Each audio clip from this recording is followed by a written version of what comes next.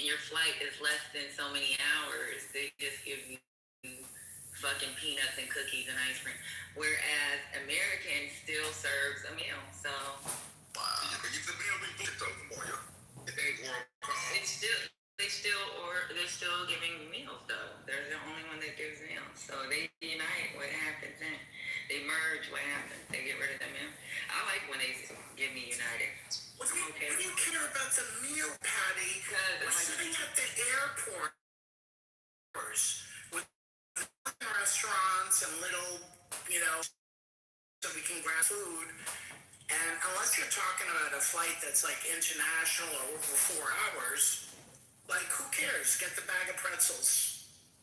Get the bag of pretzels. I'm more worried about the flights being on time and not less options. That's further. Yeah, because we also have hubs. Like New Jersey is a United hub, and so you can fly a lot out of there. And then Atlanta has Delta and all that. And Delta has American. BWA, don't you board the plane first anyway?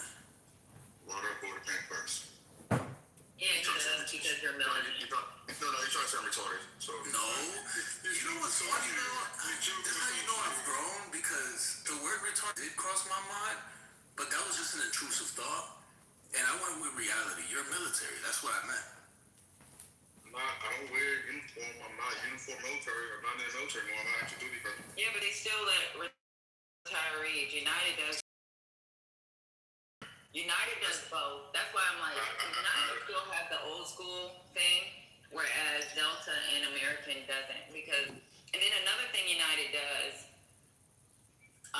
if you're military and you're traveling in uniform, they automatically grade your seat to first class. If you, and then even if you're not in uniform, if they have additional seats that haven't been purchased, they automatically give it to military. Damn, that's hard. Yeah, I don't fuck with that. I do. I do all the time. No, I'm saying when I was in the military, I was younger, yeah. I didn't got first class. I'm okay with them upgrading my seat. No, I'm talking about first class. I'm talking about boarding first and all that shit he was saying. Oh, so you just don't, huh? I'm bringing attention to myself, bro. I wish I liked to fly. So I just lost the desire to fly. It's really bad because I do. Dude, you fly every fucking day at 2 o'clock. You line up and you're fucking sky high. Y'all need to take a Delta. It's too early, Spirit. Delta One. If y'all take Delta, you get the leather bag instead of the little flimsy ass bag they give you in first class. They give you a leather one. Your eye protection is leather. It's nice. I think the only other person that's talked about it with me has been Spirit. Spirit, you took it, right? Oh, Delta One? Yeah. Let me tell you, a couple times, and it's fantastic. By the way, you can get a good deal of miles with Delta One if you do it right. That's what I did. That and the JetBlue Mint is quite lovely. No, I haven't done JetBlue. Yeah, I tried Spirit, and that's because somebody else bought it. Spirit. Hey, how you doing? My homegirls bought a whole bunch of first class tickets for Spirit because they were cheap, and that is the worst first class experience ever. Damn.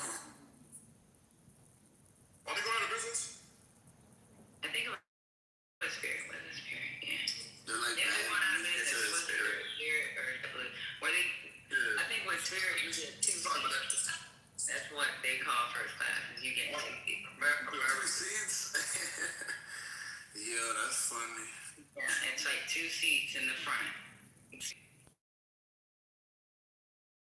I go to the airport. Phone DVA for a minute.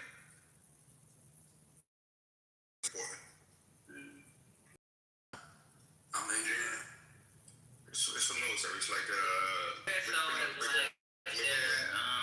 their ghetto ass American Express lounge. Nah, but ghetto, yo. Come on, they got free. I will say this: American Express lounge. I'm gonna be honest. Oh shit! Come on, guys. There's free food. There's video games. If you need to shower and stuff like that. Yeah, you can see. It's not high class, but yeah. Oh, you got video games before your flight? That's tough. Yeah. I'm saying if you're stranded, bro, or if you're traveling for it, take like a while to travel, the days where you're going to. If you're with your family, you know what I'm saying? They'll wake you up, right? You tell them what time, the person in front, what time your flight's supposed to leave. They'll wake you up. Yeah, I've used the USO lounge before. They'll wake you up? Yo, that's not Speaking of flights, did they decide whether they're going to bail out Spirit? I think they are. Let me look it up. Yeah, because I'm saying things. on one condition. It gets Do you think from airline. they should? Oh, I guess because people need to rise Spirit. So we got the merger going on. We got Spirit needing help or assistance. Somebody was talking about Neo. Neo was talking about the food. Talking about how tomatoes and things like that. It's really becoming a problem now because of the fertilization. Neo, you here? Yes, I He's sick of us. I want to cook tomatoes. Neo, hush. No decision. Patty, Chad said no decision on Spirit has been made yet. They still deciding. Thank you, Chad. Yeah, so the doors of conversation is open. Is neoliberal KGB? You guys can tell me. He's not here right now. Why would you say something like that? Because he... You operating in your greatest level of self being. To return back to that, thanks. It was a Jet genuine fuel question. cost is going up. Listen, the jet fuel cost. I understand that part. But they said moving forward, them prices about to hit the customer. And they were speaking last week and saying how even as gas prices come back down, typically the prices or ticket prices probably won't. So, yeah, you start stuff sometimes and you just change everything. Go ahead. My girl's calling me, but guess what? Everything is fluctuating. That's what I wanted to say. It's gonna fluctuate. Do not lose your cool.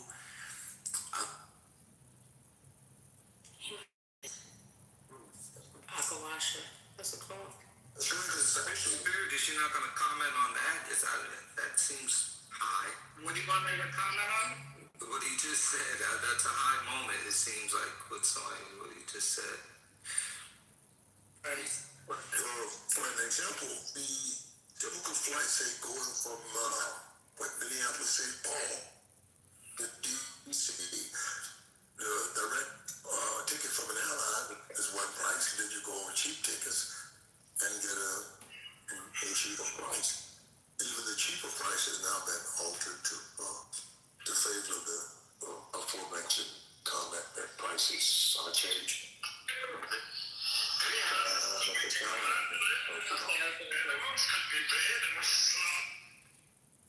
Okay, so I did find an article. It says they're not fully bailing out Spirit Airlines yet.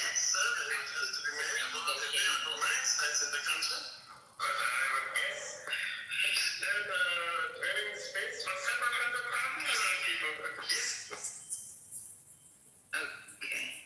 Well, what they're saying is they're actively considering negotiating a bailout.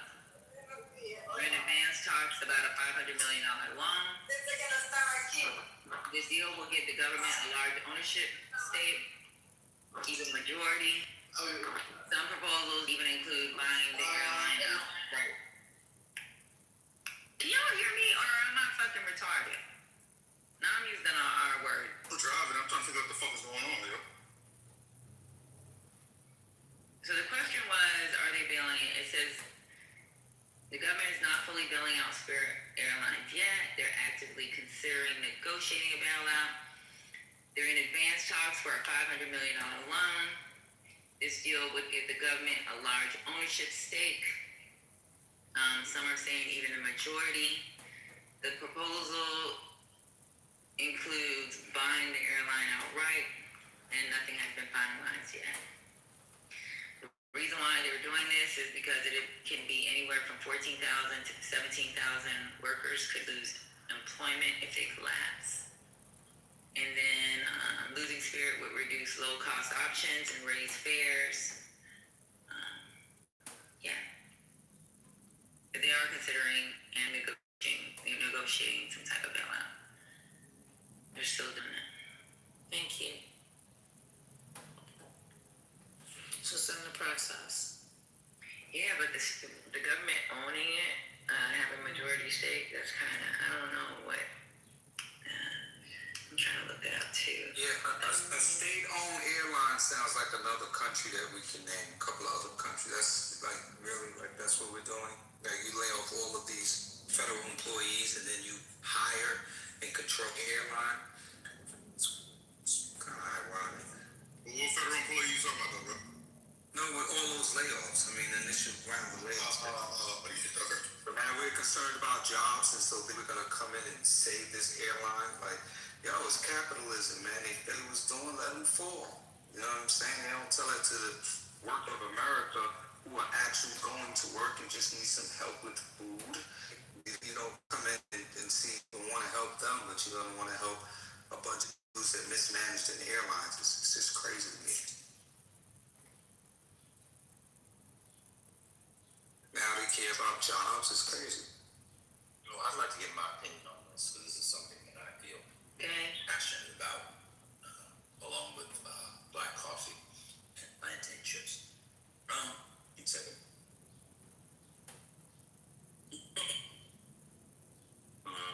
Brother Roger, Monsieur Roger, brother Mayor from Jamaica.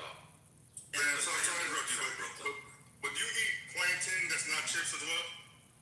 You don't do the regular butter? Do you ever do it as a patty? Yeah. For a Let him burger? finish his comment. Yeah, I had some. I had one the other day. I bet. Yeah, I eat it all the time. I love plantain. I disagree with the brothers on this topic. I don't think they should bail them out. I think they should buy the airline and keep it. And I think the United States should once again flirt with having a government-owned airline. Let me tell you why. They're constantly bailing airlines out. Constantly. So it happens all the time. Now I'm being a little Marxist, so I apologize. Airlines are actually part of the means of production. If you follow Mail's advice from Jamaica, Mr. Roger and the Rambler, to their logical conclusions, that could be any airline. The entire economy would collapse. You have to have it up in the air, because without the air, you can't have the ground. So if you let Spirit, and the reason why people are saying Spirit, to be fair, is because of Spirit. If it was Delta, most people wouldn't be saying let it collapse. So you have some brand bias. That being said, Spirit's had less fatal crashes than Delta has. They also have newer planes. And they're safer planes. They get them from better suppliers than Delta does. But because it's big and yellow, and you all are swayed by what your eyes see, as opposed to what your brain can know, you think Delta and American are safer when they're not. But you guys aren't ready for that conversation yet, so I'll put that to the side. Let's continue. We actually have to, the job thing is a lot of job, is another thing. We actually need to begin to explore the government being involved in this sort of stuff, because the service is terrible, the price is out of control, and the taxpayers are paying for it anyway on both ends, whether it's on the ticketing side or if it's on the, see, Patty says it's trash. I've flown on Spirit. It was a more comfortable ride than Delta. No, I was good in first class. Their first class seats are you get 2 seats. You don't get the lay down seats. You don't get the bigger seats. They are small seats. I'm a small person, so it's okay. But you get 2 seats. That first class is trash. My homegirl had bought the whole first class section or business class, whatever the fuck they want to call it, and that shit was trash. Okay. It's cheap though.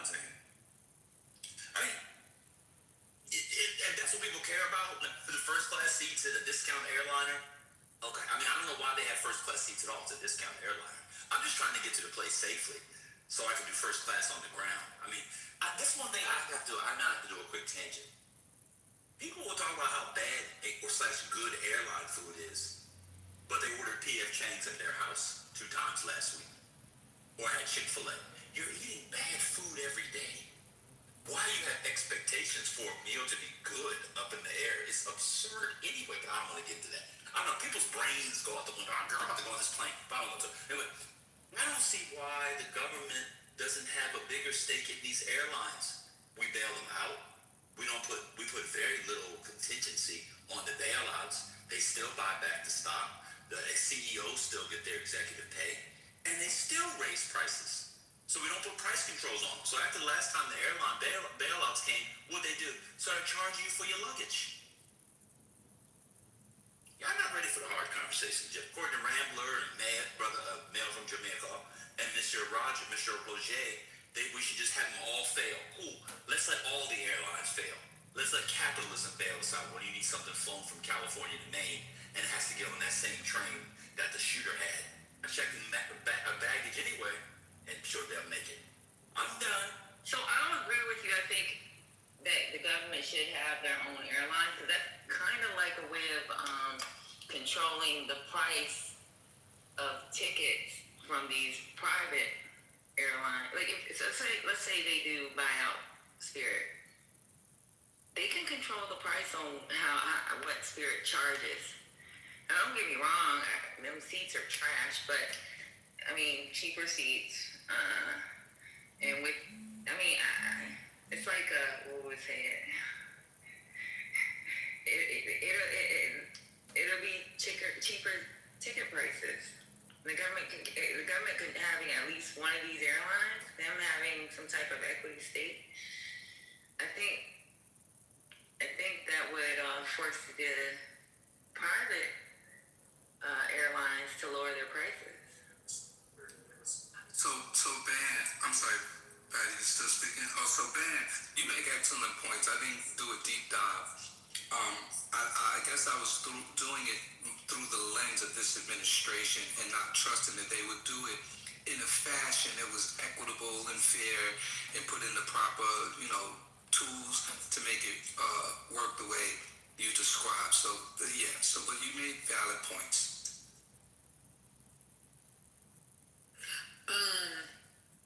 Just for the record, just in case this gets pulled later on in conversation, I don't care whether they get a bailout.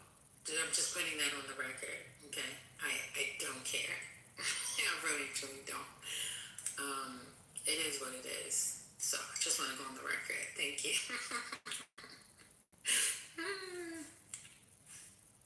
I mean, again, I didn't go to business school. So I know there's a name for this, and it's not just brand loyalty. But so it's probably when you do psychology of business. But there's a thing that happens where consumers believe that because a thing in culture is seen as the good and reliable one for whatever reason, and the other thing is seen as not, they just assume that the former isn't. Again, anybody can check. Spirit has never had a fatal crash. They've never had a major crash. Ever. Is it big? Yes. Is it ugly? Yes. But some of y'all like big ugly things 4 or 5 times a week, huh? That's a discussion. I'll tell you. Anyway. The psychology of the thing makes people think that the thing is not good. You have all these, Breezy is another one. Not to be confused with Chris Brown. This Christmas, and as we call the tree. Top 5 Christmas movie, low key. This Christmas, y'all not ready for that discussion, even though Idris Elba's not very good at it. That's a different discussion. Let me continue. Breezy Airlines. Let's go. Get away, gotta get away. Remember, Busta Rhymes. Look at me now. I'm getting paid. That was a good song. Let me continue. Breezy Airlines, Spirit Airlines, Frontier. Frontier's discount. These discount airlines airliners, their aircrafts are not the ones that are being bought from Boeing and are going down. And their fleets are newer than your fleets. I was on a Delta jet a couple months ago. That motherfucker had a card in it I put in 1993 when I was on my way to visit my auntie in Kansas. I said, I've sat in this seat before. I said, oh my God, there's my initials. I put that in 1993. But y'all see the big thing. You see the, watch this. You see the colored thing. So this is where I'm about to go. For those of you who are against Spirit Airlines, you're racist. That's exactly It's the same, I'm almost done. It's the exact same logic. You're judging the plane by its phenotype and by propaganda. Oh, people think I'm joking. It is literally the same logic as racism. Huh? I'm done. And it hits you later today when you're sitting on the toilet. You're sitting a black woman in a cash app. Yeah, but Spirit doesn't have a lounge. Spirit doesn't have they don't have the lounges. The cabins. These are things that are important to her. I travel for hours. So if I have to sit on a fucking plane for hours, you giving me 2 seats doesn't mean shit. When I can lay down, I can fucking get my drink. I can. I ain't never. What do you get in the C-130? A doggy bag? I don't travel on the C-130 going from Baltimore to Heathrow. That's not how that works, bro. I'm a senior officer, so if there's a senior officer, you know they give us commercial planes while y'all on AMC. So there's no fucking way, because I always go Avon. I always leave RIP, which means I'm the last to leave. Because I'm the last to leave, they always give me commercial flights. And if I'm taking commercial flights, I want the lounges. I'm the premium. I'm one of those girls that want the premium. I want to be able to fucking go from this area to another area where somebody may greet me and bring me to that area until it's time for me to fucking board my next ship. Patty, you know what you can happy with, Patty? If I didn't have to look at someone taking a piss and watch them and tell them, and while they say, can you move over, so they can crawl over you to go take a piss and stand up. No more, bro. Does anybody know? I mean, Patty, I'm gonna be honest with you, that's a rich person's issue. I'm not rich, though. I'm not rich. It's just Okay. by Well, rank. I didn't say you were rich. I said it's a rich person's issue. Most people aren't worried about the lounge. They're just trying to get where they're going. But does anybody know what the fleet is? What the aircrafts is for? Because ML just called it the Greyhound of the sky. Anybody know what Spirit uses? Anybody know? Airbus with the. All Airbus. Oh yeah, Airbuses. And Airbuses are safe. Huh? Airbuses are safe. I know. So, and most of the flights are, most of the fleet is quite young. So, y'all are on the Greyhound of the sky. That would be those Boeings from 2000 of Delta that you've been flying. But because they charge an extra $400, you think it's safer. It's actually the opposite. Again, Spirit uses, their fleet is all Airbus. They only use Airbus. Now, when we have a different conversation, and people are talking about great companies and so-and-so, and now others will come up and tell you how amazing Airbus is. But you put some yellow paint on it and make it cheaper and not a lounge. Now it's the Greyhound of the sky. The way Americans fall for marketing tricks to waste money, that's why y'all broke. That's it. You know what though? The only Airbus that I've actually taken Airbuses don't go that far. I know there's one that did go from New York. They flew us to New York because we don't have an agreement with Singapore, so we had to do our access because we were doing exercise. We had to fly to New York, and that's the farthest I've ever been on an Airbus. So Airbuses, I don't really think go that far. Only certain companies will buy it, and I think Singapore Airlines is the only one that I know of that actually had the Airbus that will go that far and not up around. So. One second. I just want to say for the record, again, I don't care about the bailout.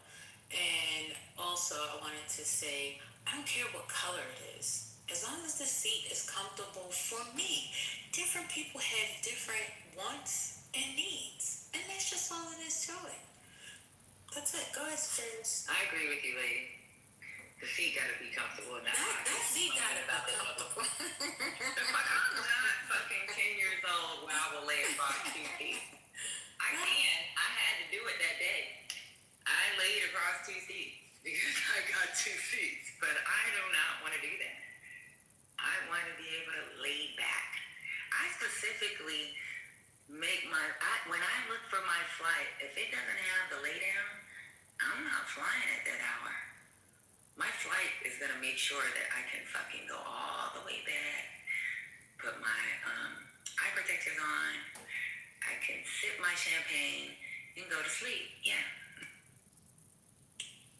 There's a guy duct taping Spirit Airline wings in the chat. I'm just saying. And I'm a broke dusty. If broke dusty daddy wants that, trust and believe there's a lot of other people that want that too if they're buying first class. They're all. It's this is all so elitist. You know what happens when you poll people who who is the group that is most against raising the minimum wage? It's the people just above minimum wage. They're the ones that have contempt for the people who make minimum wage. So what's happening in here is that we have contempt for the people who are actually budgeting and going on a quote-unquote budget airline. And you should all be ashamed of yourself. No, I said that we should have one state. Oh, I think we should have. No. So that's not what you're going to do here. I actually said I just did. that I believe that it should be a government-owned airline because that is a way they can have price controls, at least for that airline, which may affect the private airlines, which would affect Delta, it would affect the United, it would affect an American, because they'd be like, damn, people are taking those flights because they're cheaper. So I said we should have a government one, but I'm not going to take it if they don't get better seating. The only reason why I took that one at the time is because I had a girlfriend that bought those seats, and it was a free flight. Oh, shit. Aesthetics of a plane looks like I used to jump out of them motherfuckers, and I feel the pain. But you guess how much? One of the real one. Guess quote unquote first class. $4,000. 10 seats. 10 seats. That was cheap. That's good. How much? I paid for 2 seats on Delta One, and that was $4,000. For 2 seats? For 2 seats on Delta One, and that wasn't even. Were you going overseas? No, that wasn't going overseas. You know, you were the same people who shamed us for taking the Fun Wa bus from Chinatown, New York to Chinatown, Boston. That's so wow. Yeah, sir. That brings back memories, Spirit. Thank you. So should we start from scratch with the airlines, or of government airlines, can we just buy somebody's planes, but rather than bail somebody out, maybe that would work better. So if they bail them out, part of the what they're saying is part of the negotiations is them being the major stakeholder. So them having, I guess, them having an opinion on what the price looks like. I don't know. The price points. I just don't want cronies being bailed out.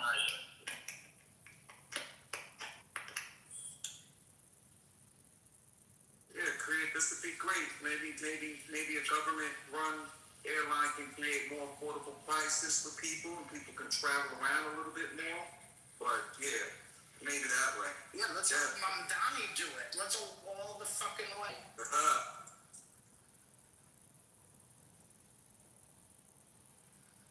It's latte time. I'm excited. This is a very American thing. I mean, if you go to Europe and you want to go to Spain, I think I did one recently. I went from, I don't know, just a bunch of places. Hop on, boom, boom, bop, bing, bing, pop, bang. There was a skeptical all over that bitch. You just in and out. Oh, there's no TV in the back of the seat. I don't know what to do. I wasn't gonna watch it anyway, but I need a TV there. It's just America. It's just get on the plane, take a book, have some peace and quiet.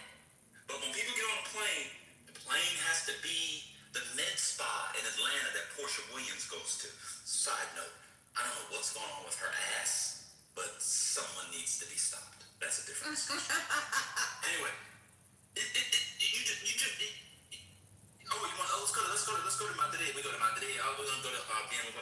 You get on a plane, boom, bop, bing, ping, pop, pow. You just all over. What? They didn't have HBO Go on the back of the plane. What am I gonna do? You know what you did? When you paid for that Delta Comfort because you needed to watch a half episode of something on HBO Go or HBO Max while somebody was kicking you in the back, you just paid for 8-month subscription. I used to live in Europe. I know what flights you were taking, bro. What? You know. We were taking EasyJet. What's it called? Yeah, he's going to get there. The point. I got on that fucking flight as a little girl. I was like, but they're main planes. Air France has TVs. British Airways have TVs. KLM has TVs. I think but you might be right. I think Air France, because when I complained, my return flight was Air France, and the Air France that we took back didn't have. I think it's Air France. One of them, if it's a short flight, they don't have TVs, but most of it, well, their major airlines have. But I don't know what plane you took. Bro, I used to live in Europe. I was a kid. I went to school there. Don't forget, I had to travel all over the damn place because of my parents. You know, this is so myopic. Like, you all like to do fucking drugs. What you need to do is ask your doc, say you have trouble flying, get a fucking Xanax or Klonopin. You don't have to worry about a TV, a book, even tilting your fucking seat back. You will be all set for the entire flight, and give your kid a fucking Benadryl. Have a great.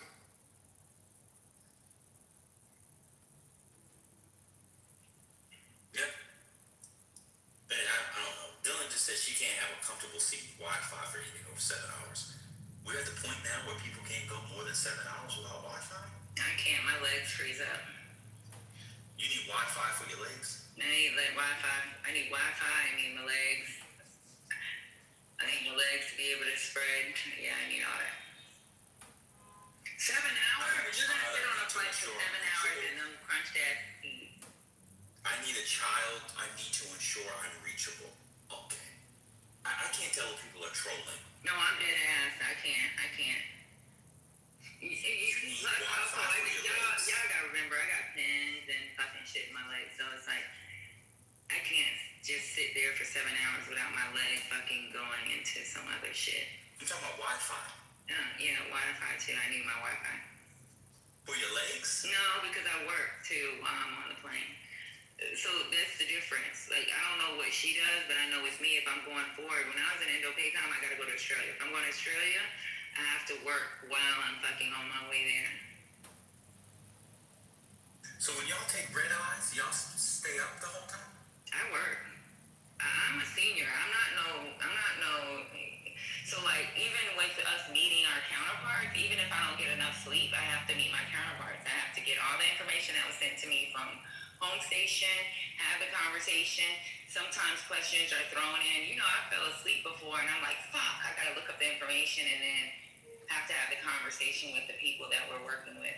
So like, they send me information all the time if I'm going for, especially if I'm part of the planning conference. So if you're part of it, for me, for my job, if I'm part of the planning conference, I can get questions all during the goddamn flight. And I have to compile them all while I'm working. So I carry a computer, I carry my fucking, I have to carry, the airlines know that I'm carrying maybe something that might be what they'll consider secret information. So I have to have my courier card. I have a whole bunch of shit on me when I'm going forward anywhere. And that's why it's like I was saying, I always have somebody meet me at the airlines or make sure I'm being transferred from one airline to another properly. So yeah.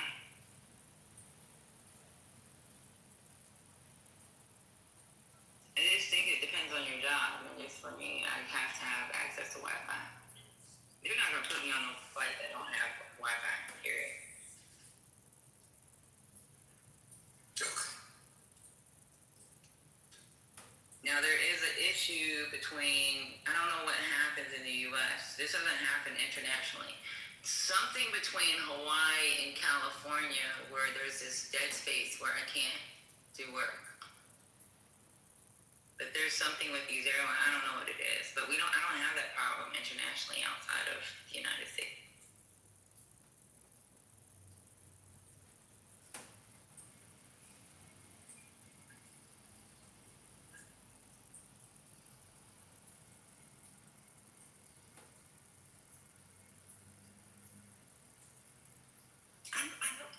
Okay, so let's take you away. So Kamara put any advice for someone who's about to take 11-hour. I mean, what would you do?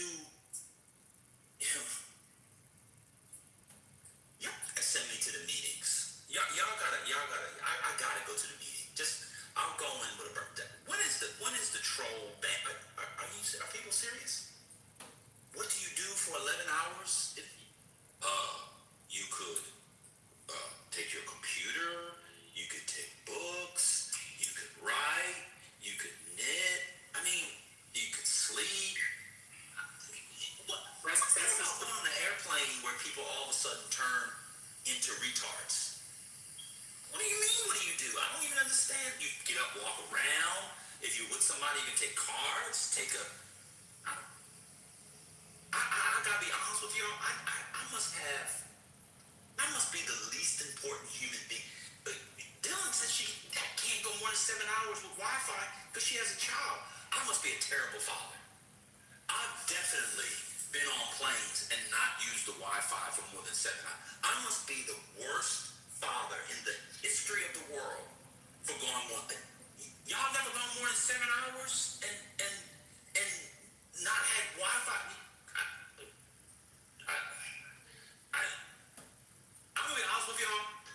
I think I might start my own room for just unimportant BANs on the app. Y'all are some of the most important, coveted people in the history of humankind. I gotta be honest with y'all. I never. Y'all must be really important. Hit me in the back channel. I wanna be what y'all are when I grow up. Rich, important, fine, connected. You can't go 7 hours. I'm not talking to you, Patty. You can't go 7 hours without Wi-Fi. What happens when you go to sleep at night? That's like kids though, bro. Hey, when my kids were younger, as soon as I hit the Wi-Fi on their phone, turn it off, they come out their room, bro. Also, they maybe try to mysterious in here. You know the words I hate? I hate a person saying to me that they're bored. It reminds me of as I listen to band. I don't know, how is a human being bored? Like bored, when someone says they're bored, it triggers me. Like, you have a brain. How could you ever be bored? So my ex used to say all the time to the kids, yeah. That was a trigger word, bored. Bored? I'm like, what the fuck? You ain't got no shit to do? Like, I mean, I think I've had something to do all my life. I swear, like how could you possibly be bored? To the point where you wake up out of sleep because you got shit you gotta do. Man, you gotta think about shit while I'm sleeping, what I gotta do when I wake up. Like, oh, what are we doing? Like, the first thing I do in the morning is replay my day in my head, because while I do take a lot of notes, most things I do remember, you know? So, yeah, how the freak can you be bored? It's crazy to me. And an adult being bored is even worse. Like, stop. So Dr. Smarty Pants said she's going to Tanzania and she's worried about leg space. Well, as one who's almost 6'4", you'll be fine. Tall people who are much taller than you people, much bigger, take flights all the time, D. Your legs aren't going to fall off. You get up, you walk around. Where are you going? Jumbo. Barabalizi. I want to Tangawizi. Go practice your Swahili. You'll be fine. Y'all not even that big of people. I don't know what it is about flying on an airplane. Everybody turns into Queen Victoria on air, but all I need is a proper leg space, Wi-Fi, and a reclining chair, because if I could have done it. But when you were in that car, partying, driving to Bonnaroo or Coachella, and you was all of a sudden that was fun. Now all of a sudden that I'm flying, I've got to have a follow behind that boy or that girl, you could be crunched up in the back of that Peter Pan bus, though. I never took a Peter Pan. Peter Pan was way back in the day. He's talking about old school, old school. Oh my goodness, they had Peter Pans in the 2000s. I never took a. Why would I take a Peter Pan in the 2000s? And I wasn't talking about you, Patty. I just mean general. I've never been on a Peter Pan either. You had My fun. dad used to take Peter Pan with my mom to Woodbury Common. Shout out to Woodbury. I heard somebody just went up there and Oh my God, Wow. Smarty Cat, she had a, Dr. Smarty Cat just said she had a Nissan Versa for years. But she's, let me tell you something. If you're, first of all, you're going to Tanzania, go to Samaki, the one in Dar, one of my favorite restaurants in the world. You want to go to Samaki is this Swahili word for fish. Delicious food and the party is crazy. You want to go to Samaki. But you on your way to Tanzania, you won't even be thinking about your legs. You'll be hyped. But she said she had a Nissan Versa for years. I'm sorry, you drove a Nissan Versa. So you don't think you should be comfortable on a plane for over 7 hours from the United I've States of flown America? to Tanzania many times. I'm almost 6'4". If I was comfortable, she could be comfortable. She'll be fine. She's 5'8". Man, my dad took a flight. Let me tell you what's so funny. My dad took a flight for 5 hours and he bought Economy Plus. And he said he can't never do that again. He's old. My dad is 60. Thanks. Come on. He said it was too much for his body. And my dad is 6'2". Okay. He said it was too much on his body. He's too old for that shit.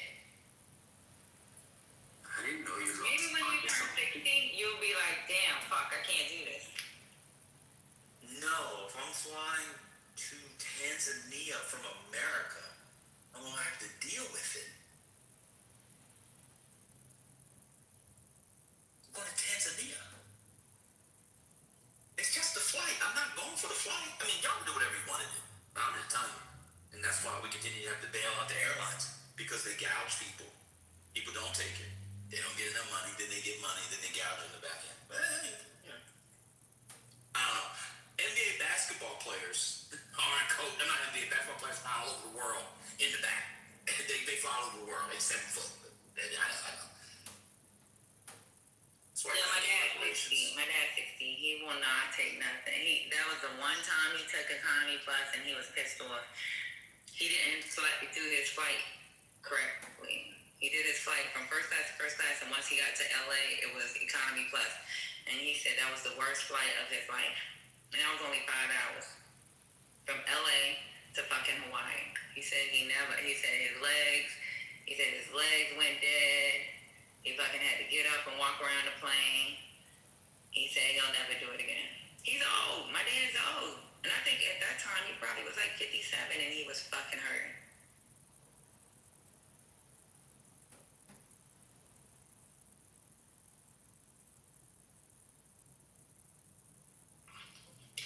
I'm aiming at my dad and I was hurting. I was like, that's on you. Shouldn't have bought that ticket. And he said it was an accident. He thought he was getting a cheaper ticket and didn't realize it was first class from this destination to another. And then it went to economy. He thought he was saving $700. And he was like, he'd rather pay the extra. He was in pain.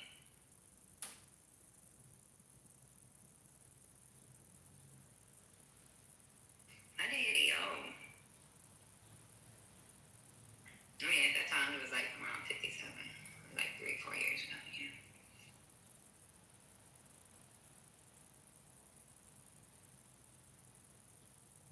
Van, earlier you were talking about, I had to jump off. I tried to look it up. It is a halo effect, or, at least in business school, the terminology I guess you were thinking about. The halo effect was part of what he was talking about.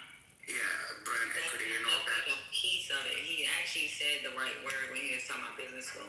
Yep, and you're right. I got an MBA. He said the right word. He said, what do y'all call it? He said the right word. Yeah. And halo was part of that. Yeah, I had thrown off a little bit, but I was like, you're right. It is racist. The only because of the TikTok videos of people trolling and stuff like that. Yeah. Going back and forth. That's the only reason. Have you rode Spirit, Lord? Mitchell, Oh yeah. I mean, I mean, I've flown Spirit. Here's the thing: when I'm on U.S. soil, I don't mind. I will fucking fly. What's that plane thing called? What's that? Hold on, give me 1 second. I rode on Spirit, and the only reason why my girlfriend bought those tickets like that is because it was cost efficient for her to buy Spirit. It was 10 girls, and then also the only way you can get 2 bags for the free for her friends was to buy the goddamn business class, and even with the first class, and even buying that class, it was not that. It was a fucking small seat. The seats are really small. So when you're not going between major markets, like I've flown from New York to Minneapolis and I go on that length of flight, the first class is like nothing. It's like slightly better. You got that one row on one Yeah, but side. Spirit, you got the even two on if the you're other. talking about, I know what you're talking about because I've taken those seats too. Those seats are still larger than the Spirit seats. Oh yeah, Spirit well, seats I are very, don't know very what small. Spirit is. I don't know what Spirit is, to be honest, but you know, or even Southwest. But yeah, but just that first class is like, you know, it's like fine. It's totally fine. But you don't get TVs or anything, which is totally fine. Yeah, you But don't. it's just not all first class. You know, you go New York to LA or New York to London or something like that. And they don't even New York call to that first Miami, class. They much usually better. call that business class when it's like that. Yeah. So Patty, I just asked. There's this regional thing. They call Allegiant. I would fly fucking Allegiant. Now, if I'm leaving U.S. I soil never took and seats going, in my life. if I'm leaving U.S. soil, going anywhere, then I'm like, okay, I can pick and choose. I just refrain from flying any American airline. That's just what it is. Matter of fact, I'll take a picture of what my seat. I got it on my thing. This is when we went to Houston for my homegirl's birthday. This is what first class looked like, and look at my bag and my shoe, like how much space I had in between. And the reason why, if you see, my foot is extended to the other side because that's the second seat that they give me. Let me go ahead and PTR. I'm setting it as my profile picture. You see my purse. You see my foot extended to the other side. You see my scarf on that seat because I got 2 seats. Look how much space is in between the two. Shout out to Givenchy. Shut up. I'm just telling you, that's how much space. You see how thin that is? That's how thin your seat is. So you were flying from Atlanta to Houston. No, from Chicago to Houston. That's what, 2 hours? Yeah, but regardless of the fact, I still would have got better seats if I got premium economy. The seat was small. It was really small. I'm a small person, so it's fine. But then, like, you got girls with big butts, thick girls. I'm not a thick girl. You know, Patty, I'm getting tired of you reminding people that you're a small person. Yesterday we had to put up with someone saying medically non-compliant like a million times. Can you stop it? No. I'm just telling you the truth. Look how thin that seat is. It's enough for me to lay down. I can lay down in 2 seats. But, like, you got a big old butt and stuff. If you see how big those seats are. That's That medical compliance conversation is crazy. It took a wrong turn, First Lady. I just couldn't help Oh my myself. goodness! And then Ben just left us. He just leaves out in the wilderness and it just disappears. But I mean, this is what your quote unquote first class business class looks like in Spirit. And I'm just being honest. And you see those 2 little silver bars? Look, my scarf was enough to put on that seat between. Come on, man. Patty, but all jokes aside, any American airline, whether it's Delta, American, Spirit, non-Spirit, their first class is shit if we're gonna have the real conversation. I mean, that's just what it is. There's like, I mean, if you have, but because of, you know, you were in the military and stuff like that, but anyone who's experienced travel across the globe, and there are proper airlines for that shit, if that's what you want. Yeah, So, that's what I said earlier, Lord. So, like, if it's for me to go from one area to another, if it's over so many hours, I'm not gonna do this. That was the most uncomfortable flight. 2 hours, 3 hours, got it. I still will be uncomfortable, but it was fine for the moment. yeah, first time I touched down at Dulles, I was coming from Brussels, and it was also the first and the last time I flew on United Airlines. It wasn't a plane that I booked myself, and let's just say when I tried the food, I realized, okay, my life is about to be different because of how shitty it was. Okay, all right, I have to stop here. So, here's the thing. Like, half of you who fly first class, you know why you're really doing it? It's not only so that you can board first, but so that you can be settled in your seat, judging all the people who have to walk through your section to go to their shitty coach sheets, so you can judge them, so they can look at you like you're some baller. That's So not that why I like they to look lay down. at them. I'm not talking about Miss Patty. You better not be talking about me. All you're doing, you're judging them. They're disheveled. They got 3 kids. They don't have their shit together. They're yelling. They're screaming. Nobody can find the overhead compartment. And you are laughing with your sunglasses on, legs crossed, deciding which HBO show you should watch while they're not getting an overhead compartment and fighting for their coach seat. That's what you're doing with your ticket. Dang, he is. Can you let my shirt go? I'll tell you why. I'm usually at the back of the Southwest plane, making sure that I can strike a conversation with the ladies going in back and forth. That's about it. Cheap shit. I'm not paying for no first class on American soil. Call me cheap or whatever. I'm just not gonna call you anti-American since you brought up Americans. I was gonna say he just looked up a flight from wherever she is, or maybe it's from New York. I don't know. From New York to Paris, it was about $1,100. Oops, it was $1,100. You know, just coach. Business class was $5,500. I'm sorry, $6,500. Y'all worried about leg cramps? Wow. And you're worried about leg cramps. Then you get leg cramps sitting in the house on Clubhouse listening to people crash out, talking about they was in private and had a meetup. And you do that for free. People are spending $6,000 of their dollars to not have leg cramps. By the way, I've flown to Paris many times in coach. Never got a leg cramp. And I'm taller than all of y'all. I'm bigger than everybody speaking. But people are spending $5,000. Yeah, I don't put that much in Skylux.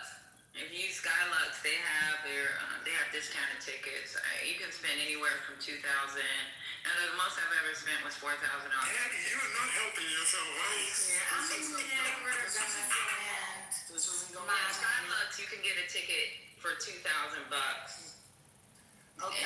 And If somebody else is paying for it, or if I get a free upgrade, other than that, I'm listening. and most of the time I get free upgrades, to be honest with you. And then because I got enough flight miles, because of the fact that I had to deploy so many times, or even fucking go to other countries just for fucking work purposes, and they automatically gave me an upgrade. If it's a family trip for me and my daughter and her friends, then I always use my points. So to be honest with you, I don't have those problems because I'm not a civilian. I get a lot of free tickets from the government to go forward anywhere, and I get to collect my points. And that's why we're swimming in so much. Anyway, I'm going to say this one last time. You all have health insurance. Speak to your doctor. Tell him you're stressed when you fly. Get the fucking Clonopin or the Xanax. You don't have to worry about fucking leg cramps, the seat going back, the kid kicking the back of your seat, the TV, the books, the drinks, the fake food. Just do that. Jesus fucking Christ, that's the hack.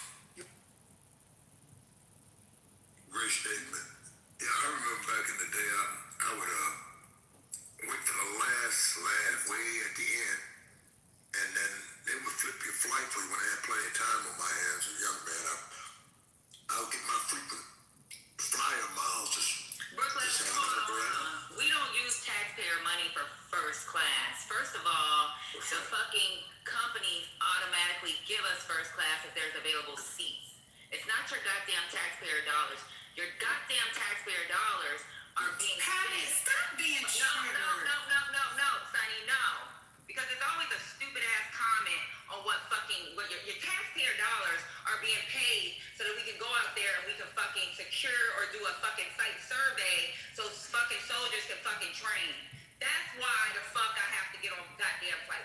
Now, American Delta, fucking Lithuania, whatever fucking flight I gotta get on, the reason why they fucking upgrade the seat is because they want to. They do it for government employees. That has nothing to do with your fucking taxpayer dollars. Now make that make sense. When you think dollars being exploited by several entities, especially when it comes to .gov and the spending budget, the budget About using her and fucking aviation, taxpayer dollars. transportation, Motherfucker, your and ass is infrastructure transportation, they flex a lot of money. And the overspend, there's an overspending budget there, and I think we could critique that budget up, and it could be reshaped, reformed by we the people, and get much better results, and get more of our people involved in flying them, because it's as you alluded to the fact that once you fly first class, you likely never fly coach again, but the whole goddamn plane is going to get to it's going to arrive at the destination, barring a crash. So, I mean, for real. Maybe my black ass shouldn't have got promoted where I have to go forward and do a fucking site survey. Maybe that'll be a fucking satisfaction for whoever got a comment on someone being able to get a fucking, guess what? I'm a black woman who got fucking promoted, and guess what? These private fucking companies, as soon as they find out you're military, they'll say, hey, we may be able to upgrade you.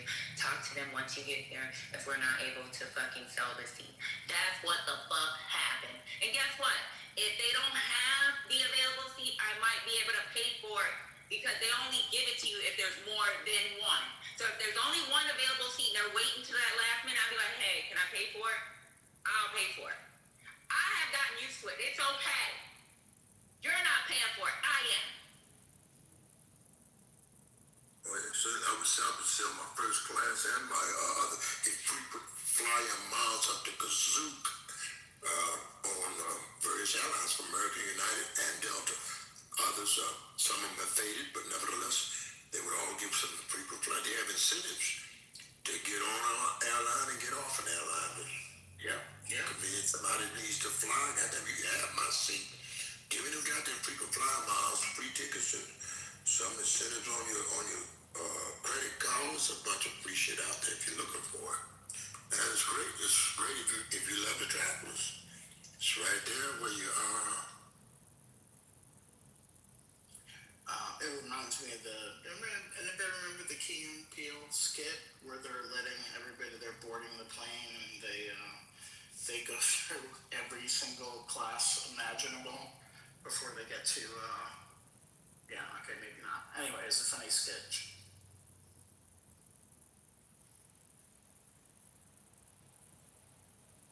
I know it's all the airports as I go through are mostly new and improved. Who's bailing out the bowels of antiquity? Probably Reagan National. But beyond Reagan National, people have, flamboyant. They have goddamn everything except the tooth fairy on sale inside the airport. So Ambassador, what was it like flying on Pan Am? Well, I didn't fly a lot of Pan Am. I've done every other American airline, Southwest airline. Pan Am was in the bowels of antiquity, but I was flying mostly United then, and then I think you were probably flying worked for Continental, so Eastern Airlines. I got a lot of free shit out of Continental. Yeah. But all the airlines offer you something. Even from JetBlue, well, they're merging somewhere. I assume was it JetBlue and Choo merging, etc. So Trans World Airlines, that was owned by the LBJ. Anybody know about that? So You sound like a TWA guy. I'm a TWA guy. You know, I flew on all those old airlines. That means I'm really that. What, pretty fast on all of them. Eastern Airlines too? Did you do that? Eastern Airlines? That was a big one. Oh yeah, Eastern Airlines They used to and hand China out, were major airlines in pins. I worked with the Rockefeller Lieutenant. Were they golden blue Spiritist? I don't remember. I just remember like they would always, you know, we I remember be like catching a Boston, flight. New York, Washington, Florida, like. I remember catching a flight as a little girl, and I believe it was Eastern. When you're saying it is, Yeah, they were all up and down the East Coast. yeah, we flew I from don't know what New happened. York to Milwaukee. Yeah, blue and gold. I think it's the cover. All right, is there another conversation ready to load?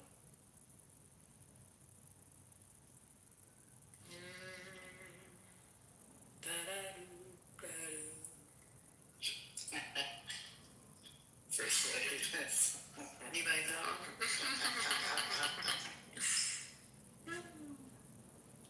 I think I did once.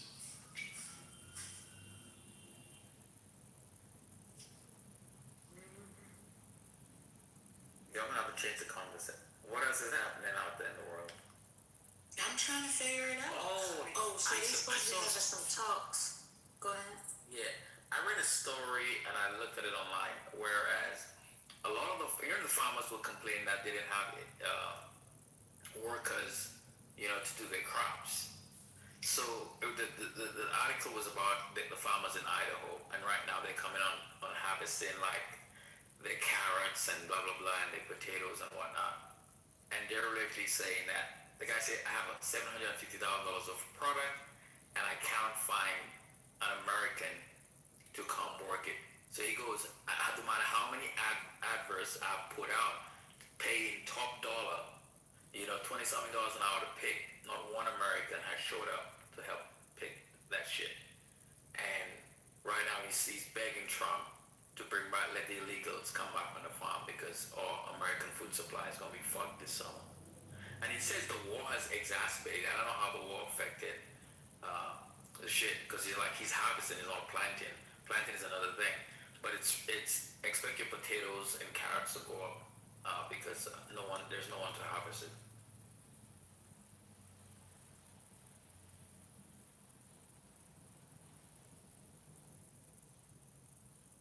Harvest what? Your potatoes. Oh, okay. And Yeah, carrots. okay. Don't have nobody to do it. So, okay. But I already thought potatoes were all harvested with machinery. The way I thought this was all machinery. I guess not. I don't know.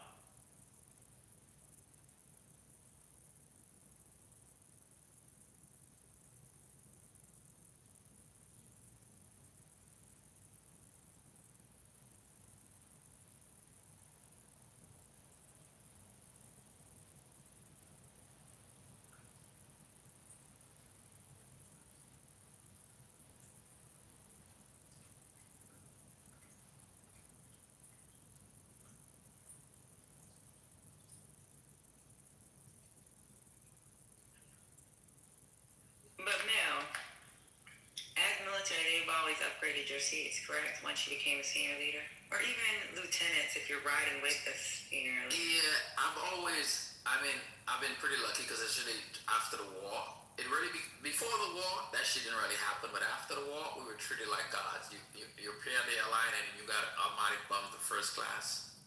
But they didn't used to do that shit too much on international flights. Except one time I was flying to South Korea. And South Korean Airlines bumped me up. South Korean Airlines bumped me to first class. I couldn't believe that was the first time I flew first class. I was a captain. First time I flew first class in my life, and actually I was like, oh, this is the life. This is the life that I want to leave when I grow up. I want to buy So first South class. Korea does. They do immediately now. I don't know when you first time, but even as a captain, I didn't think they did. It was in the 90s. It was 1998. But I know South Korea, Lithuania, all the U.S. airlines. If you're a leader, if there's more than one seat, they give you that seat. If there's only one seat, they try to hold on to it to sell it. And a lot of times we end up buying it because we've gotten so used to taking first class. But they You should get the upgrades. That's all. So I think I have 3 more years of first class flying just from my points.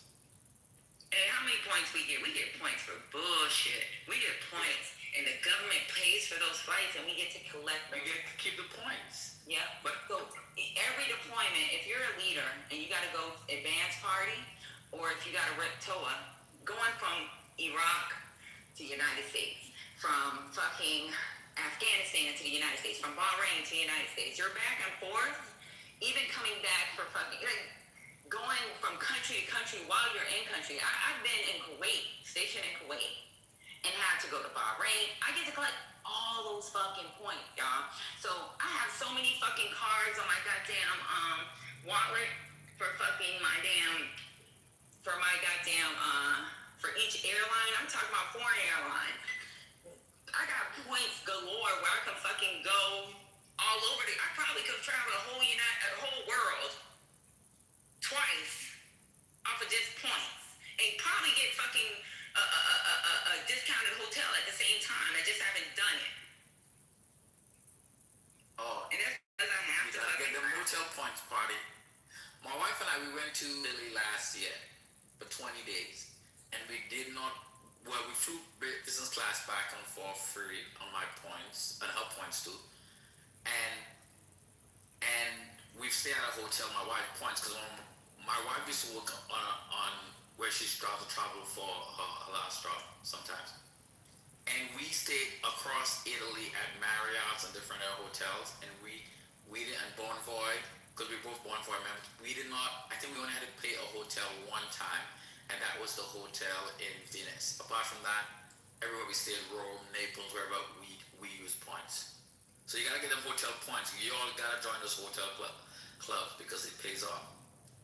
And stay at the same hotel and fly the same airline. That's the trick. see, I keep IGHC, and IGHC includes the Hilton. We go to other fucking countries. And the thing is, when I had to go to Australia for 2 weeks, guess what? That's 2 weeks worth of points. When I had to go to fucking Korea, that's 2 weeks worth of fucking hotel points. When I gotta go to fucking Japan and Thailand, fucking anywhere I go, if I stay in a hotel, I've made points. If I got on a fucking plane, I made points. And it ain't your goddamn taxpayer dollars paying for my extra seat. These private fucking companies do it. I know you were having a blast. You had Regency's, Hilton's, and Marriott's are really good, very nice places to live.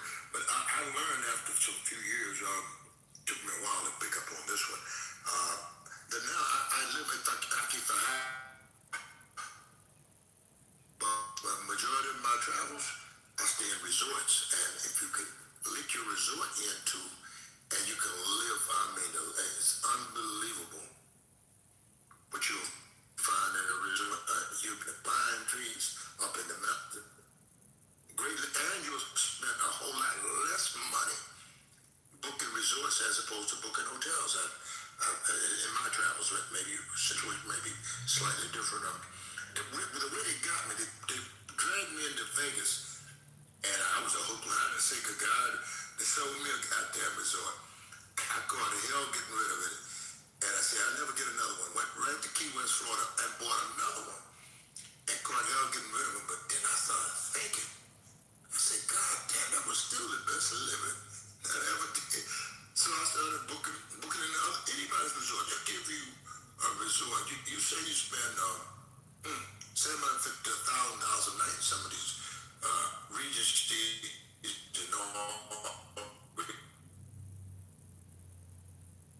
place there.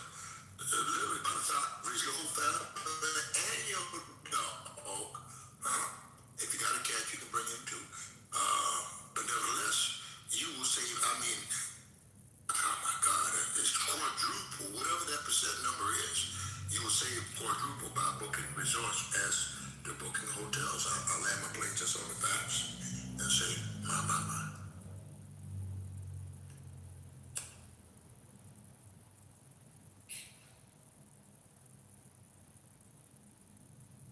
And your groceries back there, cap on out. I mean, I live around the way. I used to survive, but once I started living, I didn't go back to surviving anymore. But my.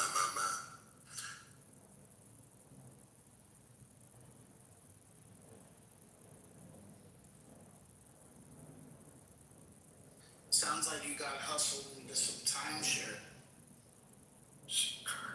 And I got hustled, but I hustled some people too, and I just found out it took the hard way to learn it. But I learned it, and damn it, you get out there in the resort. Well, now, then I used to sell them to people who sell resorts. See, I'm a hood salesman.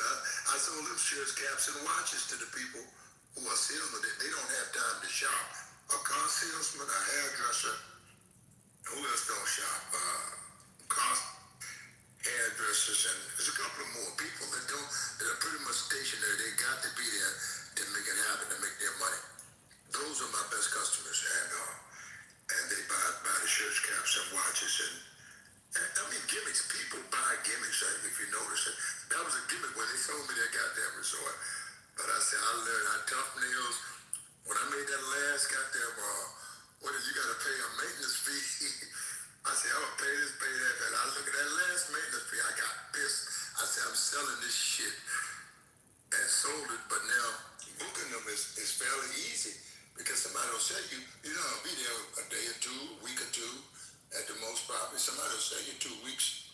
It's amazing savings, and you live better and you enjoy yourself. Go around the town, see the townspeople.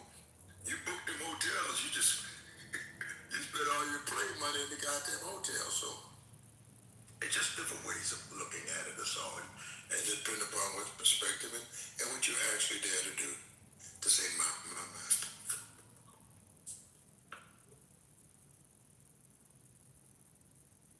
And of course, it depends upon who you ask.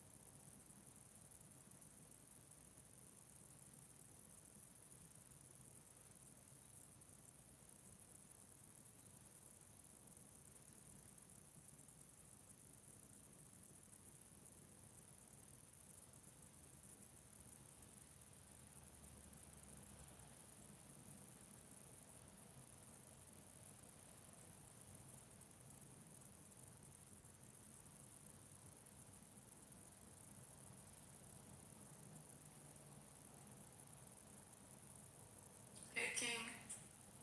Now, whew. First lady. I just cranked myself up. I just caught the video. So he was under the table. He did slide underneath of it. And then once the people with the rifles, all black with the rifles, once they came out to secure before they could move him, it does look like he tripped. So, like I said, I didn't see the video all the way through until just now. And I don't know. I mean, maybe his shoes was untied. Y'all know. All right, King, now what you got? Not much. I just came to say hi, and I thought the interview was interesting that Trump did 60 Minutes. Yeah, it was really funny how he got upset as soon as she asked about the manifesto. He said, I knew it. I knew you were going to say it. Disgusting. You're a disgrace. Like, Oh my God. Oof, child. If I'd have been there or backstage, they probably would have fired me because the way I would have hollered in the background would not have been good at all. Definitely would have laughed. It's too bad it's normalized that the quote-unquote leader of the free world or any head of state can talk to a reporter like that. It's kind of sad, actually. It's really pathetic of that man to.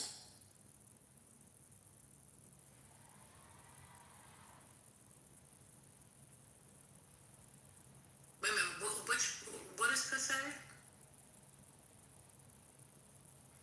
Of the way that he talks to a reporter like her, who was asking the normal questions that anybody would ask. Right. And we've normalized it. Like, this is not normal. He's a piece of shit. He treats people with disrespect. But I'm with her. How did he know that he was talking about him? Well, she got him on that one, didn't she? She was like, I'm sorry. Do you think he's talking about you? Look, didn't the manifesto say something about an administration led by a pedophile and like he said all the led Oh, did he say? Oh, okay. He said. I thought so. I mean, I maybe missed I'm that wrong. part. Maybe I didn't read it. That's possible. No, that's right. So if he said that, then obviously it doesn't. She was just saying that as a kind of a cheeky thing to say, how do you know they're talking about you? So if the manifesto says that, which I thought it did, I don't have it in front of me at the moment, but if it did say led by, then obviously it was talking about him. So she just said that to be cheeky. Yeah, good. Like, small victory, considering how fucking rude the guy was and continues to be towards people just asking questions. It's not a normal thing for a head of state to do. I mean, look, a lot of nobody's done what Trump has done in terms of how he deals with media. Let's be clear on that. But I mean, others didn't treat the media really well. This is not a apples to apples. I just said it's not normal, and we can just agree there. Okay, you can agree.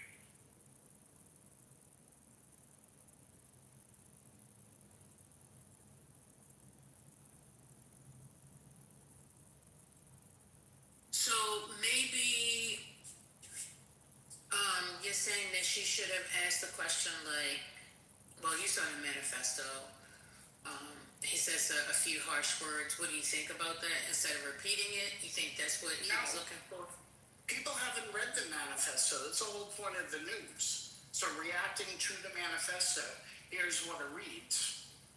And then for him to get so offended and rude, which is not the first time, like, he's got to deal with it. He's the fucking president. Okay, so maybe before she said it, now understand this is not 60 Minutes, CBS words. We do not approve of this particular message, but I'm going to read from the manifesto, maybe a preamble kind of thing. Would that probably have been more acceptable? No, she's just reading the manifesto. Like, it should be a normal thing. Just you're reading the manifesto and somebody's reacting to it. What the manifesto is about. That's all. React to it like a normal person. Don't be offended and act like a fucking child.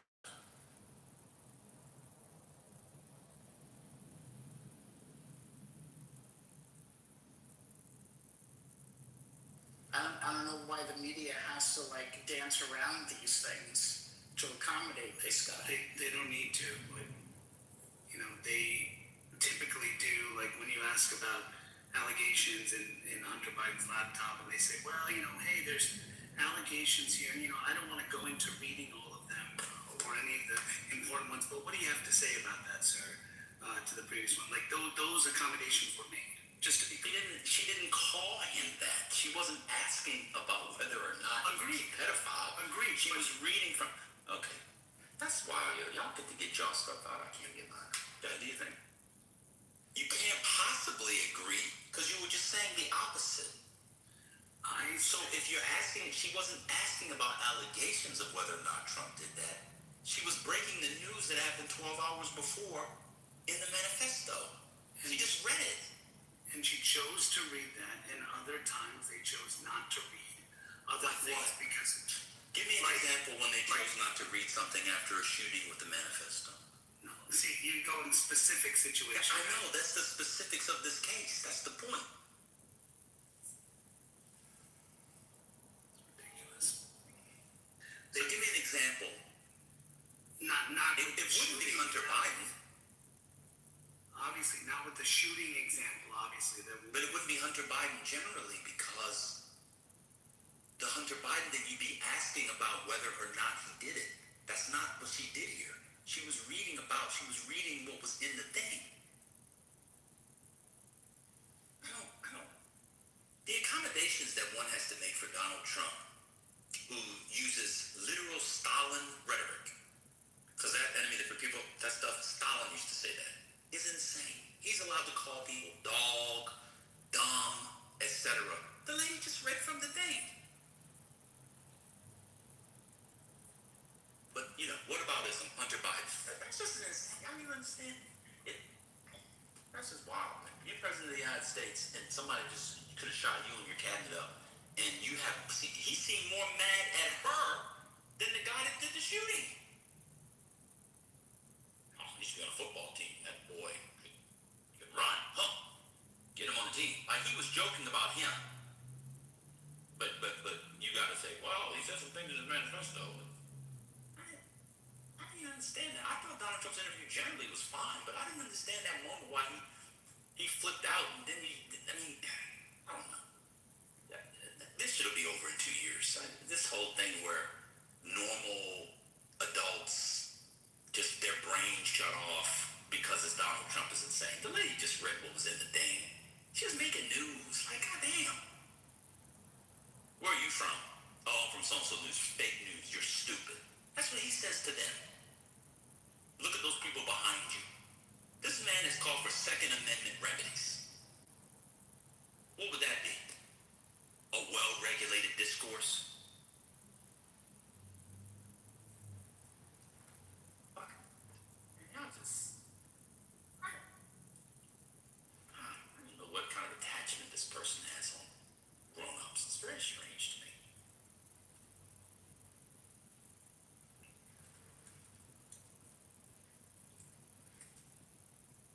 Well, they have, it's a protection clause. That's what it is. It must be.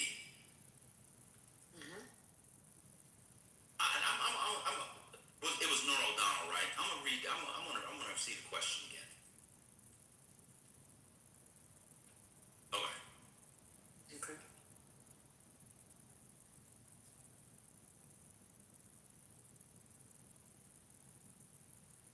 I mean, you had the previous president whose campaign was feeding questions to reporters. So, what does that have to do with what we're talking So about? those are the questions they asked. So they were accommodating the questions that the previous president wanted till a Wisconsin radio station outed them, and then they did it. So the media was accommodating the questions the way they I wanted. know all presidents do that. I'm not saying that's good or bad, but that has nothing to do with this. That's like a whataboutism that's different. I mean, have you seen the pro-Trump media that exists? Like, they're pro-Trump, pro-Biden, pro-Democrat. That's a different discussion. I'm talking about there was a shooting, and within 12 hours, the lady ran from the manifesto. It says, the question, the so-called manifesto is stunning to read, Mr. President. He appears to reference a motive. He says, I'm no longer willing to permit a pedophile, rapist, and traitor to coat my hands with his crimes. What's your reaction to that? She was pointing out what the guy said in the manifesto was his motive. What does the Biden administration giving questions to MSNBC have to do with it whether or not Trump gives questions to Sean Hannity and Laura Ingraham. He has Laura Ingraham, who has more people watching the mainstream media, come in, and she does a whole glossy thing with him with a declaration like all presidents do. That's not actually a response. Let's go back to the I'm confused with the. I'm no longer willing to. I'm confused with the feeding the presidents to the questions to the meeting. I don't know, but that's a red herring. So that's the way that people want us to change the topic. So I'm not going to take the bait.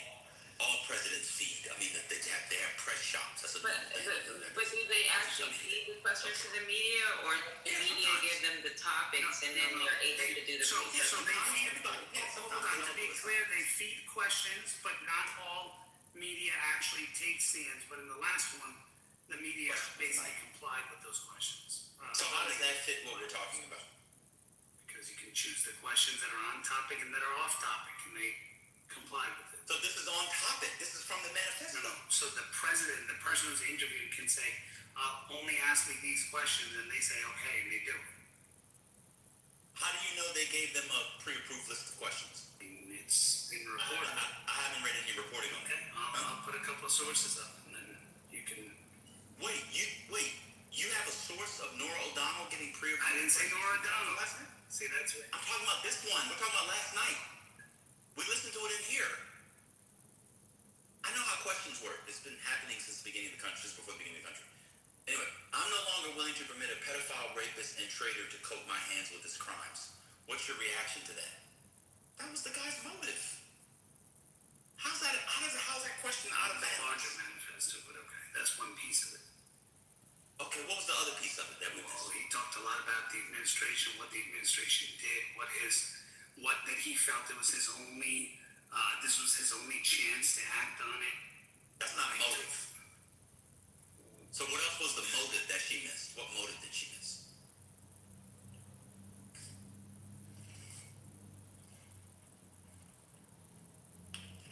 I'll pull it up and read it again. Cool.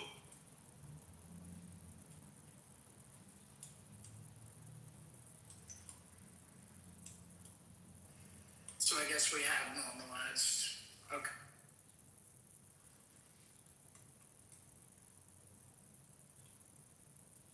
This guy ran around for 10 years, and the media allowed him to call Obama a Marxist, Kenyan, who was constantly disqualified.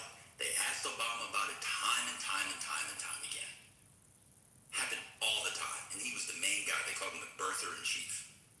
There was a shooting. The lady asked the question. She's a tough journalist. Deal with it.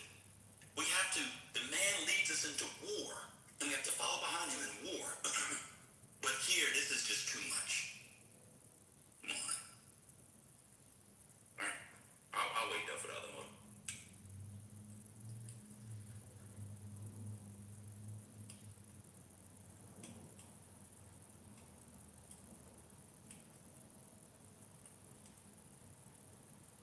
While we wait on that, First Lady talked about Kimmel. Enough is enough. Kimmel's hateful and violent rhetoric is intended to divide our country. His monologue about my family isn't comedy. His words are corrosive and deepens the political sickness within America. Enough is enough. It is time for ABC to take a stand. How many times will ABC's leadership enable Kimmel's atrocious behavior at the expense of our community? What did he say? Did anybody watch it? He made a little skit or something? So it seemed. Yeah, he made a joke about her being, having to glow up an expected widow. Yeah, he made like a widow joke, like her husband would be dead or something. So he did talk about, child starved or teenage abused, teenage girls abused and stuff like that. And he said he was turning the other cheek. He said that's wrong and he can't do that. Basically, he's saying he's not a school kid blown up or a child starved or a teenage girl abused by many criminals in this administration. So he's saying that one of his motives is what the administration is doing in those fronts. That wasn't read, by the way. Turning the other cheek when someone else is oppressed is not Christian behavior. It's complicity to oppressors' crimes. So he's accusing the administration of crimes, but that wasn't read. So his That's motive literally read. is That's those what being a crimes. pedophile is. It literally says. So I'm it no says longer- not a school kid blown up or child starved or a teenage girl abused by criminals in this administration. So where's the pedophile about blown up, school kid blown up? Where's that? No, and traded to Kobe. Exactly. So you didn't hear What the fuck are you? Why are you disrespecting me, man? What's going on? You just asked me a question. Can I answer it exactly? You always do this crash out thing. That's why I stopped talking to you. This is so insane. It's not a crash out, bro. You said it's the same thing. You said What's going on? I answered your question. I'm responding. So what was the motive in that was my question.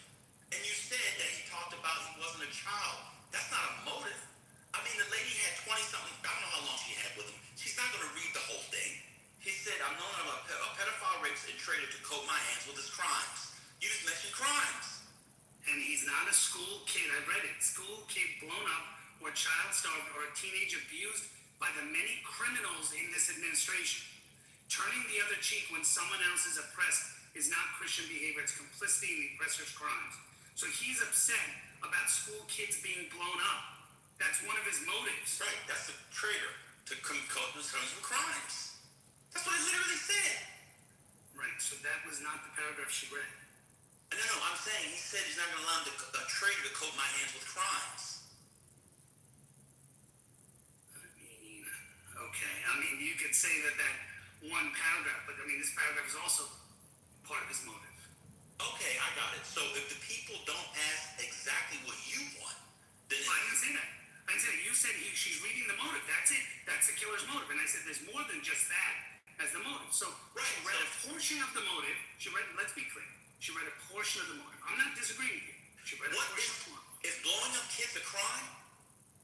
No, blowing up kids is one of the things that offended him. Is it a He was crime? upset about it. Are you okay? She said he with his crimes. She mentioned crime. She mentioned crime. And starving children as well. Children's starvation. Oh, okay. I apologize. I didn't know that Nora O'Donnell's question was out of line. Didn't say that. Mentioned the certain. I never said that once. You just said she discussed his motive. I said you said no, that's it. That's all. I didn't say no, that's motive. That was his motive. You said that was his motive. I said that's his motive. I said there was more in the manifesto that was his motive. You said, wait, tell me where it is. I got it. And I just read you. Okay, so he didn't mention the starving children. So the critique for Donald is blown up. no, that's a crime. Kids being blown up is a crime.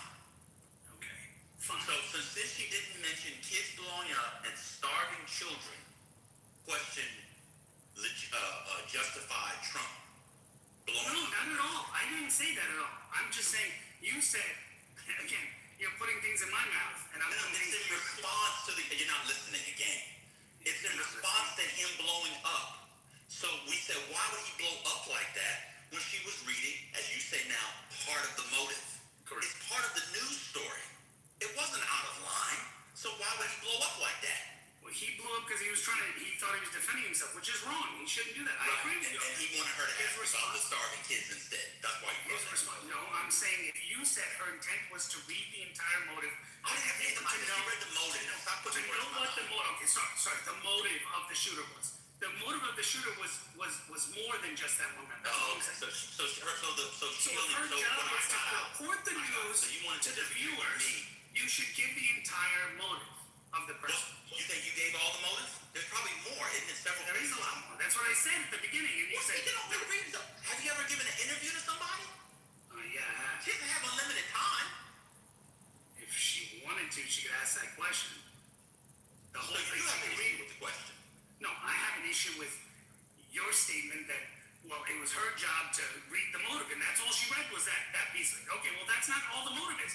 If you wanted to find out, what do you think about this guy's motive? Hey, there's major issues in this, children being starved. That has to do directly with his policies. Okay? Children's being bombed. But that would be crimes. That has directly to do with it. So that would she be asked crimes. the ones. Aren't those crimes? I mean, if you want to say children starving in another nation, I don't know if that's a crime because the view is USA.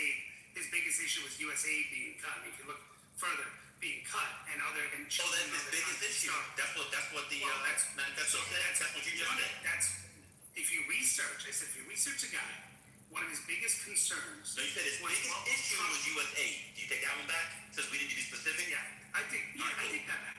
One of the things in researching him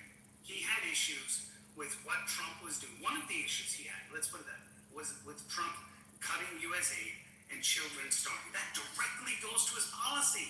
Cool, I got you. So your issue with Nora O'Donnell then, or my understanding is I left out the USA one. Cool, you won. Let's go back to the larger point. Why is the President of the United States yelling at a normalized, to Spiritus's point, that is not happening? You came up, well, let's be clear, other presidents have treated the media bad too. You did a one-to-one comparison of whataboutism, as per usual. Okay. No president in your lifetime has ever talked to or about the media like that. The lady was just in there, he was in there, somebody was shooting them. She's trying to do the thing. Why is she being attacked? She just ripped from the thing. But now you let me know. Because he left out USA. That's fair. But she left out. Nora O'Donnell is a disgrace, to use Trump's word, because she left out the part about USA. Got it. I mean, you had Biden cursing Fox News reporters for asking about inflation. Like, why does he need to curse them What when did he he asks say? about inflation? What did he say? Oh my God, it's even in Reuters. President Biden I know was he caught, said it. I'm asking was what he caught said. cursing at Fox News reporters. What did he basically say? calling the guy a fucking asshole. Okay, What did he say? Ducey. He insulted Ducey. I'll put it Okay. in the thing. So you're making an equivalence between Donald Trump's treatment No, you and said Joe Biden's. presidents don't report. Presidents treat the media that way when they get a question they don't like or whatever. They don't. So No president in your lifetime has ever treated the media the way Donald Trump has. Him cussing at Steve Ducey, and apparently according to Ducey, that's kind of like they had a nice year back and forth. I think they liked each other. Him cussing at Steve Ducey, I mean the adults cussing. Peter Ducey. Well, I think Steve Ducey too. They had to go, but yeah, Peter Ducey, the son. Peter said they had it. To you, I guess now you're bringing up that's the equivalent. So now, according to King Nav, Biden treated the media the way Trump did. Got it. Did I say that? Because Peter. So then, what are you bringing up for? I said they. That's a one-off. All right. You gave me a one-off. I did give you one off. You're right. Okay. Go on, Ben. Enjoy. I'm done. I just don't understand why it was even. I mean, Look, the point I'm getting at is that all of these people treat the media like. Wait a minute. Was it in Trump is private? worse. Trump is worse. Hold Was on. it in private? Let me finish. Trump is worse than every single. Let's be clear. In the way he treats, worse than every single president ever. Okay? Can we Of agree? our lifetime. I don't think ever. I don't think ever. Of our lifetime, fair. Of our lifetime, okay? And let's be clear. But to say that you should treat the media with respect, other presidents haven't treated them with respect. Just let's agree on that. And Who said that? I'm saying that. Who said you should treat the media with respect? That's what Spiritus was saying. Oh, you should treat them with respect. They're asking questions. They're doing their job. Okay. That's what he was saying. Yeah, it should be respectful. He's the head of state. Is that not true? You don't believe that? Wait a minute. One mic on me. Biden responded sarcastically over didn't report shouting questions with a hot mic on, not knowing his mic was on, and said, "What a stupid son of a bitch." So you're comparing a hot. By the way, within an hour of the exchange, Biden called Ducey's cell phone and said it's nothing personal. So he called to apologize. So your big one-off and equivalence from Biden was something he said to himself or to an aide on a hot mic that he then apologized for. That's the bad one. That's treating the media without respect. Okay. I guess I'll be the piggy. I'll be the piggy and be quiet. To the point of treating the media with respect, who's allowed in the White House briefing rooms? Like, who's in that press corps? Fucking influencers? Legacy media? Or are we talking about right-wing people that are allowed in to ask the questions? CNN is there. Caitlin Collins always asking questions. Cool, CNN got in. Nice. Bears, what are you saying? What are you saying? AP is in. I'm just saying his relationship with the media is not CBS. That's all. That's the Well, yeah, a lot of them are there because they had to go to court to be there. They tried to kick a lot of them out. You're talking about DOD, Ben. To be fair, I think you're talking about DOD press conferences, not It not was White House. DOD as well. But I don't think so. I think maybe I'm wrong, but I'll look it up. But I think the president rearranged the seating in the thing to include the My Pillow guy and other people, but CNN always had a seat. They just didn't get the front row seat. They got a second row seat, and other media are there, and they're asking questions, including CBS and ABC and all the major outlets. But more were added, and some of them were reshuffled, which people are saying, why is CNN in the second row? I don't think they had to go to court in the second Trump administration. The first one they did. In the second Trump administration, I just think he rearranged them to piss them off and put other people in there that may or may not have should be in there. But I mean, that's Quote. The Associated Press versus Budowich. Excluding the AP from White House events on the express basis of its editorial viewpoint violates the First Amendment. This was filed a month into the administration. They kicked out the Associated Press and other outlets, and it went through the courts in this administration. So they had to sue to get back in, as I said. yeah. Well, I think it was just so maybe it was, but I know CNN was always there, ABC was always there. I'm pretty sure that he didn't kick them out. But anyway, maybe I'm wrong. So as I said, some entities were kicked out, and they had to sue to get back in. The case is called the Associated Press versus Taylor Budowich in his official capacity as White House Chief Deputy of Staff, Carolyn C. Levin in her official capacity as White House Press Secretary, and Susan Wiles in her official capacity as White House Chief of Staff. It was started February 21st, 2025. Has a whole Wikipedia page on it. Okay. On July 25th, the Court of Appeals denied answer to the emergency petition filed by the AP for en banc review, so forth and so on. So like I said, but I'm sure Biden or Obama said something on a hot mic against the Associated Press. So all presidents. Oh, it looks like, I mean, if you look it up, Biden actually changed White House press pool, cutting off more than 440 reporters' credentials. Okay. Which one? So, I'll go through it. I posted the site for you. Gotcha. All right. So you are doing a whataboutism one. Biden also changed White House press pool, cutting more than 400. Did you read it? I did. You read that already? No, I've cited it before. I have this in a list of. What year was it? This was a 2020, I believe it was a 2025 article citing previous years. I think it was 2023 it happened. Yeah, you're looking at it now. Cool. Yeah. All right. Credential White House press members dropped from 1417 to 700 to 975. These are individuals. These are not entities. Right. So individuals that they didn't like, he didn't like that reported on what he was doing. Are you sure? Did you read who the individuals were? I did read the. Correct. Gotcha. Let me read it to you. Many of the journalists' passes expired who hadn't accessed the White House in the previous 3 months. So it's people who weren't going. So I'll give you an example. What was the old lady who was always there? I can't remember. Helen, whatever her name was. If she got ill or somebody stopped going, this happens with a lot of things except gym membership. They'll keep charging your account till you're dead. If you don't use a thing, they got rid of it. It literally says in the article that they claim that the journalist whose pass expired hadn't accessed the White House in the previous 3 months. White House Correspondents Agency, what Eugene Daniels said, the White House did not receive any notice about their decision. So they did this I can't respond to you if you start speaking while I'm speaking. because they're cherry picking what you put.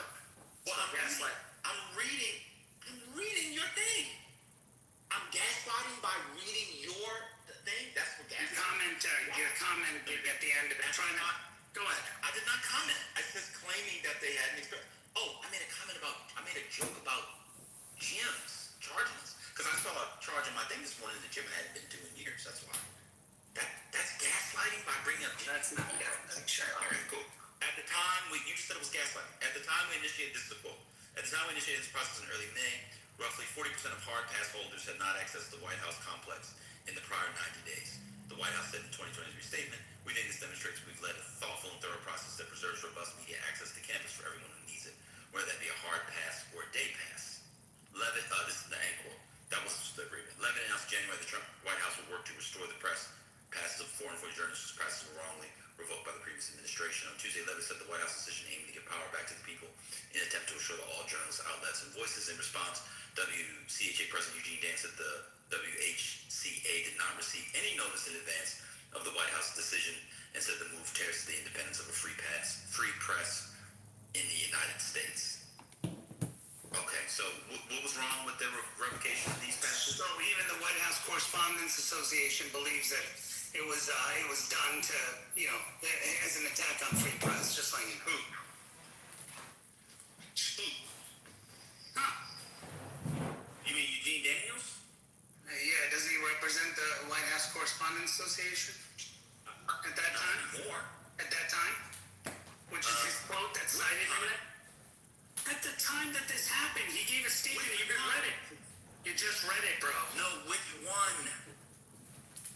He's talking about what Biden did in terms of stripping those 440 people's credentials, and he's calling it the White House's decision tears at the independence of a free press in the United States. Okay, so he wasn't president at the time, so I don't know which one.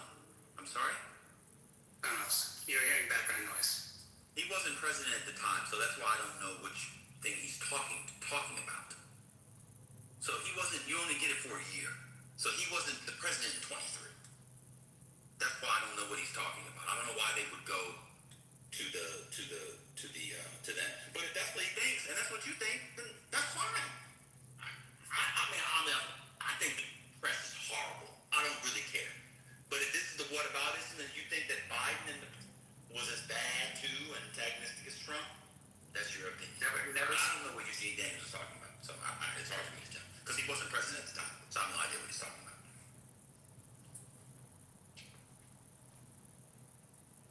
So let's go to another source. 2023, Biden, White House. So now the Democrats are anti-press. I love this. White House, which one? Press revocations. I don't know why that many people have press passes anyway. That's a different session.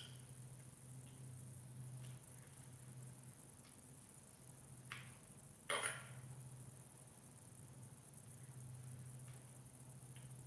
The White House announced updated standards for yearly renewal of hard passes. Journalists who do not obtain a hard pass can still apply. Come on, King Math. Journalists who do not obtain hard passes can still apply for a day pass. Politico reported the number of credentials White House correspondents dropped from 1417 to 975 after the previous passes expired July 31st, with the new number reflecting a mix of renewals and new applications. The White House told Politico that only one reporter had their application for a new hard pass denied. The hundreds who lost their passes this week presumably did not reapply, some due to not meeting the new qualifications. For those losing their hard passes, the White House was said to have granted many of them a grace period until August 10th to keep their current passes and submit their materials to gain new ones. The White House press office announced their updated standards in an email sent to all White House hard pass holders in May with the guidelines for journalists to successfully renew their hard passes. Reporters must show they have, quote, full-time employment with an organization whose principal business is news dissemination, have a physical address in the Washington, D.C. area, and demonstrate they have access to the White House campus at least once during the prior 6 months for work, or have proof of employment within the last 3 months to cover the White House. You have an issue with that?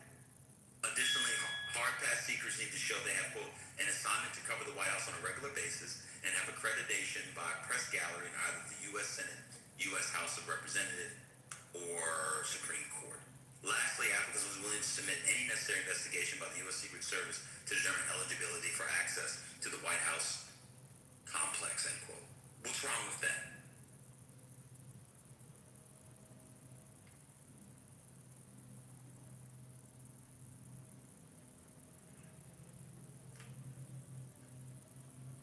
Okay. Trump got rid of the AP because he didn't. Oh, go ahead. I'm sorry. I just read the Fox News article, by the way. This is from Fox News. For people think I'm just mixing stuff up, this is Fox News, August 4th, 2023. I'll put it in the chat. That's what I read from. I don't want to gaslight. We got to stop using the word gaslight. In fact, men shouldn't use the word gaslight generally. It's for the females. But I just read that from the report. Okay. So the Biden White House updated the rules. They wanted people who had regular assignments and who'd been on campus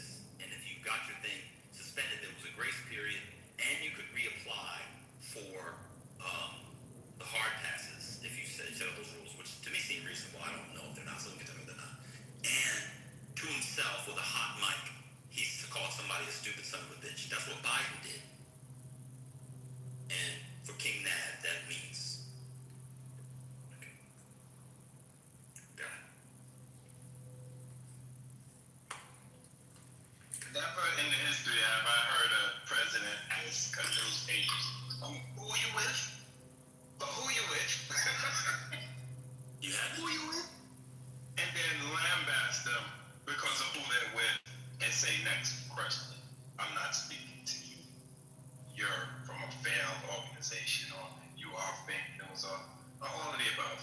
Never. It's like, what you banging? What you banging? What's your set? What you rap? Happy Clubhouse anniversary, serious things.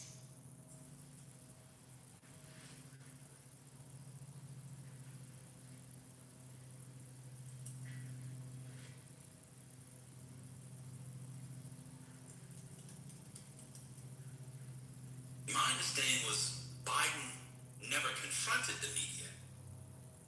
He always hid from the media. He didn't do media stuff. Now we're finding out he's almost as disrespectful as Trump is to the media. Love that. And I'm telling y'all, when Donald Trump's not president, do you all remember during COVID when you went outside? So COVID was like in March, and then people didn't really start going outside. Then all of a sudden in May, you're like, yeah, let me take a walk. And then like maybe that August, you looked around your neighborhood, you went to the park, and it was like so green, wildlife. In my neighborhood, there were voles, hedgehogs, somebody's pet snake got loose, but it was kind of funny. Bears, all kinds of shit you never saw. It was like, what are they doing here? It was like, you know, when somebody has sex on a sitcom in the 90s and they showed nature and they start playing Vivaldi and shit. When Donald Trump is gone, it doesn't matter who the president is. It could be J.D. Vance for that. That's what America's gonna be like for like the first year. People who just completely don't like each other for no other reason than we're in a MAGA era will be friends again. That's exactly what's gonna happen. I'm telling you. There was no reason for the back and forth we just had outside of defending of Donald Trump. With a hot mic comment and people cutting people off who had news passes. It's gonna be all You did. You were doing whataboutisms. What did I defend? What did I say? I said several times his language was horrible and is one of the worst ever. Did I not say that? And then Exactly. So stop saying that I said something which I didn't say. I didn't say you said anything. You just said I'm defending Donald Trump. I wasn't defending. You don't insult someone when you're defending them. Okay. So if someone is a So you're a liar. So you're a liar. See, don't lie about it.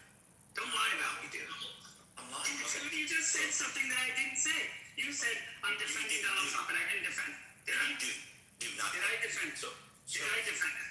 Yes or no? Can I answer? What's going on? And no apologize. I'm not apologizing for shit. Yeah, because you're a piece of So shit. that's fine when you do a double standard, or so when you say that like do a whataboutism. That's not what I did. I was explaining that other presidents did this. You know that. I said other presidents spoke rudely. They spoke very rudely to the press, and they've been short. I mean, Very rudely to the press. there's even an article, you can look it up because I'm moving now. There's an article where T.J. Ducklow, who worked under Joe Biden, resigned because of the way Biden spoke to a female reporter. You can look it up. Okay. Then you'll say, All right, yeah, look it up. I got it. And then you apologize. I'm not apologizing. Yeah, because you're a piece of shit. You're a grown man. Calm down. T.J. Ducklow. Stop calling him a piece of shit. Like, let's have a conversation. Did you hear what he said before that? He just What? said, I got called a piece of shit? oh. I mean, well, what happened was, wait a minute. Twice. So, He called you shut up, Divine. No, no. That's my bro. He ain't gonna come in here and disrespectful. Hey. So Patty, when people push back against Naveen, you defend Naveen, your friend said it was richer than all of us. He's now called me a piece of shit twice. honestly, I ain't doing vacation. I was doing something else. I got you. I just came in because I heard, I heard the last conversation about looking up somebody. I don't know. I was in the beginning of the conversation, but I gotta do my goddamn, PowerPoint. I just came in to be like, y'all chill if y'all fight. Why did T.J. Ducklow resign? Because of the words Biden said to a female reporter. No, that's not why T.J. Ducklow resigned. Let me read it to you. White House press say T.J. Ducklow resigns over threats against reporter. White House Deputy Press Secretary T.J. Ducklow resigned on Saturday after a report emerged that he verbally threatened a reporter who was pursuing a story about his romantic relationship with another reporter. Ducklow, who had been serving as a week-long suspension without pay for the incident,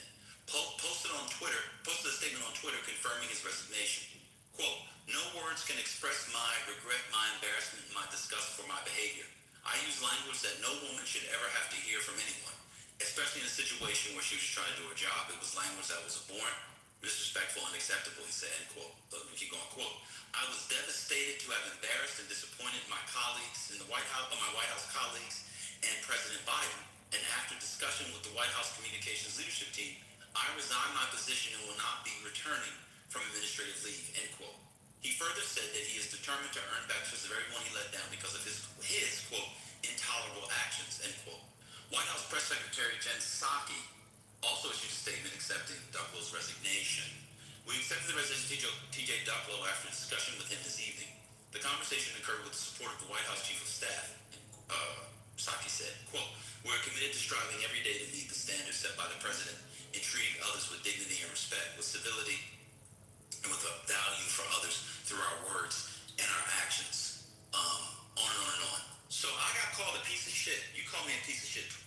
And you said the reason why TJ Ducklow resigned is because of the way Biden was speaking to and about reporters. TJ Ducklow was the one speaking poorly. He didn't uphold standards of the Biden administration. And he resigned for what he said, not Biden.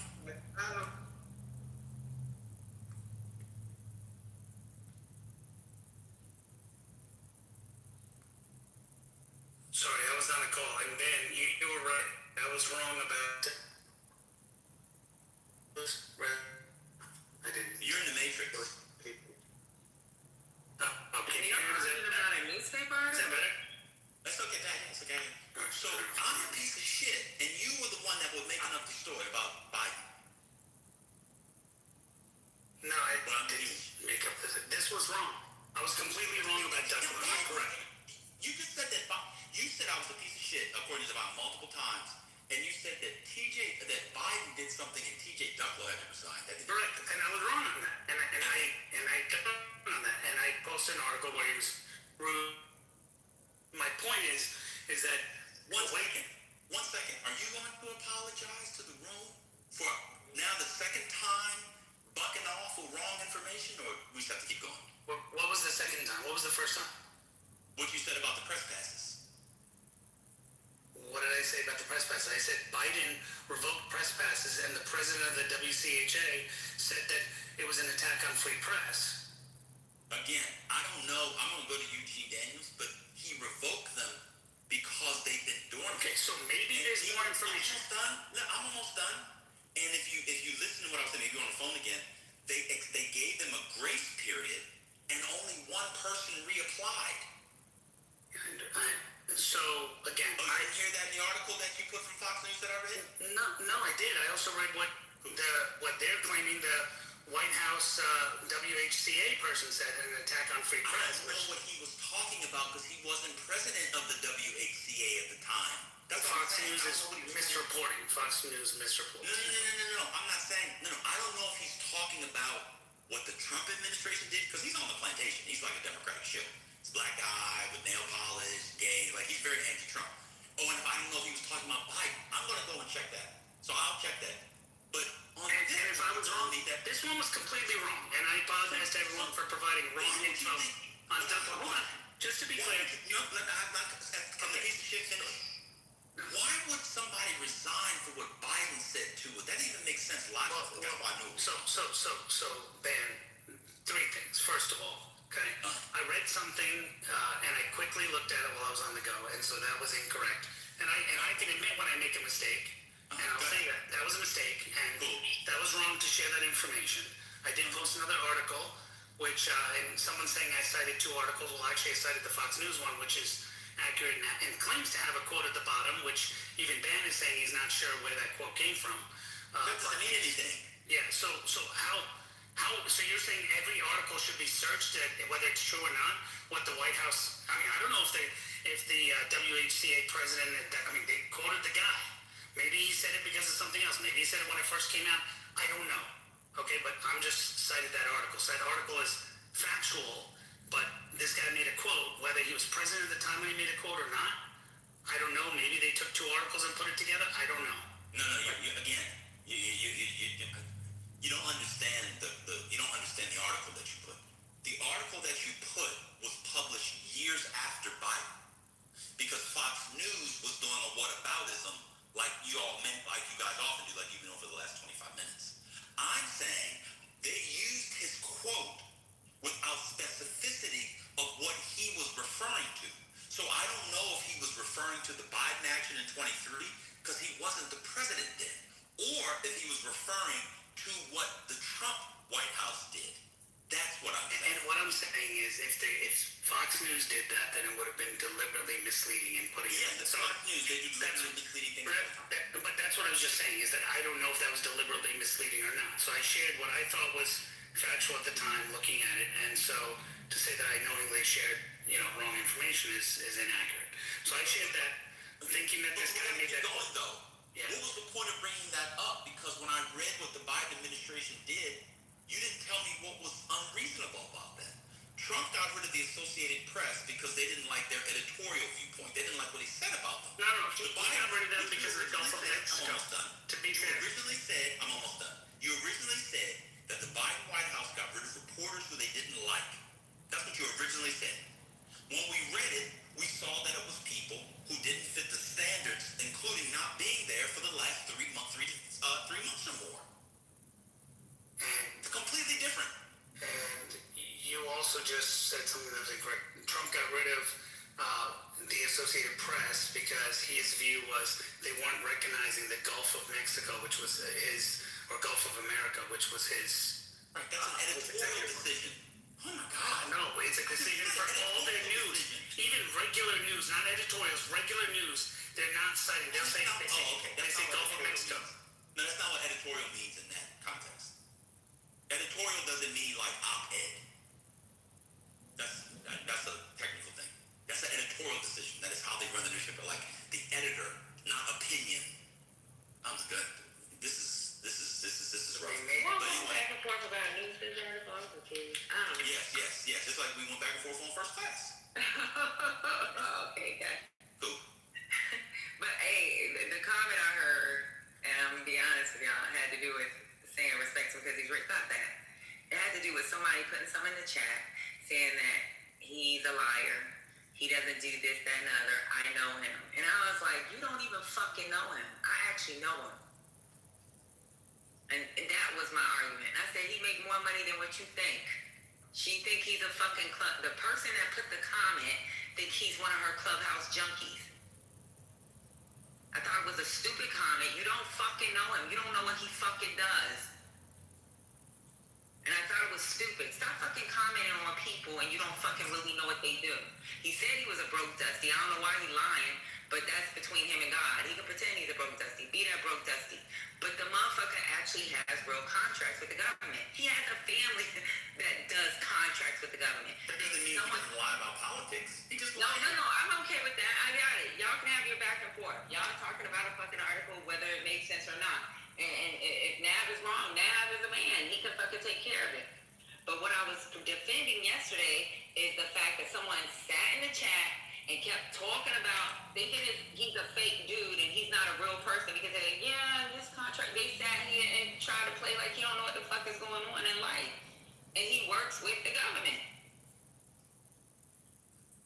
This ain't it. I just don't like when people say here in the chat, y'all can go your back and forth. I don't care. It ain't had nothing to do with him being rich. I just brought that up to be, because he said, yeah, I don't make anything. And I was like, and when I say, yo, he make more money than this whole fucking room. Make more money than probably everybody in this room combined. And a lot of, and for somebody to sit in the chat and say, oh, I know him. You don't know shit. He makes more money than everybody in the room combined. No, I'm talking about us on stage combined. I said that yesterday. He does? How much money does he make? Ain't none of my business. Okay, so let me read. But let me put out her bag. That's a whole other issue. Patty, I just want to say one thing. I got heated, and then I should not have. Let me see y'all back and forth. But hold on, I just want to. No, hold on. Daniels. Can I first apologize to you? Then you read it. You can do it later. You can do it on you. This quote: "This move tears at the independence of a free press in the United States. It suggests the government choose the journalists who cover the president in a free country leads." This was in response to the Trump administration. I found the response. February 25th, 2025. He was not referring to Biden. I knew he wasn't. So Fox gaslight. So you're right. So I was wrong. No, they didn't gaslight. Fox did. Read your. Fox posted it. Let me No. Fox posted it in an article about the Biden administration, and they put it at the bottom, which is stupid. They talked about Biden removing the press. No, but the article is what the Trump administration did. If you actually read it, let me read it to you. On Tuesday, as we were saying in Baltimore, Levitt said the White House decision aimed to give the power back to the people in an attempt to ensure all journalists, outlets, and voices deserve a seat in this highly coveted table, end quote. In response, WHC President Eugene Daniels said the WHC did not receive any notice in advance of the White House's decision, and then you have the quote. In response. So one paragraph, the next paragraph says in response. That means it's referring to the former paragraph, not Joe Biden. But if you look at the former paragraph, hold on, the former paragraph was Carolyn Levitt trying to act like she was great in response to what Biden did in restoring access to the same people. Are you doing this on purpose? No, that's what she wrote. That's what you just read. About Eugene restoring Daniels access. is responding to Caroline Levitt, not what the Biden people did. That's all that matters. And what was Carolyn Levitt responding to? What was Carolyn Levitt responding? What was her response? I don't know. So It says restoring access, and she's trying to claim that as a plus, saying that I'm restoring access. You're So she's changing our responding to talking Biden. about Eugene Daniels. So Daniels is responding to her response to what Biden did. Again. So he's No, he's not. Let me read it to you. Because he has a whole response. White House Correspondents Association, February 25th, 2025. WHCA statement on White House announcement on press pool. He's not talking about the Biden moves at all. I know that. In what you're reading, I know that. But not in the Fox News article. Let me read it. So he has this move checks the independence of a free press in the United States and suggests the government choose the journalists who cover the president. In a free country, leaders must not be able to choose their own press corps. For generations, the working journalists elected to the White House Correspondents Association Board have consistently expanded the WHCA's membership in its pool rotations to facilitate the inclusion of new and emerging outlets. Since its founding in 1914, the WHCA has sought to ensure that the reporters, photographers, producers, and technicians who actually do the work 55 days of the year decide amongst themselves how these rotations are operating, so as to ensure consistent professional standards and fairness and access on behalf of all readers, viewers, and listeners.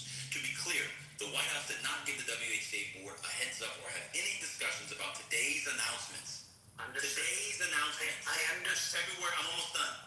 That's February 25th, 2025. So Fox News put it But on the the White same. House, Jesus. let me finish the statement, sir. You're talking about something totally different. The White House. No, I'm not. Yes, I'm talking about the Fox News article, and they put it right after to mislead people. I'm saying they misled the way they put it on the article, and you're reading something else to justify that Fox News put it correctly. Fox News misled with their quote. No, they didn't.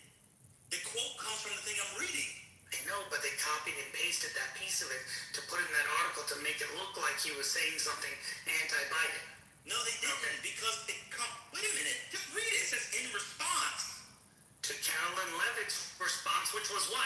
The in response piece you were talking about was in response to the Trump White House's response. And I read the Fox News article.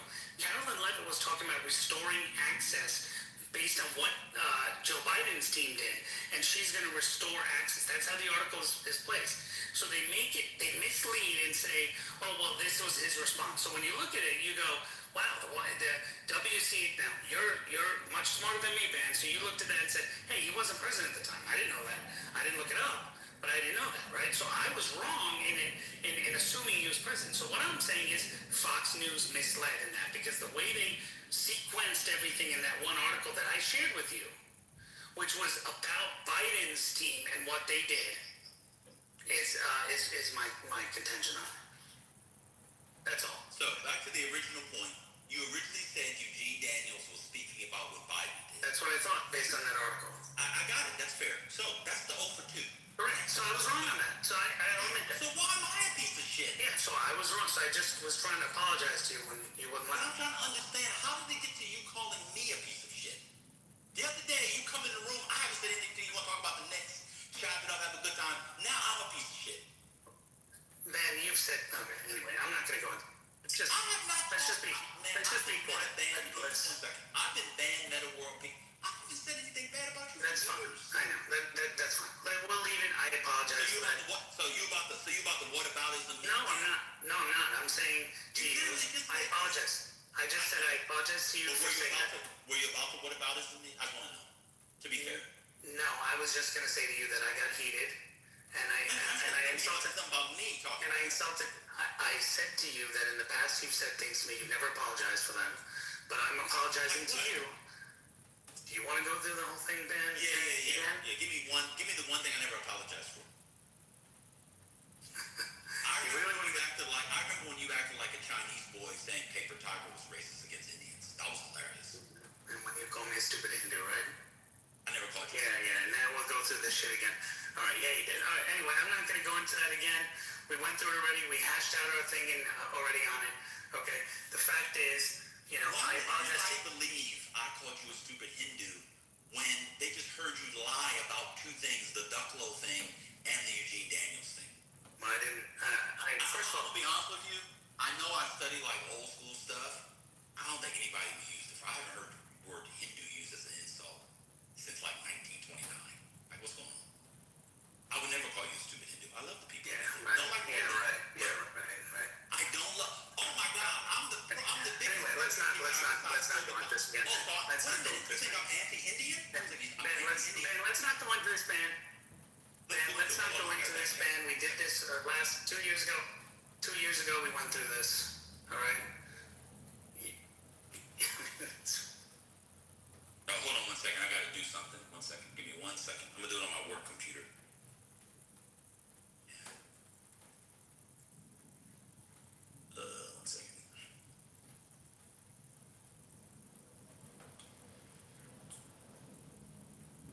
Baruch Natah Adonai. Oh my God, have mercy on my soul, Lord. Okay, so, you think I'm anti-Indian? So I didn't say a word. I just said let's move on from this number. We had this 2 years ago, Ben. We went through. Sure. We moved on from this ban, and I apologize to you. So you get to call me a stupid piece of shit. So you've just been holding on that then for 3 years. No, I haven't. I just said to you I got So why would you call me a stupid and I piece of shit told and you were wrong? I don't understand. Is it because I'm black? Are you racist against blacks? No, not at all, actually. So then why am I I never would. I was correct. So why am I a stupid piece of shit? Because at the moment I thought I was right. So then who was a stupid piece of shit in that exchange? Probably me in that exchange. Okay. Thank you. All right? And so, but again, I apologize to you, and I apologize to them. That's incredible. I'm correct. We're having a back and forth. You said you can't actually read the sources, but I mean, I want you to think about stupidity. You think that Joe Biden said something about a reporter and somebody had to resign for what he said. That doesn't even make any sense. I didn't say somebody had to resign. I said, I thought the article said, and I read it quickly while I was moving, and I said that beforehand. So I have an excuse for being wrong. I didn't say I have an excuse for being wrong, man. You want to So keep why doing this? why are you giving us the preamble now? Which is correct. That I thought that the guy resigned because I had to resign. But he didn't have to. I thought it said that he felt like resigning based on the comments that were said, which is very different. I see. So he was outraged. That's what I thought it said, and I was wrong, and I admitted I was wrong. So you know Joe Biden and the kind of person he is, especially at that age where he can only stay up for 10 minutes a day without pooping on himself and having ice cream dribble down. You honestly think that? Did that make sense to you? When I read it, I was surprised by it. What do you mean when you read it, you didn't read it? You just said I said I read the highlight, and I thought that's what it said while I was moving. That's what it said 3 times. White House press aide resigns over threats against reporter. You think Joe Biden threatened a reporter? I read it quickly, like I said. All right, Ben, you want to keep going on? And then the other thing, and one second, I've got 2 minutes left, I'll be done. So the other thing you said was, soup is shit, I gotta go clean the toilets. And so the other thing you said, and you don't have the money you have, and more than all of us combined. So the other thing you said was, you said Biden Hey, I said on this stage, Sorry, Patty, leave it alone. That's what he does. He thinks of me as Subtle shots. Look, whatever He gives you y'all subtle shots. listen, y'all arguing about an article. And it's It wasn't against you. Childish. Yeah, but that was some slick shit. I don't do the slick He shit. does that all the time, and then when someone responds, he gets upset. No, stop, y'all. So he can call me a stupid piece of shit. You No, can he can't call you a stupid piece of shit. Y'all can't call nobody a stupid piece of shit. All right, cool. And I apologize. So the second thing, Twice. So the second thing you put in the chat was when Biden told Caitlin Collins she should get another job. What was the point of that one? What I told the other guy about how it's normal for presidents to be rude to reporters, and they've always been rude to reporters. That was the point I was giving. That was what this whole conversation was that you jumped into.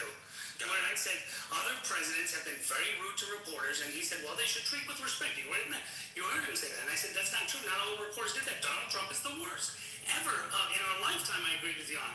And so I put that article to show that other reporters have been horrible to reporters, not as bad as Donald Trump, which is what my point is. You get another job as being horrible. So you use that counts as being horrible. I mean, if you look at the respect for which Obama and Bush, talk to reporters, yes. I'm just asking. So that means you should get another job if they say that. It's the manner and tone in which he said it, but all right. He had to call and apologize to Caitlin Collins. That's why he felt it was bad. Do you know why he said that? Because he didn't like her reporting what she was asking the question on. Huh? Do you know why he said it? He didn't like the question she was asking. No, wrong. Because she asked about whether or not Vladimir Putin would change his behavior. Anybody who knows anything about Russia, especially So it was because of a question. You just said wrong. About what was informed. You were wrong just now. You said it was not. Let me read So it. he asked Read a it. question. Let But me hold read on. it. So she asked a question. He didn't like it. So then he responded to it. That's exactly what I said, and you said wrong. No. So exactly. There you go. So that's what you do. That's what you say. Now you should admit that you were wrong. I just said it was based on a question. You said no, it wasn't based on a question, but it was. He asked a question that he felt was stupid, and you also felt was stupid. So he responded to that. So he did respond to a question. Right? And what I'm saying is that it was based off of her analysis for the question. Did he say that? Based on your analysis for this question? No, he responded to her question. Do you know what the question was? You just said it. It was about Putin. Right. And so she said, it was following a summit in Geneva, why he was confident that Biden would change space. Is why a question mark? I'm confident. Is why a question mark? Oh, No, so she asked please a just question let and he him responded. finish reading what we're listening to. What is he reading? Let He's him gonna cuss finish. me out soon again. He's gonna maybe call me a nigger next time. No, I'm not. I don't insult people's race or religion like you do. All right? Right. What race did I insult of yours? You insulted religion. What religion of yours did I insult? There you go. We just went through it earlier. Right. I mean, you've been lying the whole time. Why would anybody believe you? All right, shut up, man. All right, this is ridiculous. Right? I mean, we went through this in Clubhouse, and you were forced to admit that you said it. No, I wasn't. Yeah, you were. I've never used the phrase stupid Hindu. Yeah, you have. I don't find Hindus to be stupid. Yeah, well, you said it at that time. We had a whole big room on it. In the end, We you had had to big admit that you room were. on it? Yeah, we did. Was it And you recorded? keep- I don't know if it was recorded. It's been a long time. I mean, one of my favorite things about the app is what I love, especially about King Nav, is this guy was the guy that was famous for moderating people and then quickly closing the room so the person who he moderated would get closed. He did that for a good 6 months. It was a good troll, like he's doing now. No one had a big room.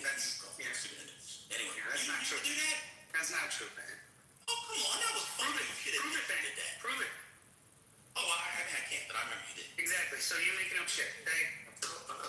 Just like you said that Joe Biden's response was not about a question. Can I get in for a second? Not about No, Hurricane, you're not even involved. You said it was not about a question when it was a question.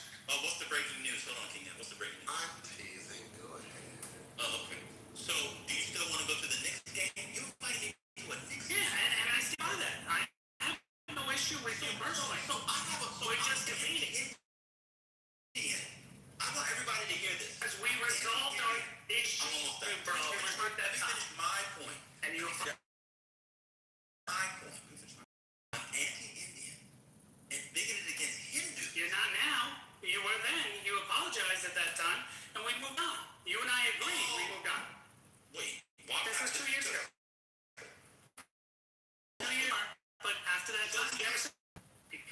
just said, okay, you just said, when have I ever insulted you? And then I brought that up. Oh, So, because you did. And so I answered. Got you. So I'm an anti-Hindu. And all it takes is for somebody to say, "I'm sorry," and then you think they're no longer anti-Hindu. Well, I don't know. In that room, you tried to explain things. You explained what happened, and we spoke about it, and we moved on from it. Gotcha. So that's it. I don't know if you changed your views, but your view towards me, or at least how you treated me, changed. So that's it. What other anti-Hindu things have you heard me say? I don't know. I haven't heard any others. Okay, I got you. All right. I got you. Go ahead, Hurricane. Do you think?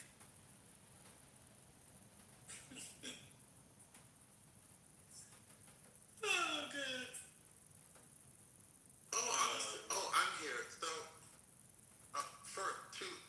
one request. Please don't kick me down again because it ruins. I did it because you kept interrupting. I didn't even interrupt.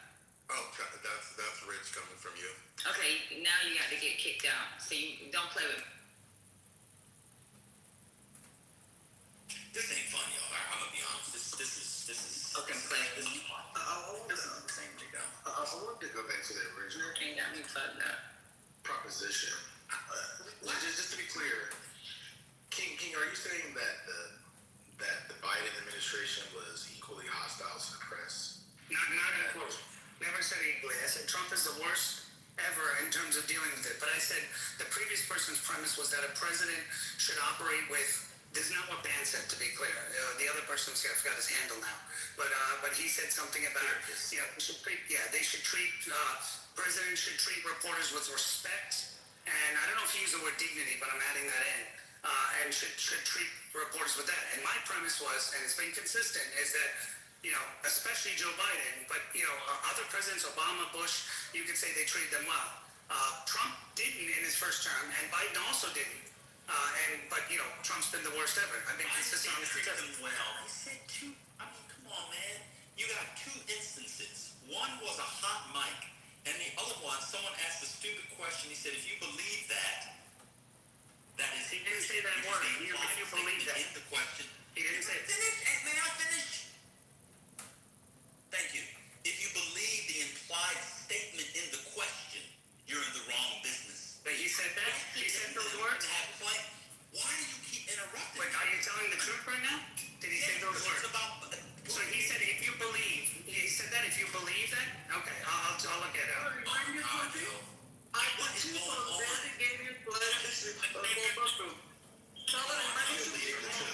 What's going on? You gotta chill. You gotta chill. You know what? If you don't understand that, is what he said. If you don't understand that, you're in the wrong business. If you don't understand that, you're in the wrong business. That is not treating a lady with disrespect. He said that? He said if you don't believe that? Right here. He said if you don't, quote, if you don't understand that, you're in the wrong business. I have it, this was in by the way, this is before the invasion, which is crazy. Quote, if you don't understand that, you're in the wrong business. That's disrespectful. I'm also just trying to figure out, I may be wrong about the fact that... Sorry, I'm at your elbow, so you may not be able to hear me. Let them finish Black Freedom. How is that disrespectful? If you don't understand that, you're in the wrong business. Just break it down to disrespect. Because, I mean, you're an offensive coordinator when I'm going to run the ball. Guess what? If you don't think if you don't think you need to run the ball in the NFL, you're in the wrong business. If you don't think you need to rebound in the NBA, you're in the wrong business. If you don't think you need to be good on the base path in baseball, you're in the wrong business. How is that disrespectful? One mic.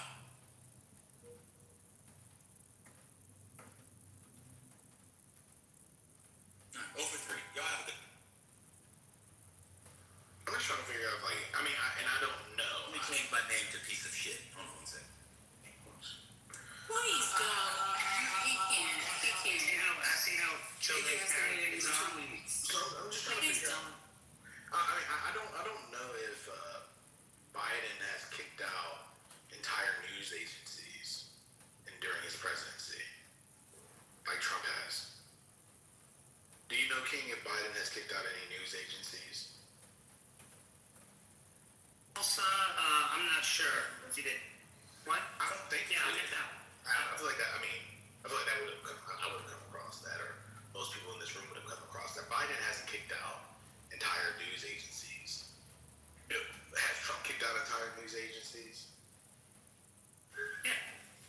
establish that. Yeah. So it's not even. I mean, so if you want to like maybe point to like specific instances of an individual reporter, I think that's categorically different than entire news agencies that have legacy news agencies that have covered the White House being kicked out.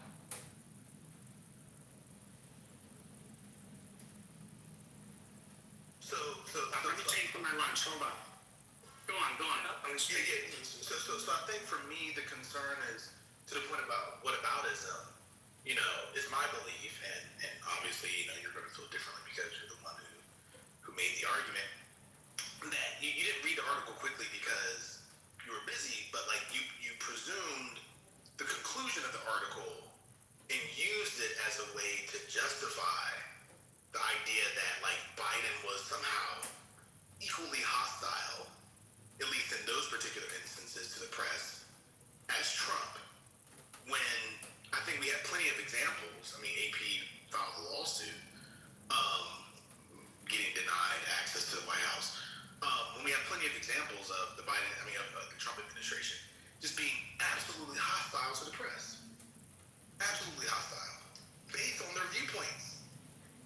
I mean, we have administration officials speaking about it. I mean, you've never seen, like, at least in modern history, you've never seen this kind of vitriol from an administration towards the press, at least in terms of its rhetoric.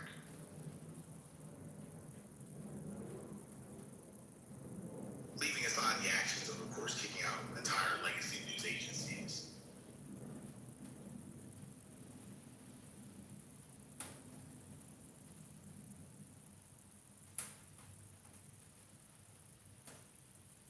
So I think all this is to say for me, the final point here is that while you say that, you know, you've had some critiques of the Trump administration in this regard, I do think it was an act of whataboutism, and that it was an attempt, at least in this regard, to defend the Trump administration in terms of its, well, to bring up the whataboutism to make it seem as if Trump hasn't been as bad, or there have been other administrations that have been as bad. No administration has been as bad, and Trump has been worse. I've said that.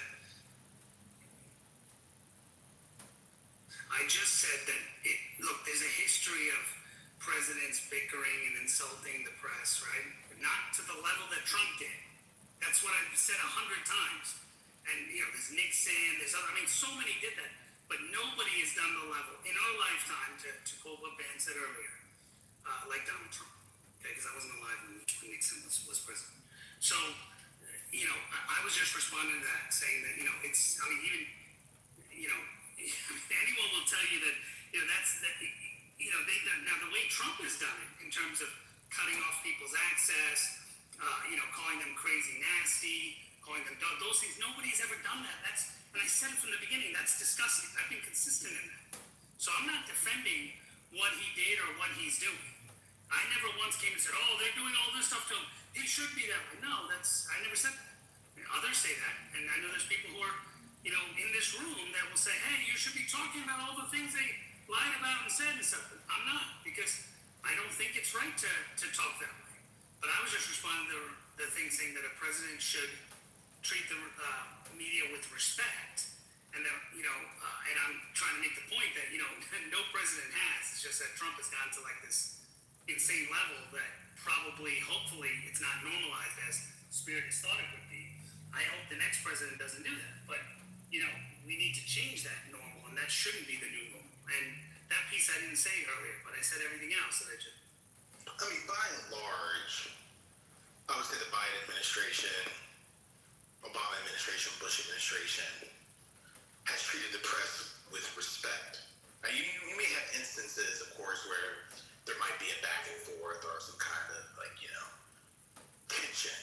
But, like, I think it's important to point out, like, how, like, the systematic difference between this administration versus others. And so that's why I'm just a little confused as to why those would be the examples when like, I mean, just in typical everyday conversation, you may generally treat people respectfully, but you may have an individual instance where you go off on somebody, like when you call Ben a piece of shit, for example.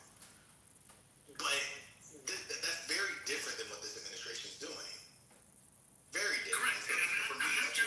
said, just to be clear, I've not once justified what you've done. I think everyone, if you're honest, can attest to that. I haven't once justified what I understand I've been that. accused of doing it. So I understand. My point is that if those are the examples that you're drawing from to try to make it seem as if like this is something that all presidents have done, for me they just woefully fall Not short. the same level. But these are clarifying points that you're making now. Well, no, but I said it at the beginning. I said nobody has done it to the level of, I even said it a few minutes ago, to the level Donald Trump has done. So I've been clear on that. It's not clarifying points. I said it from the beginning. Okay? All I said was that, it's been known that presidents have had major tussles with media. They've done things, but they've never gotten to the level Donald Trump has. And he's changed the normal, which is the scary part that Spirit is mentioning, and that we should try to avoid that. And I agree with him that shouldn't be the new normal. Everyone's going on like, oh, you're defending him. I'm not defending what he's doing. I'm saying that shouldn't be the normal. But to say that, all presidents have been respectful to the media, and no, that's not true. When there's stories they don't like, they do things to try to, whether it's using their power, whether it's making comments or whatever, they try to, This was not the point, get rid of the and you people. know it wasn't the point, bro. Like, come on, what are you doing? This I was said not from the the beginning. point. We were talking about the conversations that Trump always has with reporters, and we've seen it for 10 fucking years. And you're talking about something else. We know what's right in front of our face. You're playing around with this fucking bullshit and whataboutism. Stop it. You're smarter than that, and we're not stupid. So your claim was presidents should be respectful. Hello, question. So, yeah, I have a question for you. So, is your argument that you believe that both Trump and Biden have disrespected the media in ways that you consider inexcusable? Is that your argument? No, and that's never been my argument. My argument is that Donald. Sorry, go on. So then, is your argument then that you concede that Trump has disrespected the media in ways that are inexcusable, but Biden has not? In the same ways as Trump? Yeah, I'll agree with you on that 100%. I've said that from the beginning. Why don't you guys pay attention? I've said it from the beginning. I don't know if First Lady's still here, but if you're listening, I've been saying that from the beginning. Saying that no one has done what Donald Trump did and continues to do with the media. Never once has anyone done that. I've said that. But when you talk about respect for the reporters, presidents don't give respect to reporters, and they should. And I'm actually against Trump on this. And I've said that in this room several times, that I think there should be more respect given to reporters, because that's the only way we find out information. But that's the only way we find out information.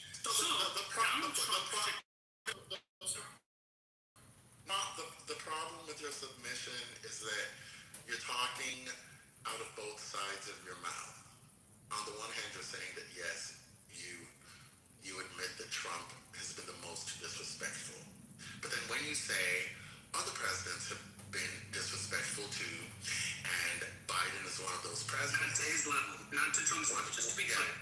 But the implicit argument you're making is that disrespecting the media isn't something that's unique to Trump, and that Biden has also been bad, not that bad. And so some of the thing that people have for Trump related to his disrespect of the media is unwarranted. I never said that. I never said that there's some I never said that you said so explicitly, but it's the implicit argument that you're making. Because what you're trying to do is, for lack of a better word, whitewash what Trump has done. That's what you're doing. Not at all. You may feel that. Read the chat. Yeah, that's what people say. We might not agree to Harvard, but we can understand. Well, then one other thing, if they're going to lie about people and say that they said bigoted things, at least tell lies that are believable. Telling a room that hold on,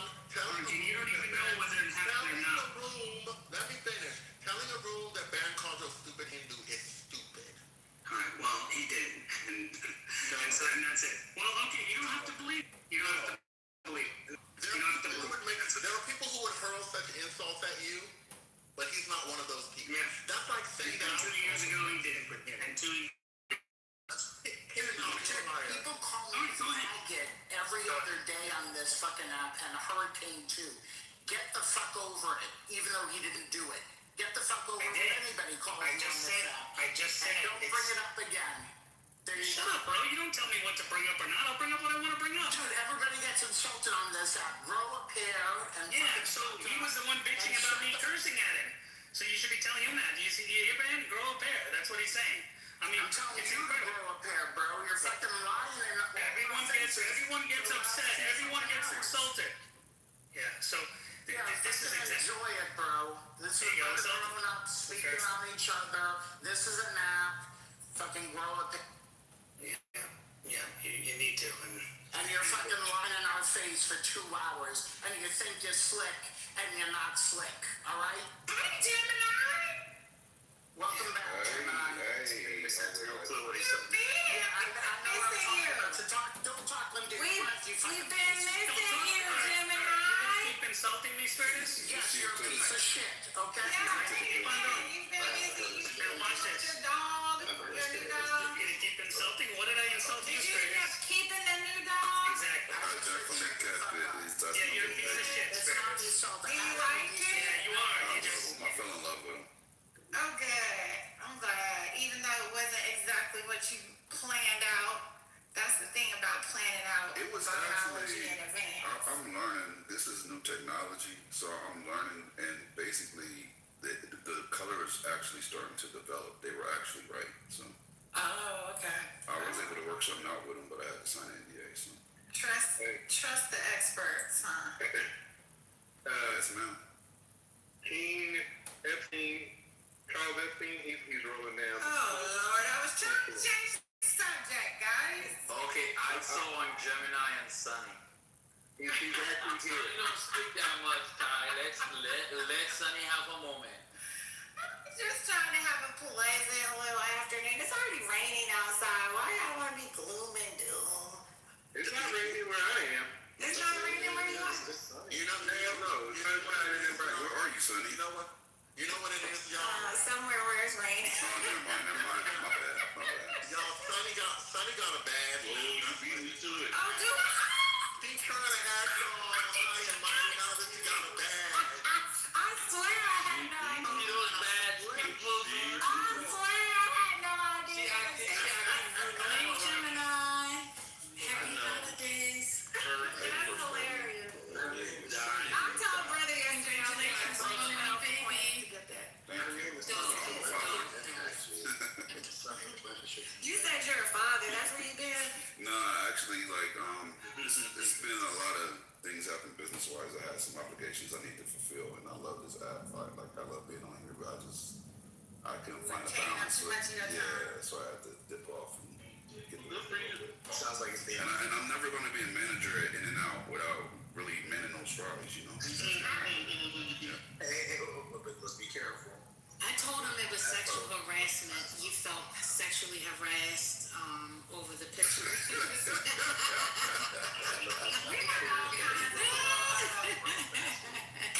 We had all kinds like, are you serious? I was like, yes, your mama did it. I blamed it on your mom and everything. So I was just kidding, guys. I told him I was kidding. But That's funny. yeah, we know you were kidding. But we gotta have something to talk about. Welcome back.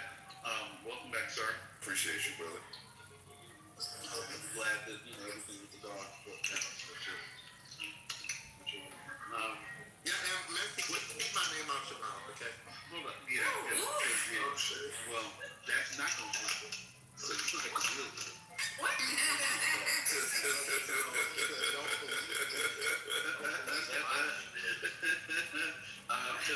Because that's actually why I got on stage. I saw Sunny with the badge, and y'all, if you could just show some love. Shout out to Sonny and her bad. Shout out, number one. Look at her.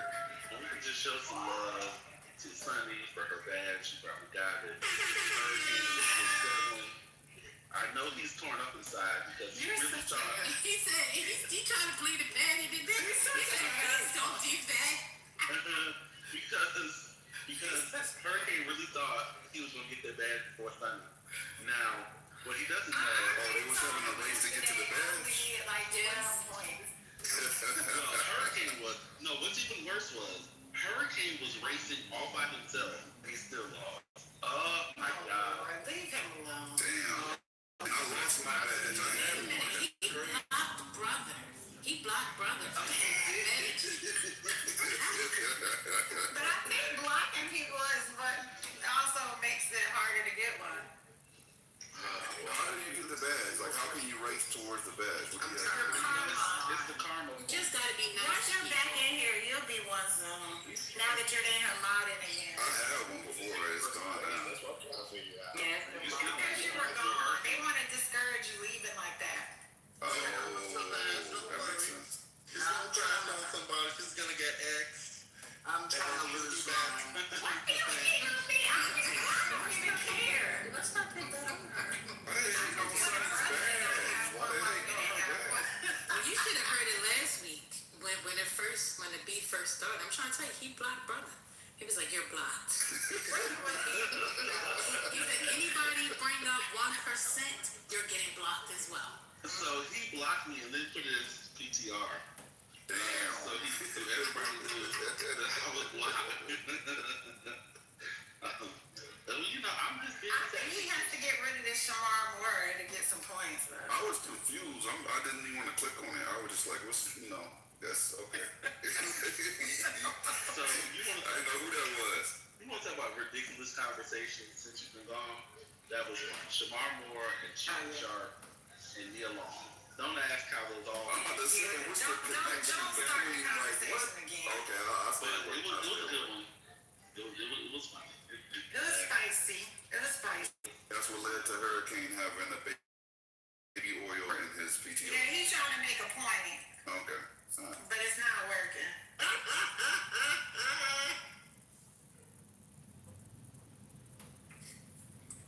It's not working.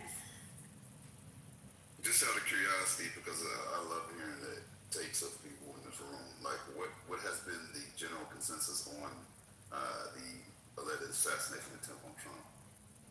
Some people think it was real. Some people think it was fake.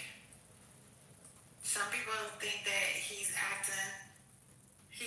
I don't know, like he's not acting like he's scared enough. Other people realize that he gets. I mean, the person wasn't even in the room with them, in the same room with him, so I don't see why he would be scared. Presidents get. I mean, he just got shot in the people ear. bring their life every day. Yeah. But he's getting over that ear wound. Grazed. Let's be clear. That ear was But I think it's interesting that Marjorie Taylor Greene just had made a big old stink about them closing the investigation on Butler the other day. Like she was just making a big old stink about it, and then boom, this happens all publicly. The guy is one of your people, a California black. I've seen them. They've been playing this thing where they actually showed him on some news cast about a couple years ago where he'd been interviewed. Some people trying to make news of the fact that he gave a $25 donation to Congressman. $25 whole, and he's from California. Gemini, are you talking about the clip where he was doing like an engineering thing and putting on That's a it. brake on a wheelchair? Mm-hmm. Okay. That's it. Yep. That's it. I heard he checked in a day Yeah, ago. apparently he got an award for that when he was in college. But he's been trying to build a game, it looks like unsuccessfully, for a few years now.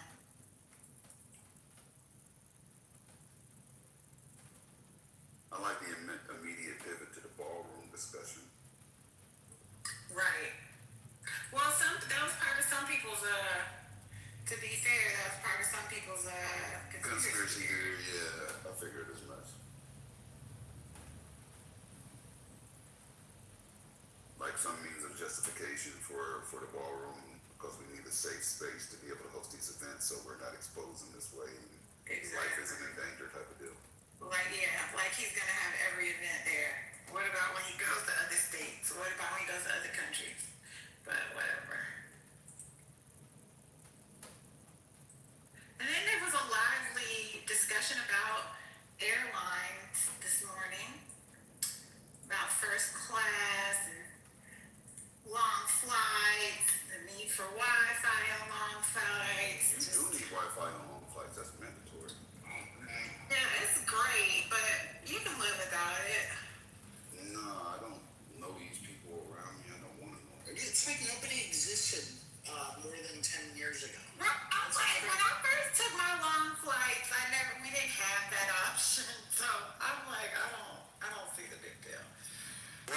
It's spotty in the air though. Like it's really spotty. It's not. Yeah, but we can be off our phones. It's like, okay, folks, you have a book or whatever. Sleep, just eat. That is good reading time. I agree with you on that, Spiritus. But you don't get air sick. I don't. The only time I've ever been on a flight where I got air sick was I was flying to Panama with my father, and that's a long flight. And we hit some crazy ass air pockets. Like, I mean, it would drop a few feet and catch itself and drop a few feet. And that was the first time I seen all the oxygen. Well, the only time I seen the oxygen masks drop down from the ceiling. And they were handing out vomit bags to everybody. Like there were these bags that were lined with tin foil on the inside of the bag so that it didn't leak through. So yeah, that was a. Yeah, if I try reading, I get airsick. I can watch movies. I can write, but I can't read. So I type on my computer, is what I mean. But I can't read. On the train, can you read? Oh no, it's hard. I can't read on no train. It's a motion sickness. I don't know what it is. What about on a yacht? It's not emotion. Yeah, I can definitely read on that. Yeah. For me, I'm scanning. I'm always scanning my surroundings. Like that's just how I'm designed. So I'm not gonna be able to like fully. I like that when I read. I like to just like fully engulf myself in the book. You know, like I don't want to have to glance up every few seconds to see who's looking at me or who's around me or if my bags are safe or whatever the fuck. Spiritus, can we talk about this yacht thing? I mean, like, who's got a yacht? I don't have a yacht. What yacht are you going on in New York? I'm not. I was just asking. We were talking about modes of transportation. So. Right. Oh, okay. I'm just checking. I'm not a yacht guy. I wouldn't know. The yacht guy is crazy. Yacht rock, baby.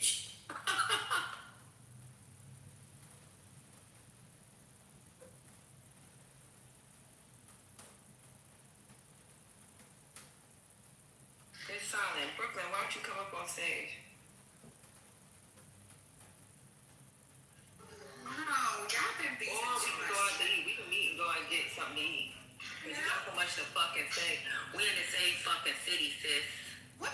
Like, seriously, Patty, just leave it alone. It's not worth. Nah, because she playing in my face. Don't fucking play in my face. Don't say I'm already in the same fucking city, Brooklyn. What's good? Oh, God.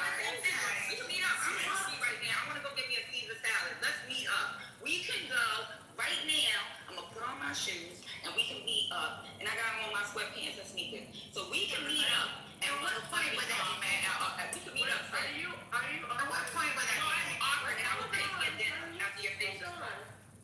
No, because you got so much mouth to say. You got so much mouth. So if you got something to say to me, you can hit me up. You can hit me up.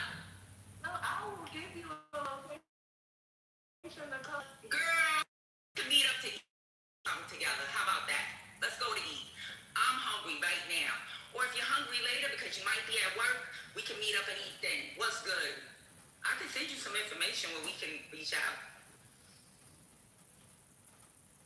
You hungry? I'll pay for your food too. Matter of fact, you need somebody to pick you up, I'll pick your ass up too. Nothing? Can you hear me? We can hear you now. Yeah. Oh, okay, big and bad. You want to fight? Oh, I'm not big. I'm not big. But my cardio is good. Just meet me, Lamb. Just meet me. Just meet me. I'll give you a time. You could give me a time in my back channel when you off. Give me a location. Give me a time. No, we ain't even gonna do that. Clam. Yeah, you are a clam. You's a clam. You a clam. Patty. Tell people why you fucking hide. Tell people why you fucking hide. You gotta figure out why that's true. Tell people why you hide. Stop. Brooklyn need to tell people why she hide. You know how many times I've invited her to eat as a normal, as just in a friendship? Tell her to tell y'all why she hide. Patty. Seriously. You the leader. You doing too much. Yeah, I'm gonna lead her ass to where she need to be. Cause I ain't it. Keep playing in my fucking face. Patty, can I bring you Patty, just block her if she's bothering you that much, for real. Cause it's not gonna lead to me. The fake ass shit. Patty, I'd like to buy you lunch today. You accept my lunch offer? No, I gotta said anything in a while. I've been busy. And I just want to say shout out to me because I forgot to buy Chris Brown's and Usher tickets. So I had to wait till I got mine. I got mine too. So look at God. Where are you going? Detroit. It's gyrating all over the world, ain't it? And I will be in the number. Hallelujah. Listen, I hope I get a cherry too. God bless. You know what? When they show the cherries, they are emulating balls being lit. You don't want to do that, Deandra. So just don't accept the cherry. Cherry from Usher. Who you think? You don't know me. Cherry from Usher or Chris Brown? Usher does the cherries. He does the cherries, not Chris. Brompton. Oh, I know he does. Never mind. Well, if people are offering fake food, I think it's well established. Everyone knows I get everything goes for Brother, we can't hear you. Your brother is very low. Can you hear me? Hold on. Oh, that's a blessing. Can you all hear me now? Yeah, we hear you. Yes.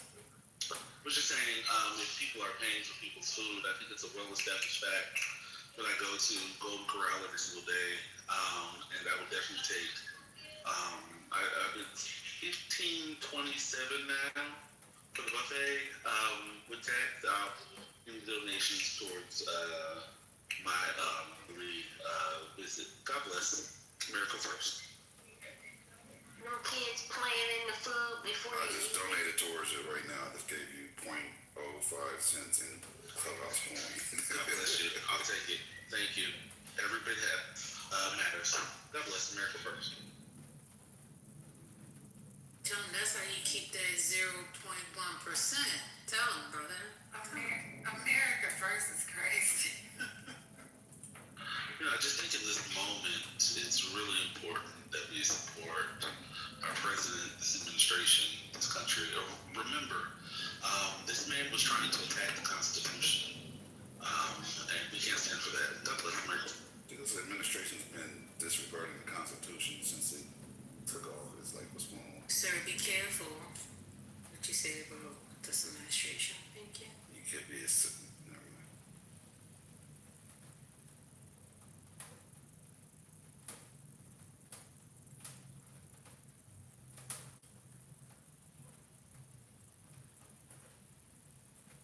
Apparently, I've missed a lot of, yeah.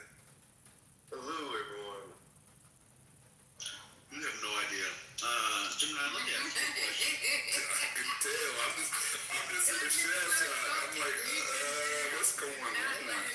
Talking, please. Gemini, let me ask you a question. What's good, brother? Do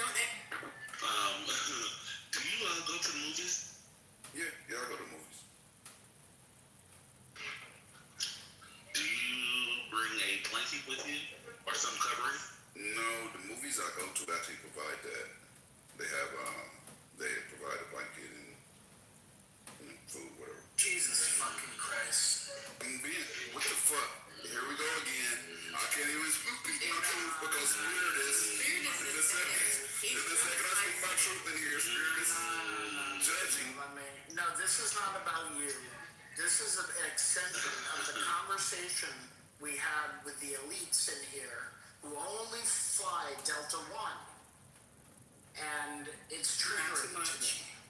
Okay, I'm just saying it's triggering to me. You pulled out here really hard this morning. Really hard. I didn't appreciate it. But he doesn't like people that fly business or first class or. No, He's one of them. He's one of them. Wow. Ma'am, I'm talking. It was the distinct group of people who fly first class or shudder at the thought of getting on a bus to go from point A to point B. It's that disdain that people have for the hoi polloi in this country. And this is why we're in the problems that we're in right now. That's all. Enjoy your blanket at the movie. Yes, sir. Well, no. It makes me sleepy though. So, all right, let's say over here in California, right? There's a fucking homeless problem. Like most of the homeless die fucking silly shit all the time. And fucking kill you at the moment. There's like shit. You think I'm gonna fucking go on the bus and risk that fucking shit, get fucking shanked and all that fucking shit? Oh boy.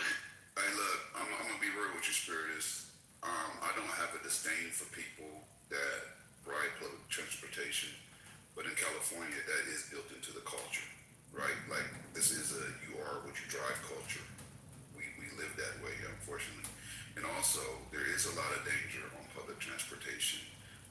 I told my daughter she forgot her card or whatever. Something happened to her card. This wasn't really the condo though. By the way. I'm just giving you a quick nuance. It wasn't a California thing. I believe you, but just hear me out real quick. So my daughter had to take the bus the other day, and she said some dude whipped it out and started urinating right next to her. Right? She said one dude tried to talk to her. She didn't respond to him. He got on the bus and he was talking loudly to her, like but yelling, not trying to talk to her. Like now he's cursing at her because she didn't want to engage or have conversation. So then she moved to the front of the bus so she could be closer to the bus driver. And this is why I added my card to her Uber so she can use it whenever, because fuck that. So some people might think that way. That wasn't really what the condo was about. It's all Okay, I need context then. I need context. No, you don't. No, but alright, you're making a point of how we. No, you weren't here, so we can move on. Yeah, I want to stay away from conversations I don't know about, so you're right. It's okay. We can move on. Tell me more about the movie theater with the blankets. I'm curious. There's Gold Class Cinemas. They offer it when you go there. The only thing I've really noticed about it, as much as I like to eat while I watch a movie, that to me that's always been my thing. I like to eat while I watch a movie, and that's why I didn't go there. Not for the blanket. It's just something they hadn't offer. It makes me sleepy though, because the chairs recline. They're offering a blanket you just ate, and I get mad because I always find myself starting to doze off during the movie, but I still like the theater. No, I had a recent conversation that we had, quite spirited conversations and very animated submissions, and so it was just it was a funny conversation. When you say animated, I can imagine what goes on in here. When you say animated in here, that means turn. Yeah, animated submissions. Yeah, that's all. It was fun. Ed in the chat said bringing the movie blankets was messy. I'm so lost right now. It was really a back and forth between Van and First Lady. She had also talked about she uses blankets, and then you can imagine Van got into his into one of his soliloquies. Yeah, and he started talking about the seats in the movie theaters, the blankets, and then he made this amazing transition from talking, because we were talking about at one point the Michael Jackson movie. So then he made a transition from talking about literal blankets to talking about blankets, MJ's, child. It was pretty amazing. It was absolutely ridiculous, but yeah, it was funny. So yeah, I was actually because it was funny. To the point where First Lady said she'll never go to another movie in the movie theater.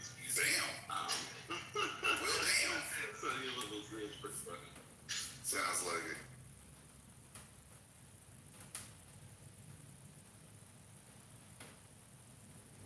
Spiritus, you don't go to the or do they have? Well, I'm sure they have to have them. You go to the theaters where they serve food and stuff. So we talk about Trump.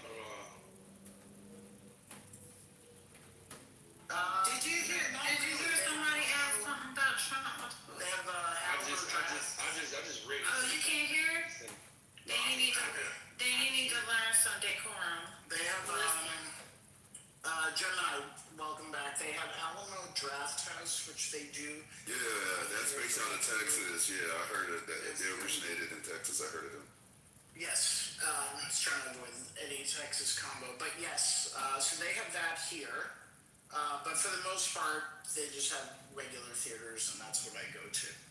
because I'm an elitist and I go to like independent movie theaters and they don't have blankets, but they do offer sodas and popcorn. High price shitty popcorn and high price shitty sodas. Might as well get a full meal, bro. I only go on Tuesdays for myself. That's when they have these standard prices. Then I go after everyone's asleep. I go in the middle of the night, 9:30, 10 o'clock, go to the movies. I'm exhausted. But, I don't feel guilty for leaving because everybody's asleep. So it's fun. But yeah, I keep paying. And then on those days they have, it's like $6 for a ticket, and it comes with the small popcorn and or a decent sized popcorn. And yeah, that's all I do.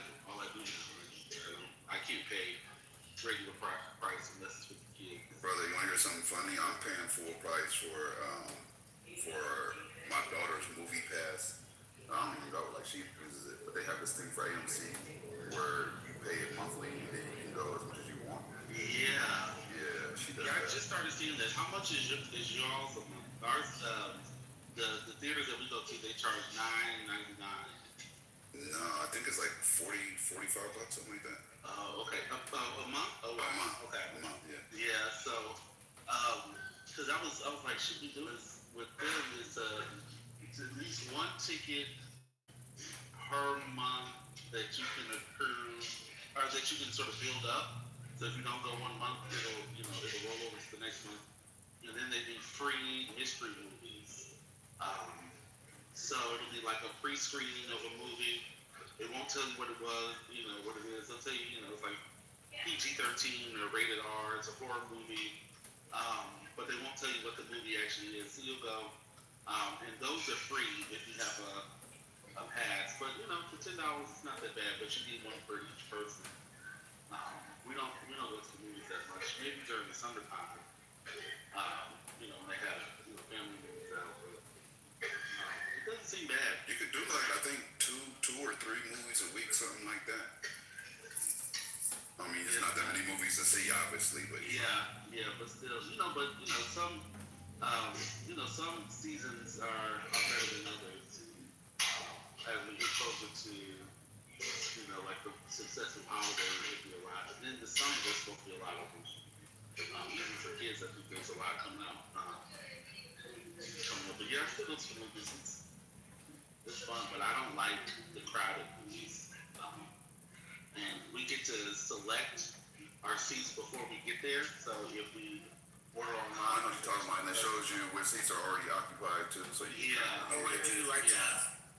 I really like that. That's something I feel like, at least for the theaters here, we didn't have that until really COVID, and so I think that's one of the changes that I really appreciated since COVID, being able to select your seats before you.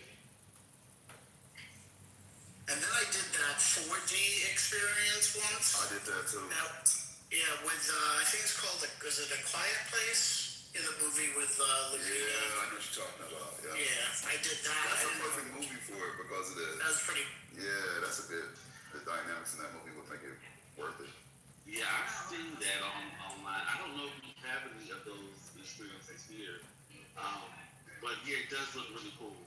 The walls at certain times, the walls turn into part of the theater, and then the seats shape. And yeah, I like it. Feel like you're fully immersed, especially if you're towards the front of the theater. Sonny, your mic is open. I just wanted to make sure you know. I did not think. Yeah, we heard you poop. You know you only hear me type. And now yours is open too. No, I just laughed off mic. Mic check. Tell me how this mic sound, y'all. I got a new mic. What's up, brother? It sounds great, but where's ML? ML, I don't know who you think I am, but I'm a regular person. I I take public transportation. I go to movies. I fly coach. Once in a while, I may do the extra leg room. But I'm regular. You're the elite who can't do public transportation. So I just want to call that out. What's your thing against the elite? Why are you so against he's not elite. No one here is elite. Yeah, I agree with that. But why? I don't think we're elite. When people have basic. everybody here is basic for sure. But this is the thing. Like I don't understand why Spirit is like when he feels like anybody is taking the higher route or preferring the luxury experience. He has a problem with that. Oh no, it's not just luxury. It's just, it's not just luxury. You're choosing not to fucking get fucked up in a fucking bus. You're choosing not to get fucked up in any other situation. We weren't here for the whole conversation. Fuck yes, I am. So I don't ride public transportation because I just don't like the wait. But today, Divine, I had to go to the Bronx to drop off my mother-in-law because she spent the weekend with us. And on the way back, I had an option, and I saw the sign. Took the Frog's Mouth Bridge.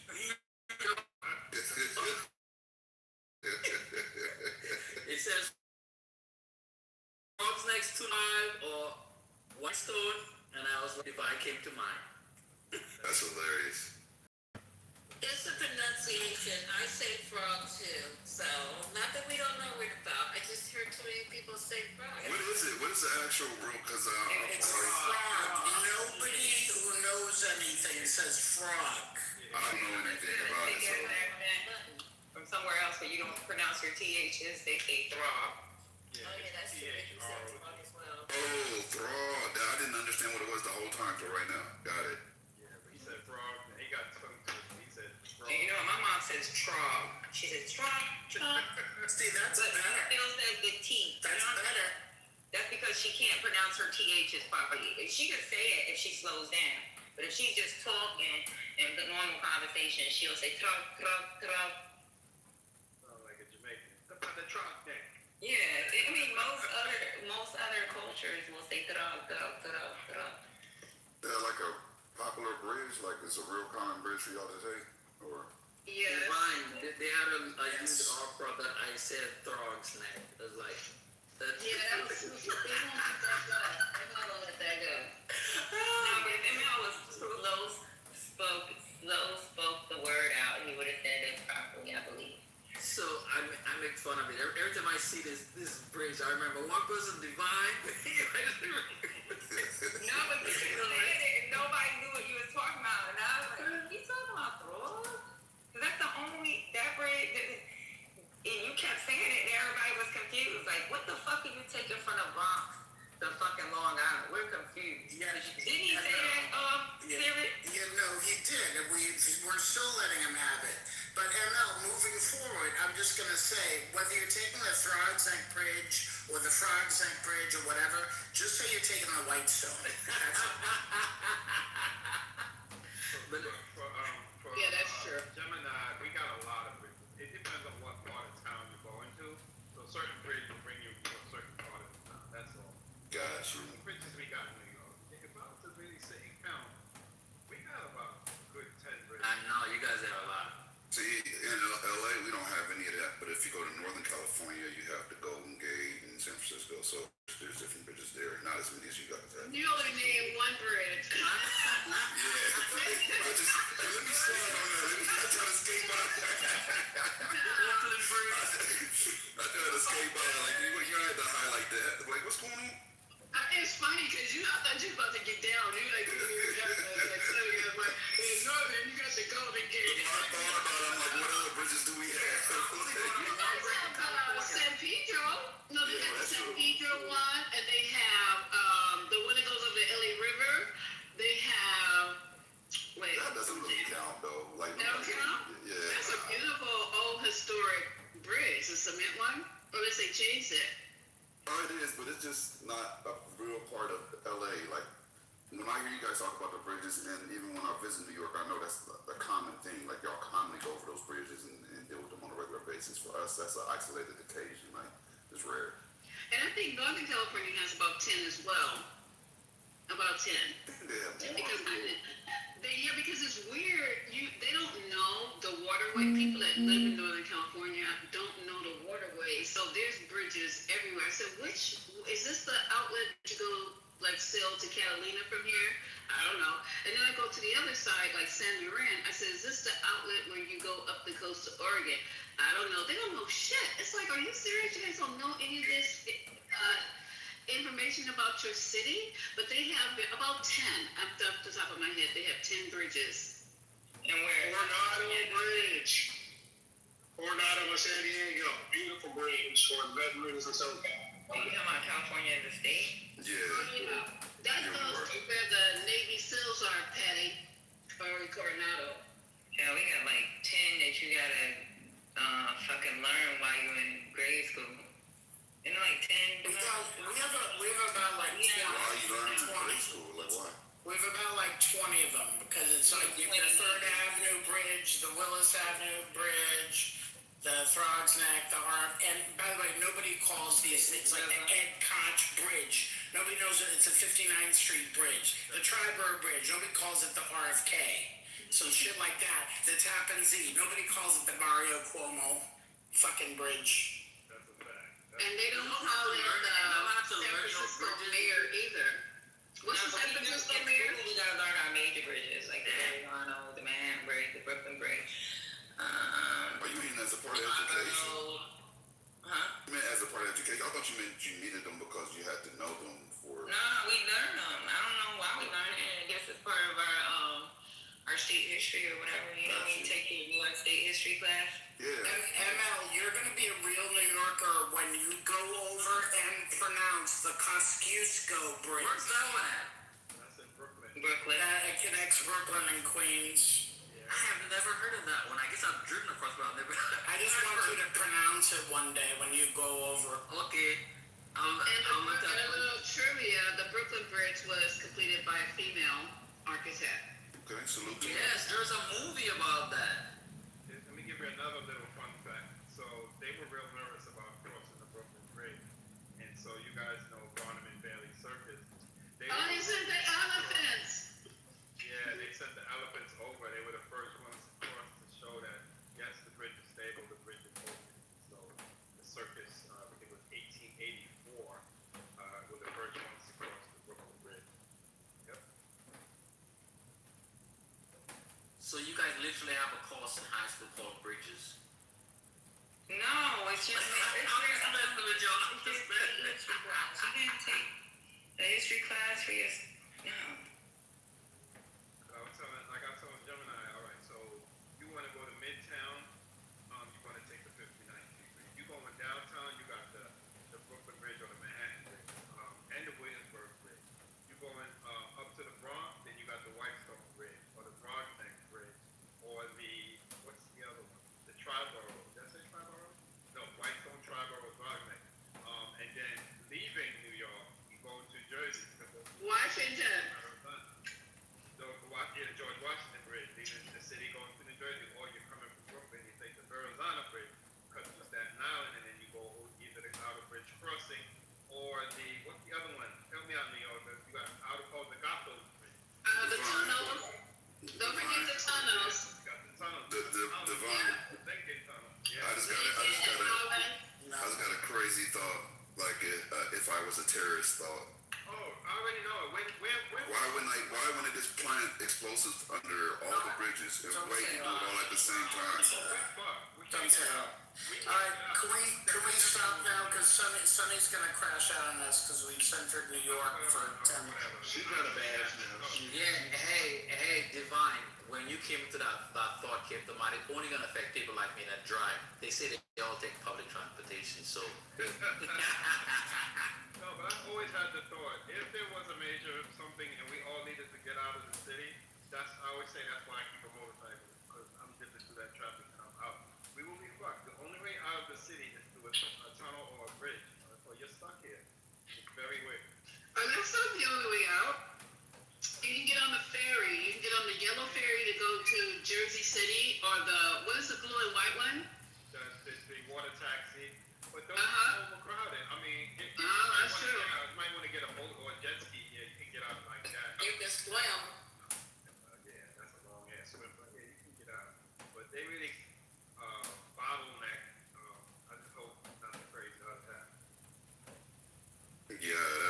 intrusive thought. I shouldn't articulate it. Let's move on. You're giving people ideas now. Yeah, I thought about that after the fact. I thought about it after the fact. My bad.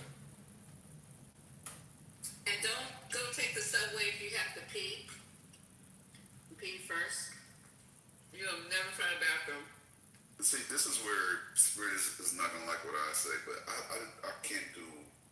I will not do public transportation. I don't fuck with it.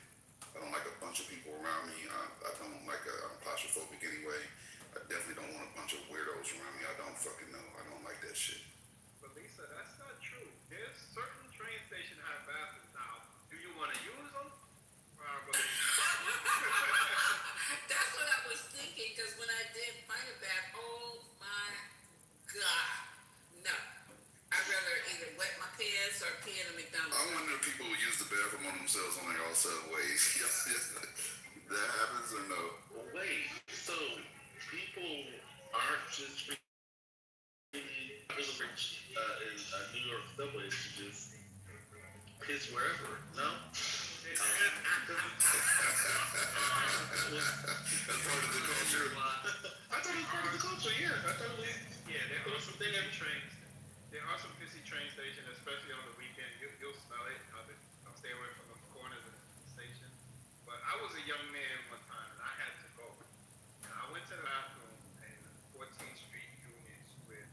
I swear I walked the zombies, and it was just losing it, like literally like zombies. I turned right back around and left. Craziest thing.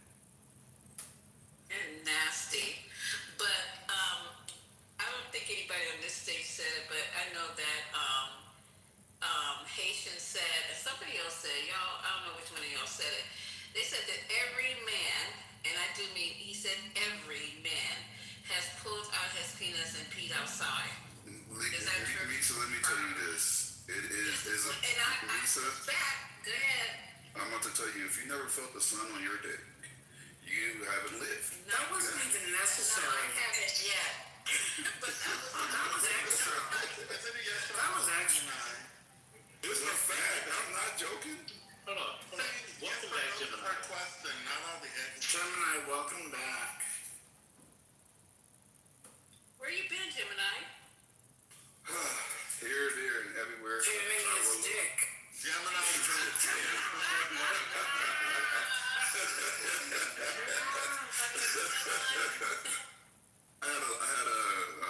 I grabbed the pub, so went to New York, came back from New York, then I had a lot of business that I had to handle, had some obligations I had to fulfill. So. You were in New York? Where? It was a turn and burn, man. When they, Right? Rochester. Oh, But it was a turn and burn. What was that like for you? It wasn't like I didn't understand the way it worked until the last minute. The way they do it is they don't want you to come to the facility because it's a sterile facility, so they literally meet you at the airport. And you inspect and sign off right there at the airport. That's their protocol. So How can you go sign off for something you haven't seen? oh, they bring it. They have a Viagen bag that has all these travel goodies, like a travel bowl. It has the health certificate because you need that to fly. It has just a bunch of little goodies, pee pads, so that you don't have to put the animal on the floor. And they tell you not to go to the common areas because it's not fully vaccinated. It's only 8 weeks old. Blah blah blah. So and then they have a carrier where the animal's inside the carrier that you can take it on board. Oh, you went and got a dog. What Yeah. kind of dog did you get? It's American Bully. It's a clone. It's a clone of my previous dog. What? I didn't tell you. You weren't here for that. Yeah, it's a clone. What? He talked about this before, and Ben was trying to tell him to go to, was that Frederick They Douglass? had a whole, like, Ben was very on point. They had a whole section of the airport that's dedicated to Frederick. Like a whole setup there, right? So they, like, it has, like, a lot of historical facts and pictures and stuff like that. So they had a whole setup there at the airport for him. So the clone dog, it only has 4 legs, right? And 2 eyes. It's not like a weird, what, clone? It's just a So they genetic took your clone. dogs? They before my dog died, they taught me into collecting cells from him that they stored on ice. And then I sent it over to a company called Viagen, based out of Texas. So I know Biogen. They make a lot of stuff for, they make artificial skin and ligaments and stuff for surgery, Biogen. BIOGE. No, that's a different one. This is VIA. Oh, bio. Okay, sorry. VIA. VIAGEN. Okay, yes, sorry about that. Yeah, no problem. They're the only company that does cloning in the United States, and there's only one other company that's really reputable that does it in the world, which is Syngene, and of course that's in China. So. Is that the one that Tom Brady invested in? Yeah, he got his dog cloned through them, and then he's a part of a Colossal. That's his investment company that he's a part of. So it's Paris Hilton and a few other people, a lot of billionaires. Like it's a big company. And they bought it out after he had a successful cloning of his dog, so they own that now.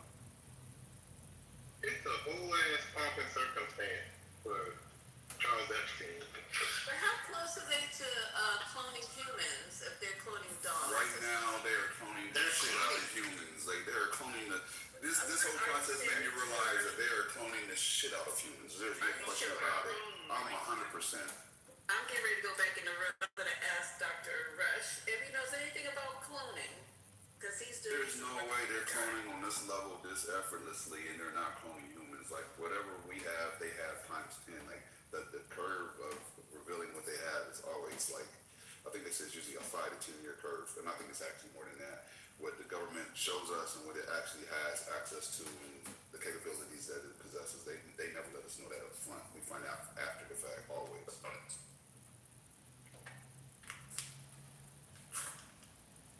Now I'm just trying to figure out when is it coming to market because Who started the war between Israel and Iran? Israel or Iran?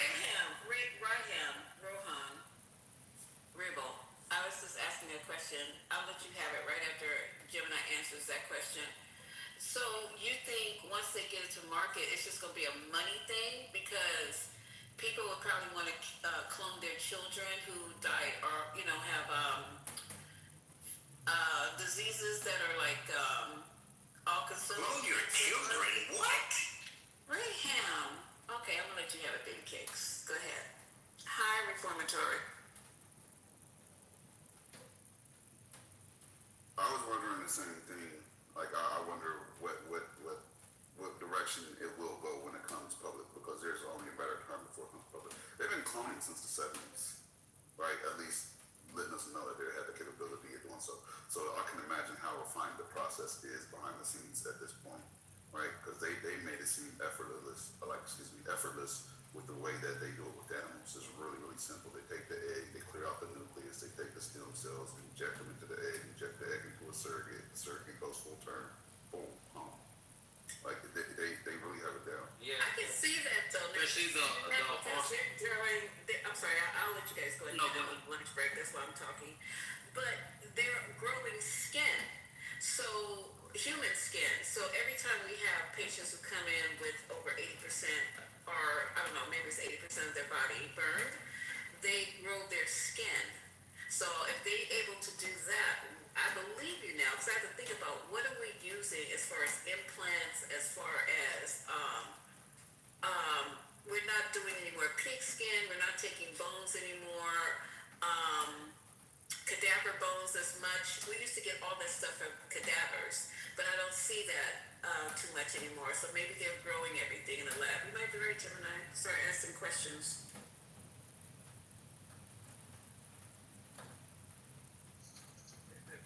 So they were saying that cloning has been pushed forward because of the horse breeding industry, and it absolutely is. That's why it's basically they're like the leaders in cloning, man. They are. Matter of fact, they're having problems with different derbies that are trying to ban the different horses that are actually cloned because they're taking past champions, breeding them the present champions. Then, like they have a unique genetic advantage. Like they've been dominating, right? So they're trying to say it's illegal. Like you basically are using genetic steroids if you're using clone champions to win a game. If you take a champion, you clone them, then you bring them to another champion. Like they feel like that's not fair. So that's why Biogen is actually based in Texas. Like it started at a ranch. Like they were doing it for horses. That's where it started at. Then it spread to pets. Like I don't think they started with dogs and cats like 2015, but they started with like at least 7, 8, 9 years prior to that with just horses and prize bulls and things of that nature, high value animals.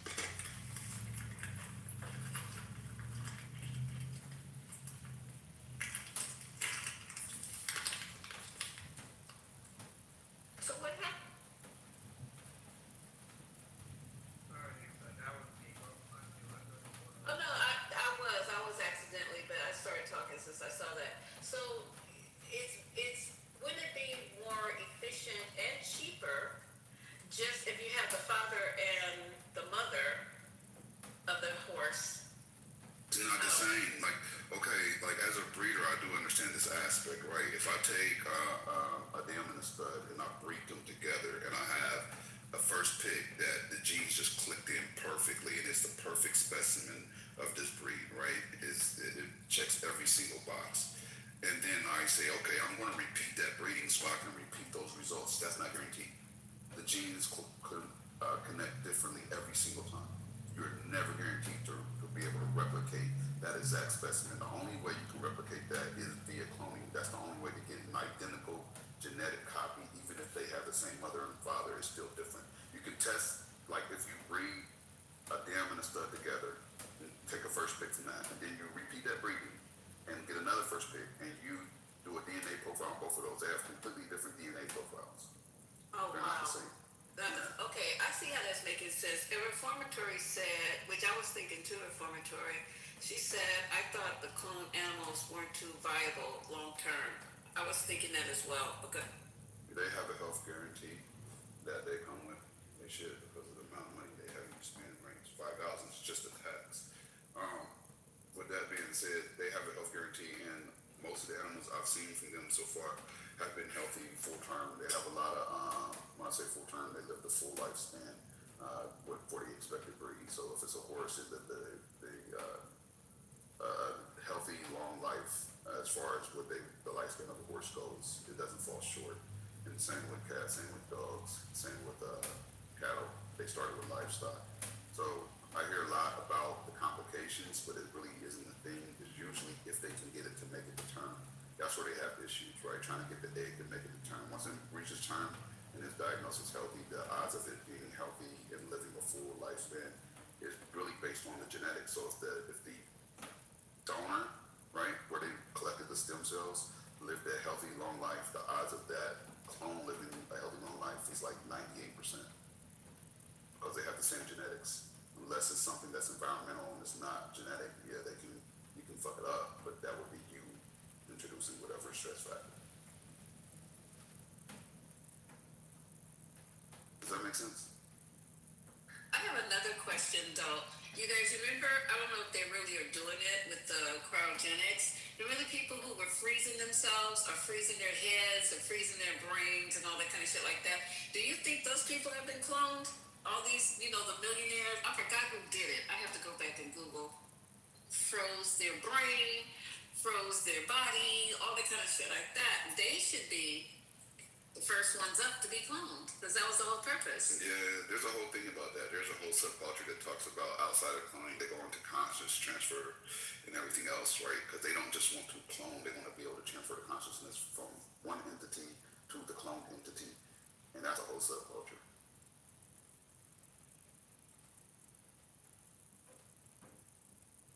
Okay, anybody know about that? Because I don't know shit about it, but it's sort of interesting, and I really wouldn't care about that part, Gemini, having all of my thoughts and dreams and memories and whatever, but basically just my intelligence, or maybe a higher.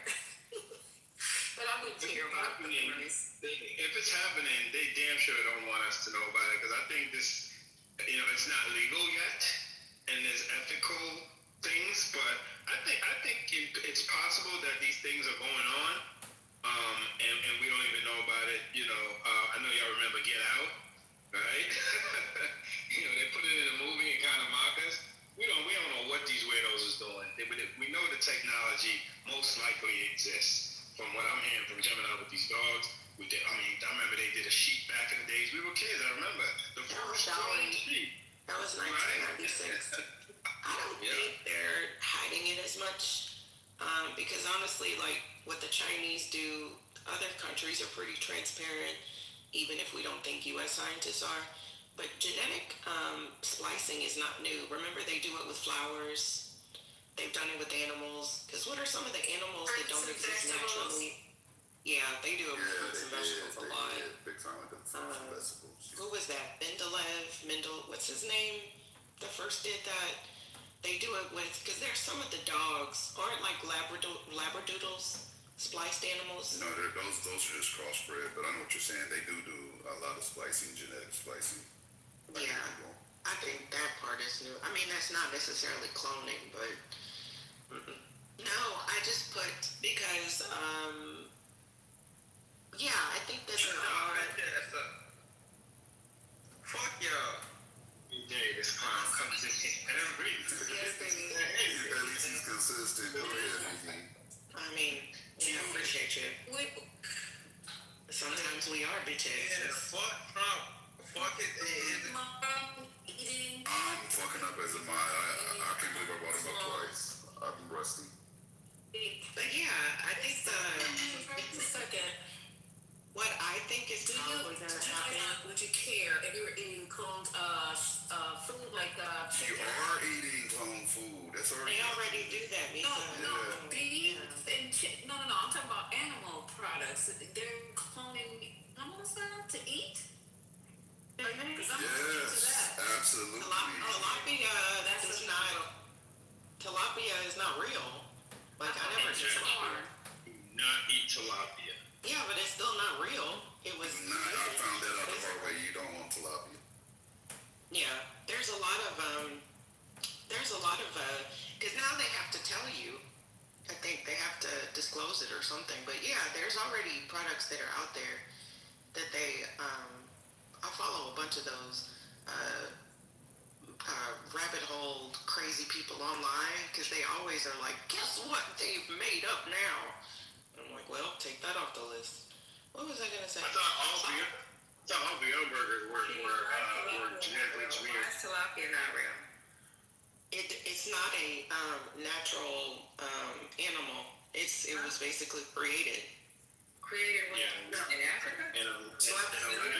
Wait, tilapia is real.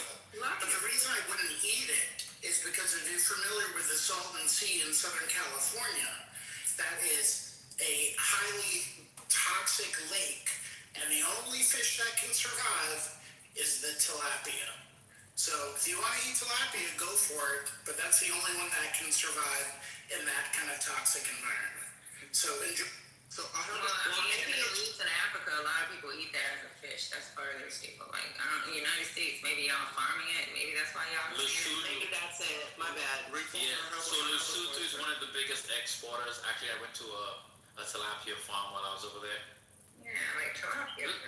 I have a question about the anti-tilapia people. Do you guys eat shrimp? Those of you who don't eat tilapia. They eat catfish too, bro. Yeah, we eat ocean roaches. We eat the ocean roaches. No. Yes, of course. I'm from Louisiana. Okay, so the whole thing just doesn't make sense to me because on the one hand, you claim to care about the food entering your body, and so you want to avoid eating. Oh, I never said that. Let me finish. You may not have said it, but that's the argument that people usually base their anti-tilapia bias on that. But then y'all are eating the sea roaches, you're eating shrimp, you're eating pork, and all these. And they eat catfish. That shit eat. And catfish too. Hold on. Internally consistent with your dietary. Hurricane, think of it from this angle, That right? don't make no sense. There is. I rarely eat shrimp, but there is no alternate to shrimp.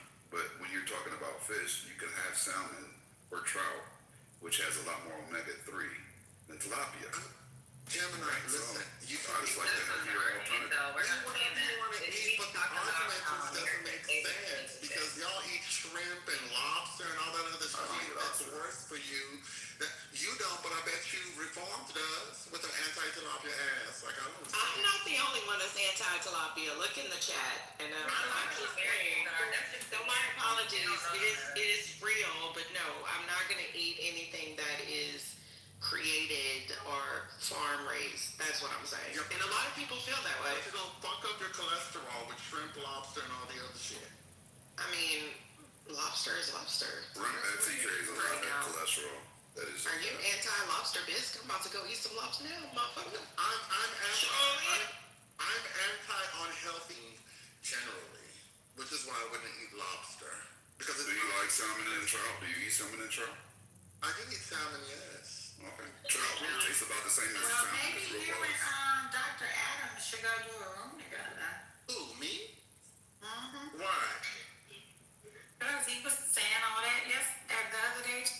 I'm not gonna be doing the whole tilapia's bad for you. It's gonna give you cancer and all that other bullshit that people do here. But then they turn around and eat shrimp and lobster and pork, and they drink alcohol and they. Why do you say pork with such disdain? I don't drink Guys, whatever you do, and I don't smoke, so there's that. I can't stand the smell of smoke. guys, whatever you do, please don't X Hurricane. Don't give him a thumbs down. Don't give him an eye roll. Please Don't don't, hurt his. because Please don't do that. affecting his karma. That's why I be like, I'm gonna kick your ass out, man. I'm not really paying that much attention to karma, Lord Yeah, please Jesus. don't do that. Really? Really Oh my really God. I get karma. Please don't. Wait, Damn, I get somebody's clowned next to her, about yeah. saying tilapia isn't real, but Hurricane is paying attention to his karma from Clubhouse. Yes, Okay, it's sir. fun. Is it really? Yeah, but how many? Is it? See, How many y'all eat hot dogs and hot links? What? That's nasty shit. Y'all ain't never heard me talk about no hot dogs. Same here, Patty. I don't See, know we're speaking from a Yes, place I of eat all the sea roaches. No, I don't eat pork. I eat shrimp. I eat the bottom dwellers. Hell, I even eat I don't eat humans. pork So what either. the fuck? Yo, Let's consume people. The fuck out of here. And we what? don't see humans, yo. Oh, you already know that. Yes. Body part she eats. She's an eater. There you go. What was that album? Nothing wrong with being an eater. Go ahead, be an eater. Thank you, But see, color boy. this is the thing. I don't understand. Like I said something earlier, and it was, oh my God, everybody clutched their pearls, and they talking about being an eater, and so what's going on? Yeah, that's funny as hell. What was it? What was the album? America First. If I got nuts on my chest, what I got to it? That's chestnuts. If I got nuts on my, yeah, I remember that. That shit was funny as hell. But I do apologize, y'all. Tilapia is real. I was using the American. Tilapia is absolutely, I didn't want to do it, but it's absolutely real. It's just, they say that what their diet consists of and things Maybe of that not in nature. Texas. Yeah, tilapia clean up the water that comes from Right. Hell no. I mean, but they also, tilapia for the restaurant industry is like a catch-all term. So they're using other fish. That's true. To count as tilapia. Like I think that was the bombshell that most people had, was that what you're eating at restaurants is typically not the thing that you eat. You think it's tilapia, and it's whatever the hell they chose to put in front Would of you. you go to a restaurant and eat tilapia though? They call it white. Some people, right? Because it was supposed to be, at one point, tilapia was considered to be like the healthy alternative to catfish, or to you worry about mercury poisoning and all that stuff. So tilapia was built for a while as like this healthier version of the fish that you could eat, and so as with most things, people are over consuming, and then to find out later that the thing you're eating at the restaurant is not even the thing that you think you're eating. Where's Hurricane at? Hurricane, we gotta have this discussion, because you keep saying catfish. That catfish is an unhealthy fish. It's not. It depends on the environment it's raised in, right? If you go get farm raised, wild caught. To me that I actually said. Okay, what did you say in regards to catfish? I never said anything about catfish. Patty did. I didn't. Oh, I thought you were the one saying we're going on eating. Okay. It wasn't me. I didn't say shit about it being healthy and not healthy. I said they eat anything, and it takes forever to kill that motherfucker. I've seen it. They do take when I go fishing. The hammer to kill your fish down. You don't gotta use a hammer, but I will say this: when I go fishing, I drive 2 hours out, and when I get back home, they're not in water, and they're still alive. I will give you that. I can put them back in water at the house. No, it's not deeper fish. That's what it is. They're resilient. That's all. They're resilient. Yeah, I don't even know demon. It is a demon fish. My mom said Now it's a demon fish. What are y'all doing? Not a demon. Mom's going to show me. Yo, wow. There is no safe consumption in the U.S. You got, even if you eat vegetables, fruit, you still got to contend with scrubbing the shit out every leaf that you eat, because there's shit and pesticides all over it. So on some level, just watch what you eat. Now, this is coming from a man who is 750 pounds, who eats at Golden Corral every single day. So, That's what I said. You could bring the phone, but whatever wants to do, there's that. You called it out before I could, so you can't.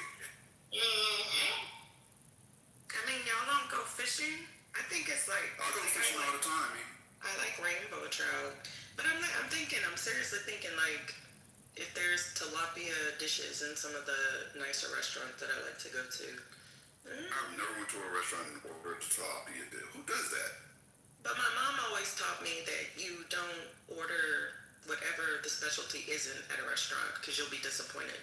Like, if it's a steak restaurant and that's just what my mom. There's some bomb restaurants that have some things off the menu that's not even their main dish. That's bomb. It depends on the restaurant. Yeah, she's like, if it's a steakhouse, then don't order a fish dish because it's probably not going to be the best. But I don't know.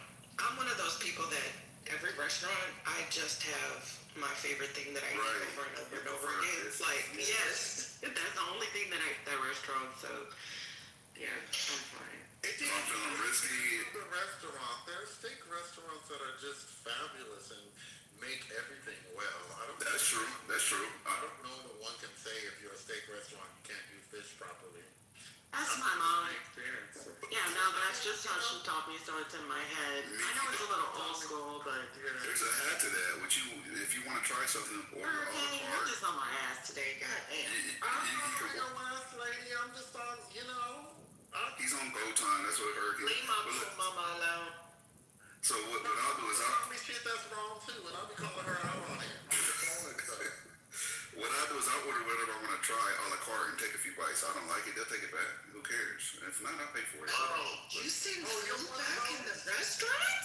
If I don't like it, if I order this and it look like trash when it get to my table, I don't want that. Really? I don't do that. But then again, I don't think I've ever ordered anything that I just didn't like. My mom, I got that from my mom. My mom is a really, really, really, really, really, really, really, really good cook, right? So she's super picky. That's why I tell her she's super picky about when I take her out to eat. She's gonna send that thing back about 2 or 3 times. Like, Mom, we want to switch restaurants because they back there fucking your food up now. What? They done threw everything on the floor. Like, you put it back on the plate. Like, you can't keep sending it back. What's wrong with, are you saying now that restaurant patrons aren't allowed to have preferences? They're not allowed to express their disappointment with a meal? Of course you're allowed to, but you just got to be careful on the staff. And They don't like those with the manager people. They don't like that shit. Yeah, but we're not talking about where's the manager people. We're talking about somebody ordering something, receiving it, and then deciding that it really doesn't agree with them and they want something else. Yeah, but I'm saying, like, and maybe this is just me. This is just the people that order things off the menu and it's well explained, and then they get it and they're like, well, I don't like this. Can you fucking read? It's already on the damn menu. Like, you want to experiment, and it's made, as it was, because it's very descriptive. And then you're like, oh, I don't like how it tastes. Well, that's your business. You mean that the person wants to experiment. That's not always the case. Sometimes the shit comes on and it's just not good, and you want something else because you're going to be paying for the meal. You're going to tip. Listen, if I have to tip this... Okay, we heard you. Let somebody else say something. Okay. Go ahead. You got it. But there's someplace that I'll go regularly that they're like, that's what you ordered. If you don't like it, I'm sorry, we'll get you something else, but you're going to have to pay for that. This is a place that when I go there, I pretty much get 1 or 3 things all the time, but I've seen them do it plenty of times like that. Sorry you didn't like it, but that's what you ordered. That's how it's described. I'm sorry you don't like it. We'll bring you something else, but we're not taking it off. You're right. Agree, Sonny. I would like to be I would like to never go to such a restaurant again, ever. I go there all the time. I love all their stuff, but that's just their policy. I'm not saying all restaurants are like that, but some are. No, all restaurants aren't. And then you see the people, like, the dishes, like, half devoured, and they're like, I didn't like this. You already fucking ate it. I I've seen that happen at a table, and I'm like, I'm just rolling my eyes. I'm like, child, you didn't eat half the shit. Then they gotta pass it around the table. Y'all taste this, and then have the nerves to be like, oh, I don't like this, child. Hey, funny question. Do the people at the restaurants are talking about, is that policy stated on the menu or somewhere? Is it? I'm really not sure, to be honest. But I think it's fair if they let people know ahead of time, then sure. But this place, I mean, the food is, they do free cake on Tuesday and Saturday. They do this wonderful cakes. Like, I mean, it's a place that you go and enjoy. They're not trying to get over on you, but they're just like, yeah, no, our margins are not large enough to be doing all that. If they burn it or, didn't make it to specification, but I'm talking about, I ordered this as something that I thought I was going to like, but I didn't. They don't take it off. And I don't send things back if I don't like it. Like I know Ashley said I'm soft and it's like, and I still tip. Like I feel like, if I ordered the wrong thing, then I'm just like, that's what I get for experimenting. But I do like my steak medium well, and a lot of times it's still a little too pink, so now I'll send that black back. But like my favorite steakhouse, they track how you like your steak, so they'll butterfly it for me. And so I like that because it's perfectly evenly cooked. Now I have been to certain restaurants where they will argue with you about getting steak medium well, and I don't like that. And they do the little speech, ma'am, not Michael saying they should kick you out. In order to get the flavor of the steak, just burn my shit and leave me alone. I know what I'm ordering. Just burn it.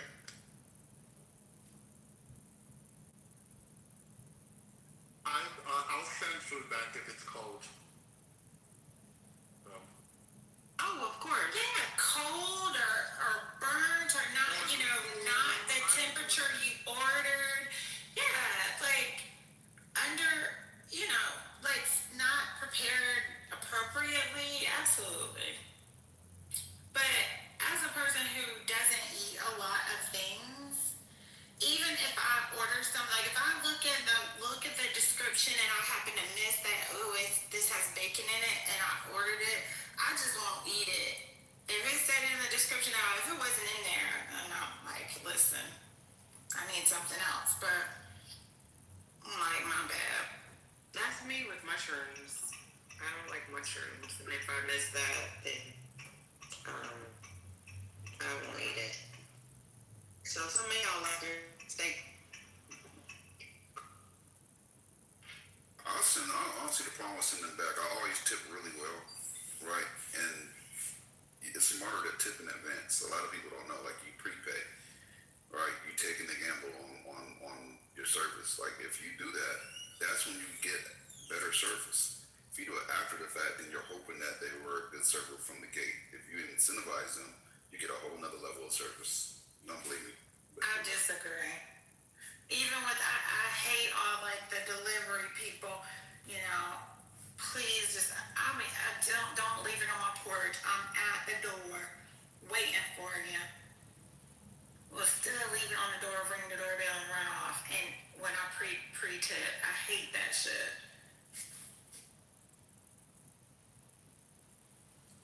Wait, Gemini, how are you pre-tipping if you don't know what the full bill is going to be? Gemini. I think you just give them money. Literally, hold on 1 second. I'm taking care of something. That's what I do. Give me one. Well, he orders the whole restaurant. You know how he eats. Oh, right, the whole, right. Okay, because he's yacht man. He's on the yacht. I forgot that. I forgot. I mean, I do feel like I've been one of those people that, because sometimes the waiters and waitresses have their favorite. So I always have a little smile if they don't charge me for drinks or like an appetizer. Have y'all ever been out with a friend that didn't understand that that's at the waiter's discretion? And they're like, hey, you didn't charge us for our drinks. Like, girl, shut up. They did that shit on purpose. Be quiet. And then I just always give that to them as the tip. So I like when they do that. I'm like, I peep games. When they steal from their employer so that you give them extra? Yes, unfortunately. So let me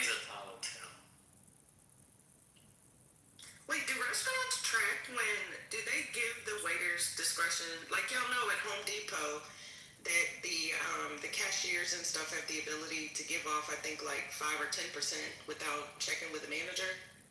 They can, give you like a little discount. Do most waiters have that ability? You know what? I never even thought about that.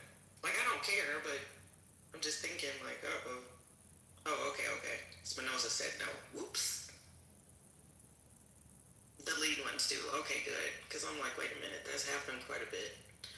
Or they'll bring you something like a dessert or something like that.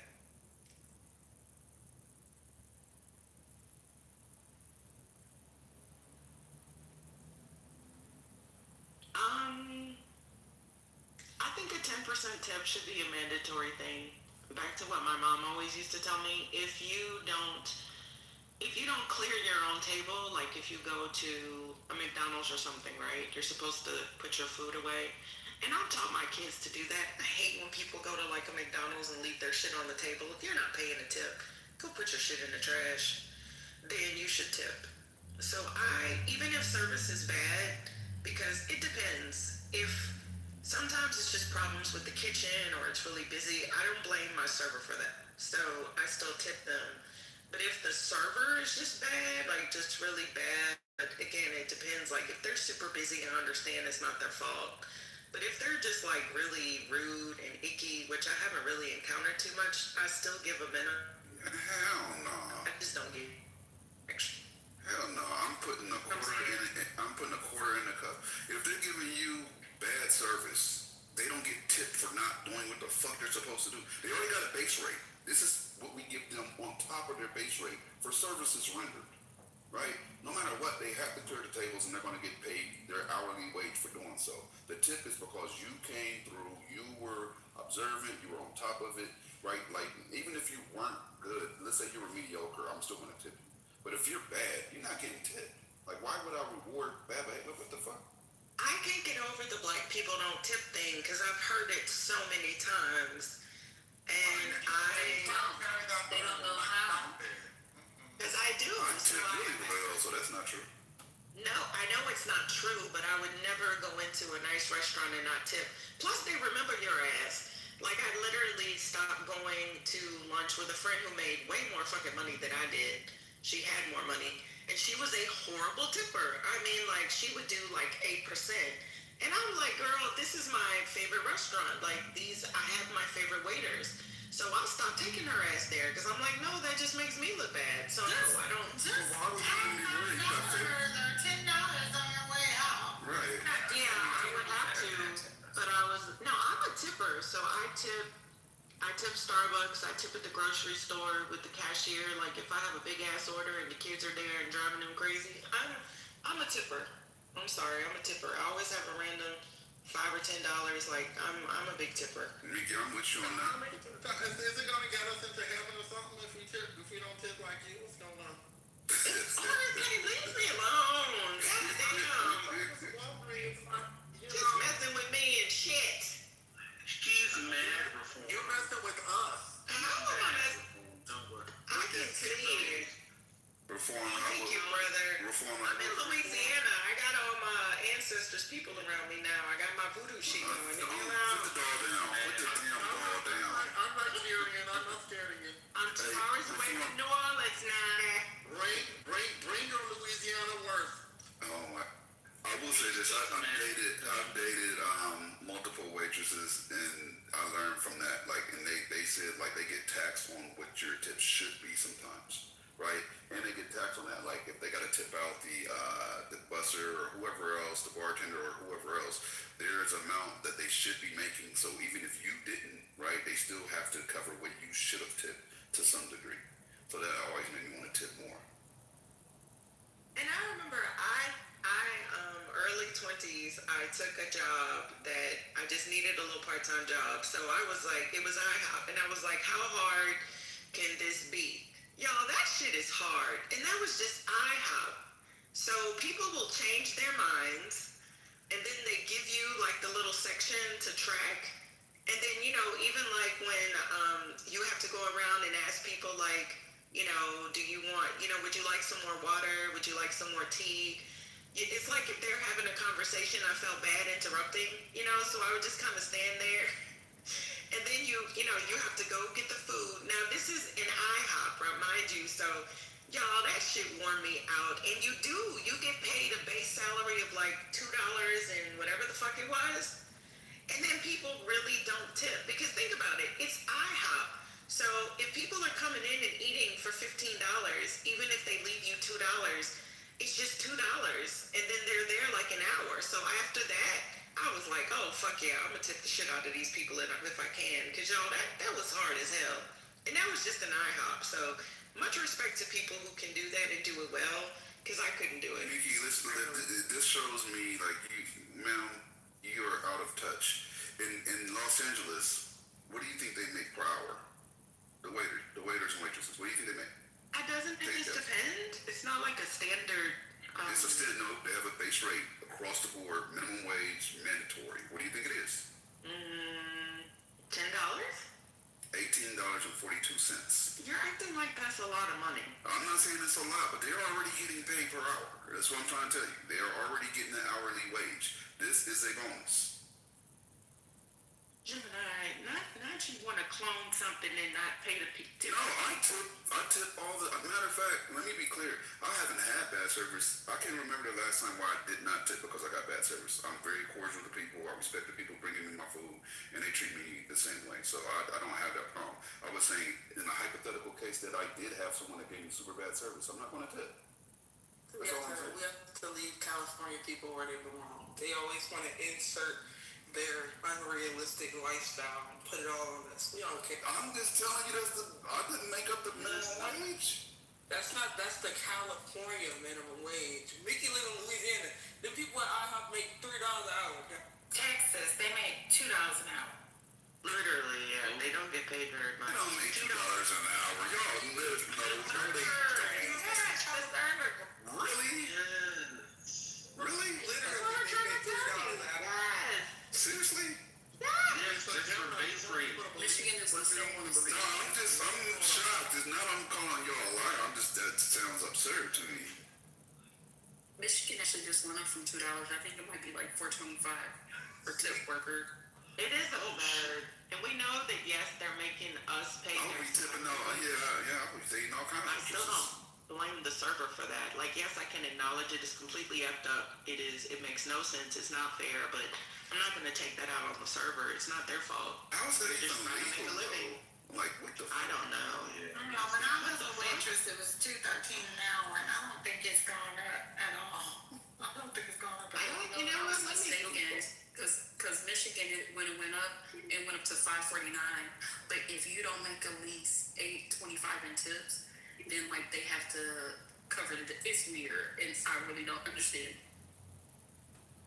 If you don't make the minimum wage, so like if you make $3 an hour, God, you're right. They make $2.13 yeah, an hour.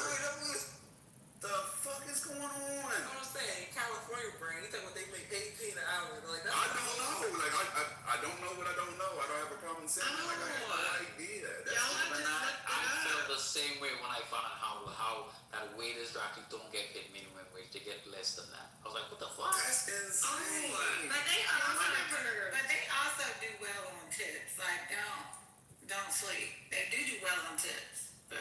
So it's a federal minimum cash wage for tip servers. I did not know that. I never knew that it was a federal minimum cash wage. Wow. So that shit hasn't changed That's in what the forever. prisoners make in California for making license plates. Like, what the fuck? Also, it only has to provided tips bring the total hourly earnings to at least $7.25. That's boo-boo. Wow, that's so fucked up.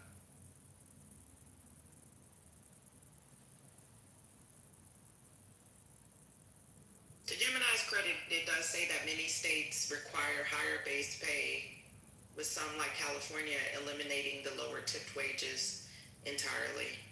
I'm only speaking about it because that's what I know from here. Like, I don't have a problem saying I don't know what happens in Texas, right? Like I'm not privy to that.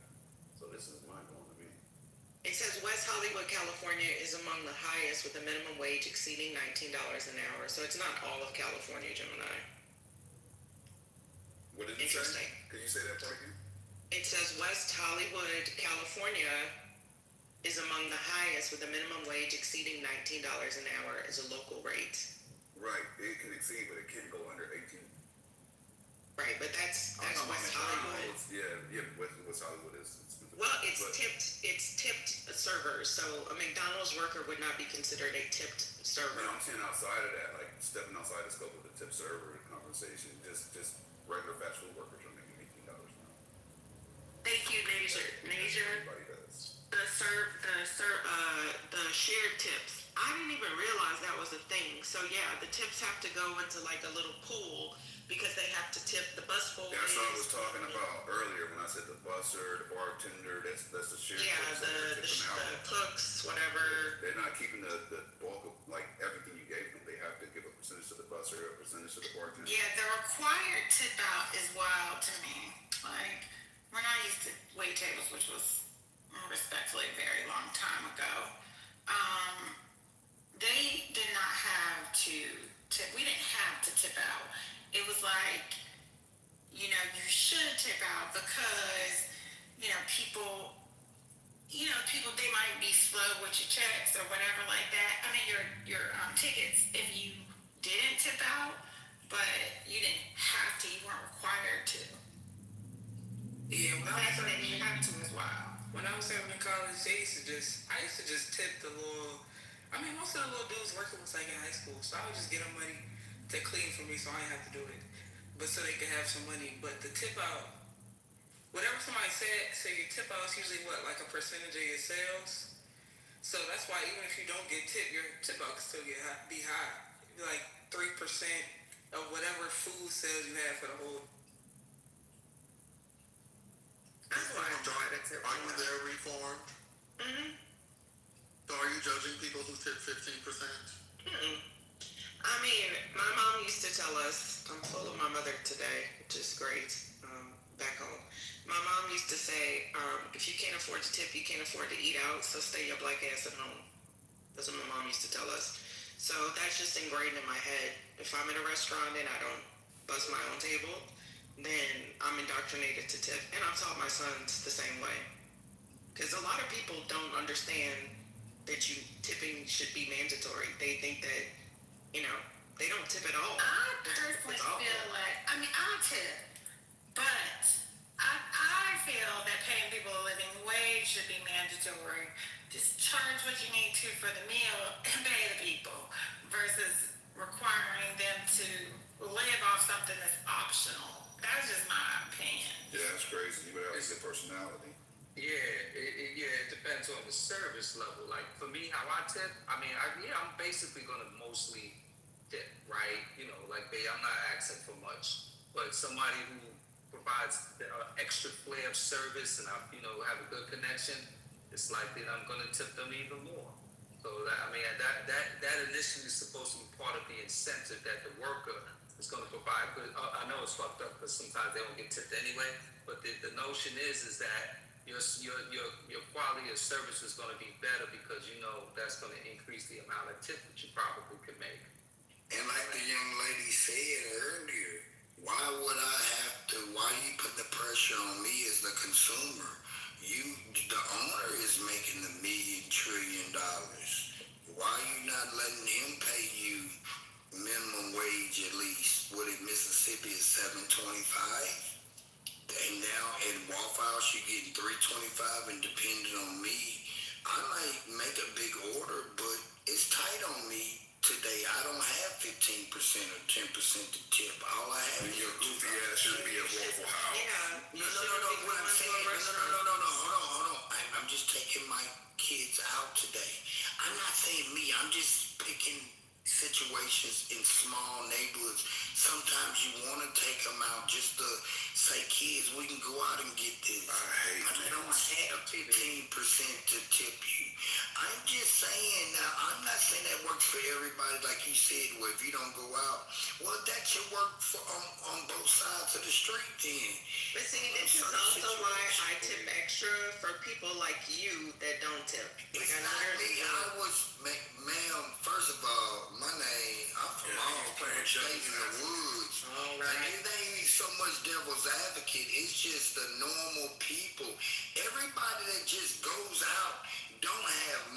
tip. I mean, and you're telling me just because I don't have extra money to tip, I shouldn't go out? Yeah. Yeah. That's what we're saying. What you should do is get some Eggo waffles and make them in your toaster at home for your kids. No, they got an all-you-can-eat buffet at Golden Corral, and I took my 7 kids to Golden Corral to eat, and I took them to Golden Corral and That was our choice. You chose to have 7 dependents. No. I'm talking from the South. There's a Caucasian slow not respond. You're very I should slow. have as many kids as he. Do you have to tip the Golden Corral? McDonald's and get a Happy Meal. I'm just saying where there are places where they're bus boys and restaurant and waitresses and waiters. Like the lady said, why you don't go to your owner? Why is he only paying you $2.25 an hour? So, you're waiting on these customers to tip you, and you coming up there with a bad day, and I still supposed to give you something. The other guy made a good point. Here's the So thing. I'm mandatory to tip you. So D, this is the thing, right? If it's incorporated into the salary, that means you and your 7 children are gonna pay even more. And then here's the thing, whoa, man, like, yo, it's simple. If I can't afford, when I go out, I account for so many things, and tipping is one of It's those. not mandatory for me to tip. Okay, let me It's finish. not mandatory. That's not the argument. That's not the argument. Mandatory is not the argument. This is what I'm saying to you, right? Because I ran the special, I know the special event space, and what I'm saying to you, as hard as those workers work behind the scenes, you should be willing to compensate them, knowing the rigors of what they do. Say he wasn't willing. Why the owner won't compensate him? I don't need no help. It's not talking about Man, exactly, brother. You know what I'm saying. You exactly what I'm saying. Why the We don't know what you're saying. We look. the difference between people who have a lot of people who don't have a lot. Listen, Care about the poor people. this is this. Because you want to sit on your high horse and tell yourself that you're an amazing person because you care. Even though you're bragging in other ways. What I'm saying. Hold on for 1 second, right? Hold on, Rambo, hold on for a second. I've had money, I've not had money, right? When I had to do times, I knew good and well if I was going to a restaurant, I would need to be able to cover some portion of a tip. I would save up for a nice restaurant too. And when I got to that restaurant, I would make sure I had enough for my meal and to take care of the person that's serving me. Right? That's just a baseline common decency. Well, So we have somebody that hold up the movie. I'll let you complete. Give me a second. No, when you're saying you want to take your 7 kids to a restaurant, you're going to expect that server to serve each one of those kids and yourself appropriately, right? You know that they're not being compensated fully by the restaurant for those services rendered. Why the fuck would you do some niggerism and not make sure that they're compensated? If you don't have the cash, let me finish. Keep your dirty ass kids at home if you cannot pay for the tip. I mean that. And that's not fair because it's just like even a gambler. So you're telling me I done gambled $1,000. Now I'm down to my $100. Now all of a sudden I win $1,000. I'm obligated to tip this dealer because I won $1,000. Yeah, you're supposed to tip the dealer. That's gambling. You're making me do something that's voluntarily. You're trying to obligate me taking the frame off the business owner. The business owner told you, hey, I'm paying you $2.25 an hour. You have to depend on tips to get the rest. Do great service. If you have shitty service, you probably won't get any tip. Man, they probably still tip you, but it doesn't matter. And then y'all got to pile and split it up. This is capitalism. The movie, if you don't like it, this is the thing, you have options in the United States. There's nobody putting it down. Hold up. No, that's not the option I'm actually referring to. You have the option, hold up. You have the option to not take your dirty ass kids to that establishment. You can choose whatever establishment y'all would like to patronize, right? Once you choose that establishment, you understand the rules of engagement when walking in the door. The rules right? don't say I'm guaranteed to tip a waitress. Boom the room, First Lady.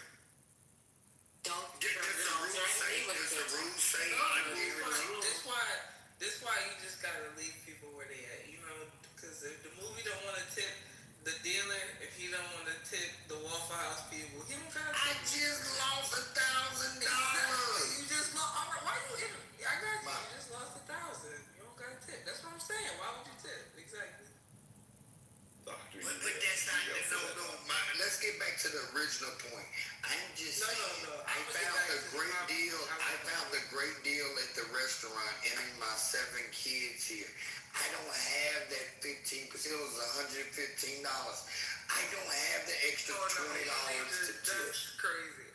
Well, you should have just went to Boston Market, because then you. No, but I had the better deal. I just want to take my son and his brothers and sisters out, and this is a better deal. If I go to McDonald's, I didn't say McDonald's. I said Boston Market.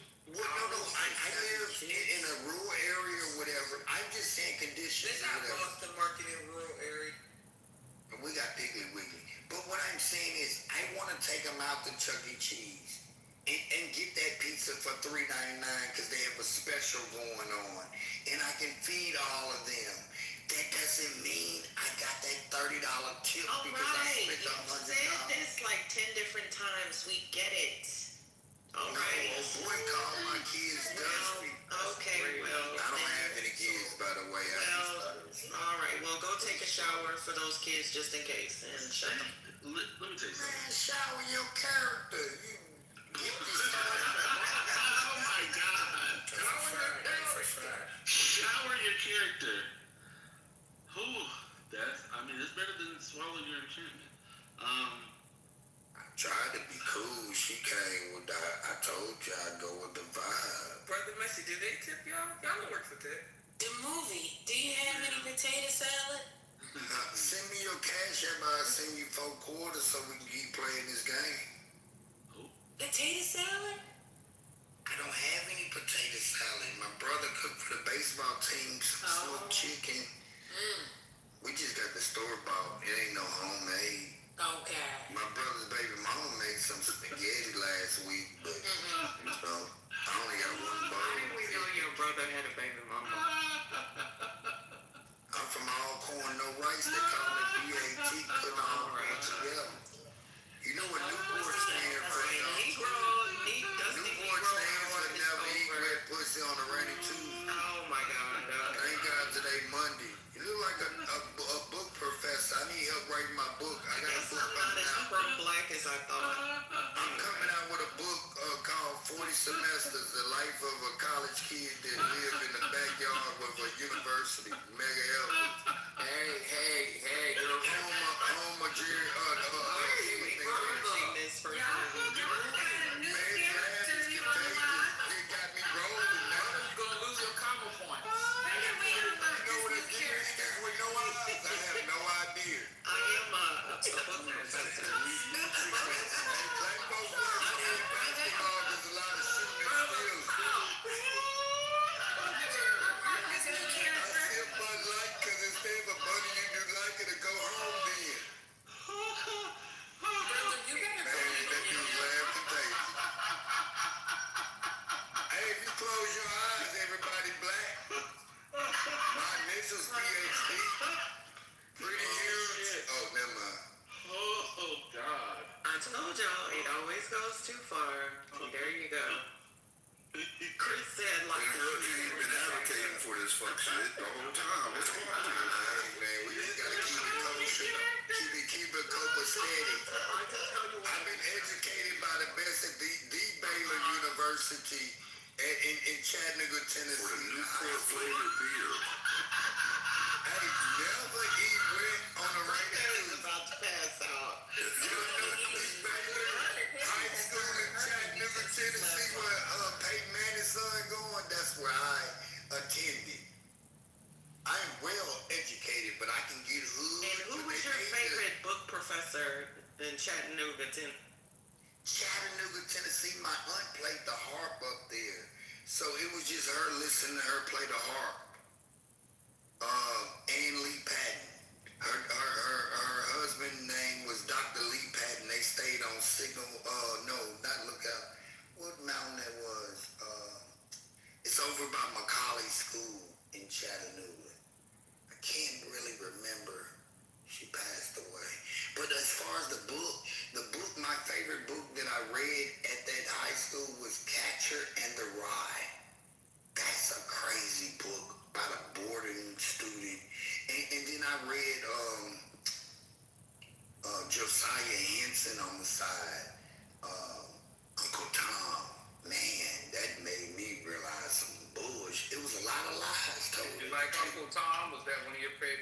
Uncle Tom?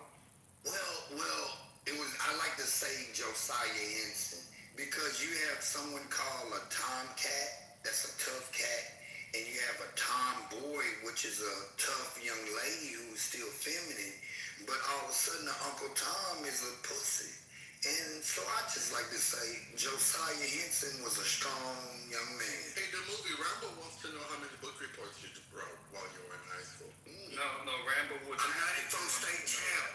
I did a research paper. I did a research paper on Malcolm X and the Black Panthers and Bumpy Johnson and all that his ties. And I found out Martin Luther King, all he had was a wet dream. That nigga was a hoe. Man, that nigga was a freak, bro. Are we supposed to laugh at that? Nah, you know it's so sad because He's a human being. every year in the South. Yeah, but he had multiple women and he preached. Right, but what does that have to do with his impact on other people's lives, other humans' lives, and the work that he did? That's why do we do that? His greatest why do quote. we do that? His greatest quote said, "I sent them into a burning building." No, that's not his greatest quote. Like people take shit and just take things all out of context, which is wild. But it's not the context; it's the content of your character. Bro, now, what is your character? I apologize for even engaging with you. Let me go back on you. It's not your fault. Well, what's the content of your character? It's my fault. Back on mute. My bad. Let me go back on mute. I should know that. Right, I told to the Baylor School. You should get your money back. You get a refund. I've been to Pompeii. I've been to Lourdes, France. You gotta Google Lourdes, France. It's like the Holy Land for Catholics. But I grew out of that religion. Hey, so you missed the petrification. Lourdes, France have a saint there, and you know saints are where their body don't decay. That's the story that I was told, right? What? And there's a lady there named Saint Bernard. She dug in this grotto, and this water flows. I brought some back to America, and every time I drank it or sipped it, every time I sipped some of it, I never lost at the casino. But that's not here nor there. And this water, when you fart or pass gas, it smells like antibiotics. Like if you ever took antibiotics, it's a stench. It don't stink. It's just a sour stench. And so I went there and it was prayer every day. Stench that doesn't stink. What?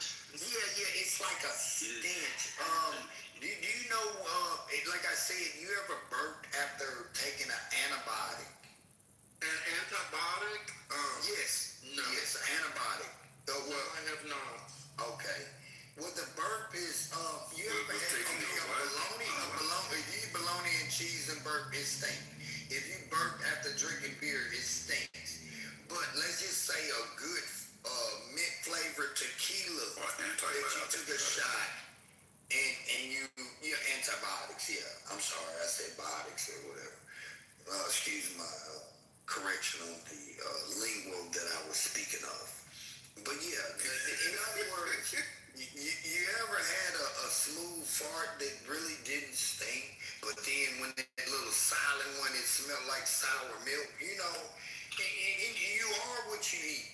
But back to Lourdes, France. So they have this thing, it's like a baptismal thing that you stand in line for, and you get like so-called baptized or whatever. And I went there, and I'm like, oh wow, that was nice. All right. This time, I went back a second time with the Chick-fil-A owner. He was the other owner. That's why they closed every Sunday. And I took a letter, Chick-fil-A, whatever, I'm country, Chick-fil-A. They closed every Sunday. The other owner, his name Bob Saltez, and I went with his family. And so I took a letter, and I wrote and stuck it underwater, and I went all the way underwater this time. And I came up and they put the sheet around you, you put your clothes back on, and you just dry. And I opened the letter up, and I seen a grotto with Saint Bernard, and then when you look closer, when I took a picture, you could see Jesus with the crown. Man, it was a moment I never forget. That was back in 2009. Google it, Lourdes, France. This This is what, you know how the Muslims go to down there and kiss that wall and shit? Man, I went to a place where the Catholics go, man, but I don't believe in none of that. The kingdom is within you. And I think Memphis and the Cayman, I mean not Cayman Islands, Grand Cayman, them motherfuckers, America is the killing me. My dad from South America. Where you down So from? I ain't African. Take that. Treat. We say treat things down there. I got West Indies in me that eat Where you down from? French Guiana Oh, your dad's from? Oh, wow, impressive. in South America. And my mother from America, but her great grandmother was full-blooded Cherokee, so I'm mixed with a little this and a little that, and they call me PAT. What they call you? PAT, point after touchdown, putting all the points together. The movie. That's why I sell popcorn. And I sell toilet tissue, $2.99 a roll. Where do you sell it at? I got a book coming out called 40 Semesters. You know what I I mean? tell you, you know who you should talk to about your book? Talk to brother. Referee, that young lady that blue referee was Suedo. They say he can make a blast. He got some. Hey, the movie. We actually have a legitimate book publisher on this app. On this age, we have Hey, you like that? You like that title? It's called 40 Semesters. The life of a young man living in has a college in his backyard. I got a college in my backyard, man. And my name PAT, putting all corn together. Well, it was nice meeting you, the movie. I'm so glad you stopped by today. Yeah. If we can return to our regular station, that would be greatly appreciated. And that's nice political views, First Lady. I love Trump. Moving on. It's okay. That's fine. I'm glad you love him. Lo siento, señorita. Yes. Mm-hmm. Yes, habla inglés? No. Please give me my badge back so I can kick him. Where you at? You not here? Oh. Yeah, I need to kick him. Where? Trump extended interview, Iran update. Kick who? That's your little boyfriend protecting you?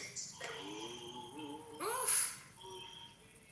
I'm in that background music. I'm dying now. That's my DJ. That's my DJ. Well, you need to get with him about publishing your book. No, I'm gonna respect First Lady's wish. He's out. You know what that sounded like for a minute? I swear. He sounded a little bit like my man Whack for a minute there.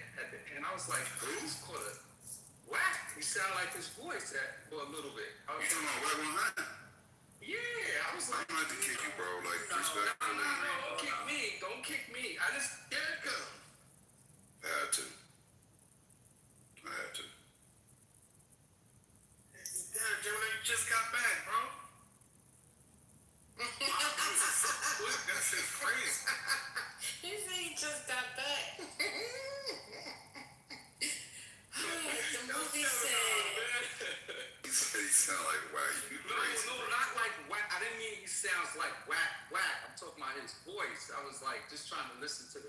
No, he sounded like Daryl Kavitz. That's what he sounded like. Okay. That's right. Speak for this stuff.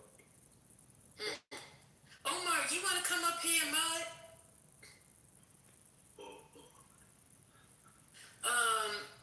Mr. D, we was just trying to move forward with the news, and you kept talking. So. He said First Amendment. You claim it as amendments in there. Oh, God. Not his First Amendment rights. 40 semesters. that was interesting. I mean, if y'all ain't nothing to talk about, why don't y'all bring the content back? See, y'all just be complaining. I'm trying to tell y'all, I'm gonna work on that complaining spirit of yours. You ain't never happy, ain't never grateful, always got your mouth complaining about something. You gotta stop. You gotta give up the ghost. Give it up. First lady, seriously, they want to wander around the wilderness for another 40 years the way they complain. Not this nigga. Yes. Now, okay. Now, what we're not gonna do, Hurricane. Hurricane be the main one. Seriously, are the mods asleep? Are any of you awake? They sleep. Oh, we'll be the first one complaining about content. Hello. These badges got people tripping so hard.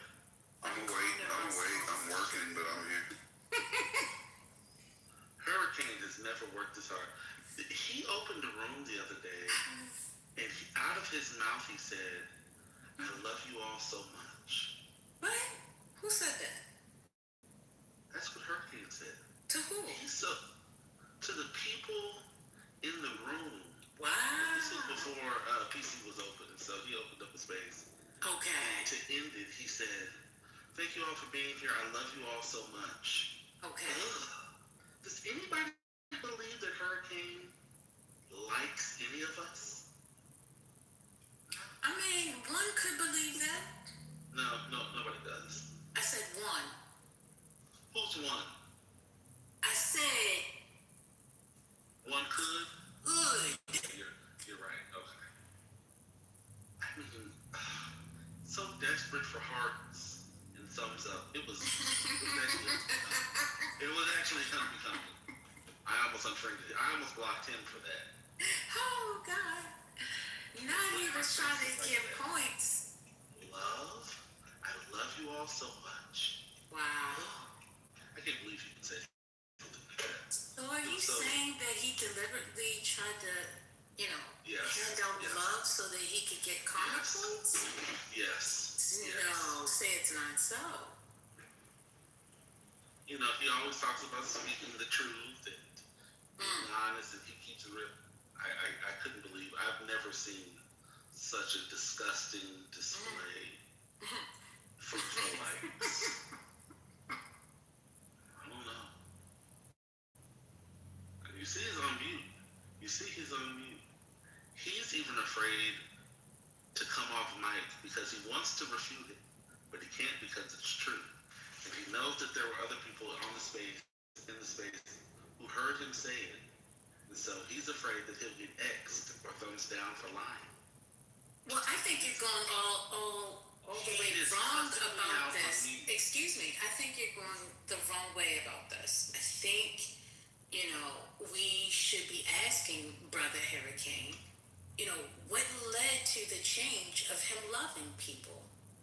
That's what that's. I don't love nobody. You're fine. You're right.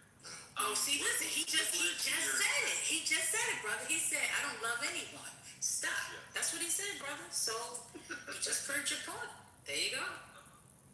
But I did love the fact that they joined the room and they contributed to the discussion because PC was closed and people were looking for a home, so I gave them one.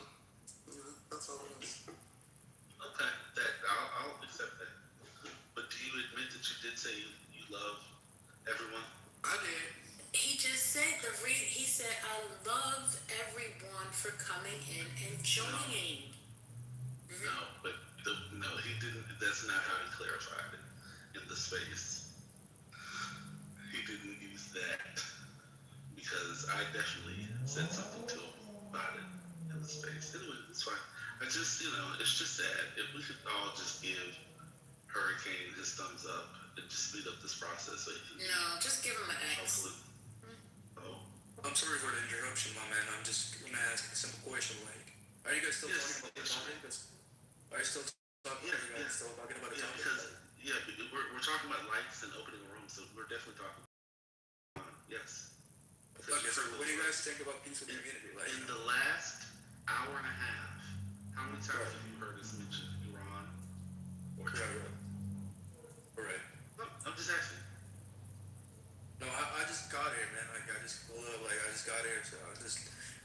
a few simple questions that's like, so what do you all think of like Muslims? Okay, I have a question. Well, the time that you've been here, in restaurant stage, have you heard anyone talk about the things you wanted to talk about? Oh, that's why I pulled up to ask. Like, you guys are still talking about the steak? Okay. So you came into the room and immediately came on stage, not having heard anything that we were talking about. Okay. Well, so, like, I came up here talking about Trump extending reviews, right? You know, I said the interview Iran update, so why not? Okay. So you have 3 friends on your profile. It might be that. I mean, I'm looking at it. Simon Ghost. It says, yeah. Oh, right. Yeah. So, 10 friends, so why not? So, but I'm helping you. I'm trying to help socialize. I don't need anyone help, man. You can sit down and I don't need anyone's help. Because it was very awkward for you to come on stage. You don't have to help me, man. Well, sit down. It's all right. You're on stage. The question is not for you. The question is for everyone. We're talking. Sit down. Sir, we were here before you. You actually interrupted the conversation about bullshit to talk about bullshit. No, there's no bullshit. That's actually a genuine question. You are afraid to answer, I guess. Afraid to answer? I did answer the question. I asked the question. You actually did, but it's all right. We can skip. You asked, are we still talking about it? No, I told you weren't. It's all right. You answered it. We're not talking about it. So now what? We haven't been talking about it for a while. So now what? Are you still going to bulldoze your way through the conversation? Did it actually matter what we were talking about? That's the question. Matter about what? Does it really matter, or do you just want to say what you want to say? I think you want to just say whatever you want to say because I'm just asking a simple question. I think you're afraid to answer, so. Because you were just moving around like you're just like going circle. Like, you can just say, but the thing is, you can just say you don't want to answer that question. So not only do you not listen, but you also don't have inductive or deductive. All I'm saying, you can just say you don't want to answer the question. I'm just here for a simple question, like you can just not. So this is the 4th time I said no. We weren't talking about that right now. Well, and so I asked you then, will you continue to talk about what you want to? Well, that's fine. This conversation that we were having. She just asked, like kind of, if you heard, she just asked, like. You said, what do we think about Muslims? I don't think about Muslims at all. So there you go. Imagine that's the question that you have to ask. Do we think about Muslims? You were just saying, like, Iran update, so I think, like, when I ran the Iran, so I just came up here to see what is going on about Iran updates. So I have a new pet peeve, hearing people repeat themselves times in 3 minutes. No, I realize that really irritates the shit out of me. Anyway, I'm about to drop you. I mean, sure, why not? You're afraid to answer, so. Alright. So I just want us to remember this. As we glorify people and we talk about how dumb Americans are, just understand in the course of the conversation. Muslims are way dumber. Yeah. What? Don't even respond. Just keep on, brother. I didn't hear what he said. Just understand that dumbness is not just an issue facing Americans. We've had pretty dumb people on this app consistently for the last however so long. This Iran war has been going. We've had dumb people who live outside of the U.S. I would say as dumb as Americans that we generally sort of ridicule it. We just sort of generally accept that they're dumb. That's fine. But there are other people in other places in the world who are just as dumb, if not dumber. People who I'll just look there. It's really amazing. Lack of basic social cues, the ability to engage in conversation, the inability to listen, to ask questions that aren't dumb as shit. So there's a global component to this, and we should talk about it. God bless America.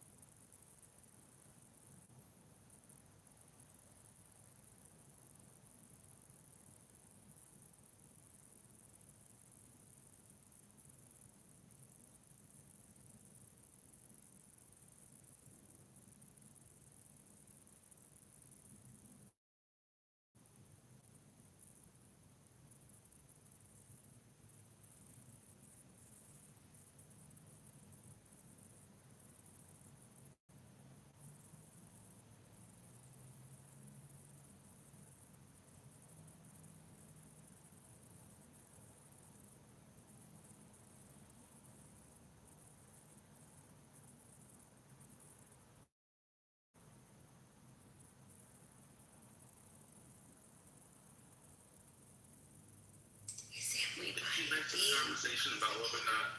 Oh, sorry. No, I was going to use my Wesley Wabbit voice and ask if we were being quiet, but no.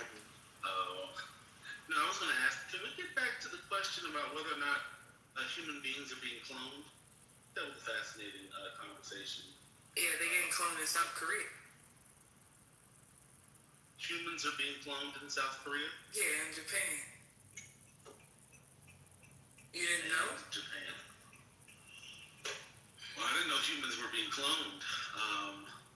And apparently, some of us believe that they have been cryogenically frozen and then cloned. That was, I mean, they could be. That was news to me. You think that's the real Gucci Mane? Listen, I'm learning every day. I'm just a man who lives down by the river in a van.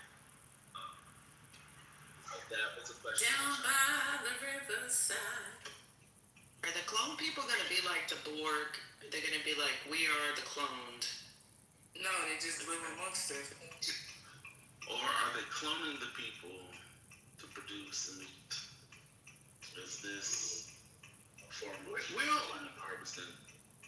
Will cloning people lower the genetic diversity around the world? Because if they keep staying alive and they keep reproducing, then it's the same goddamn genes doing the same goddamn work. Secondly, if we clone people, does that mean we're gonna rewrite slavery? I'm done. What the hell is going on? Why would we bring, why? Okay. Wow, man, anti-nerd. You got sent to the principal's office. Well, to be fair, a nerd is someone who is smart. I'm anti-geek. Is that better for you? I think the question is, what is the purpose of cloning people? That's the main thing. Like, why are we going to clone people? Because we can. No, can we just establish that whether or not people are being cloned? That was asked by a medical professional. And I think that... Right, because, cloning organs makes sense. Cloning people, there's got to be a purpose, and my gut tells me it's probably diabolical. That is what I see happening, though. People are literally going to clone themselves so that they live forever. Didn't one of the Rockefellers that just died, like, literally tried to do that or something? Didn't they say that they were into that? Is there a term for it? Like, trying to extend your life or whatever? And then I totally see people cloning immortality. Well, no, that's more like the vampires. But I thought there was like some sort of pseudo... Anyway, maybe I'm thinking of the people that do like the vampire facials and stuff like that.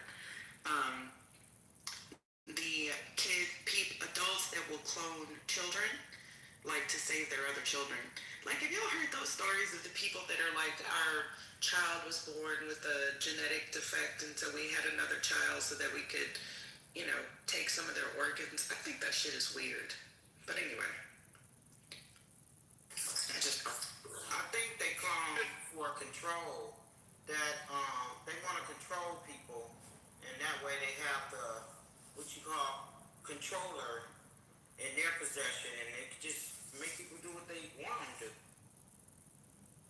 They do that now. Well, see, that's what I'm seeing. The things that people believe on social media. The bone marrow. Thank you, Brandy. Yeah, I've literally heard parents just openly say that.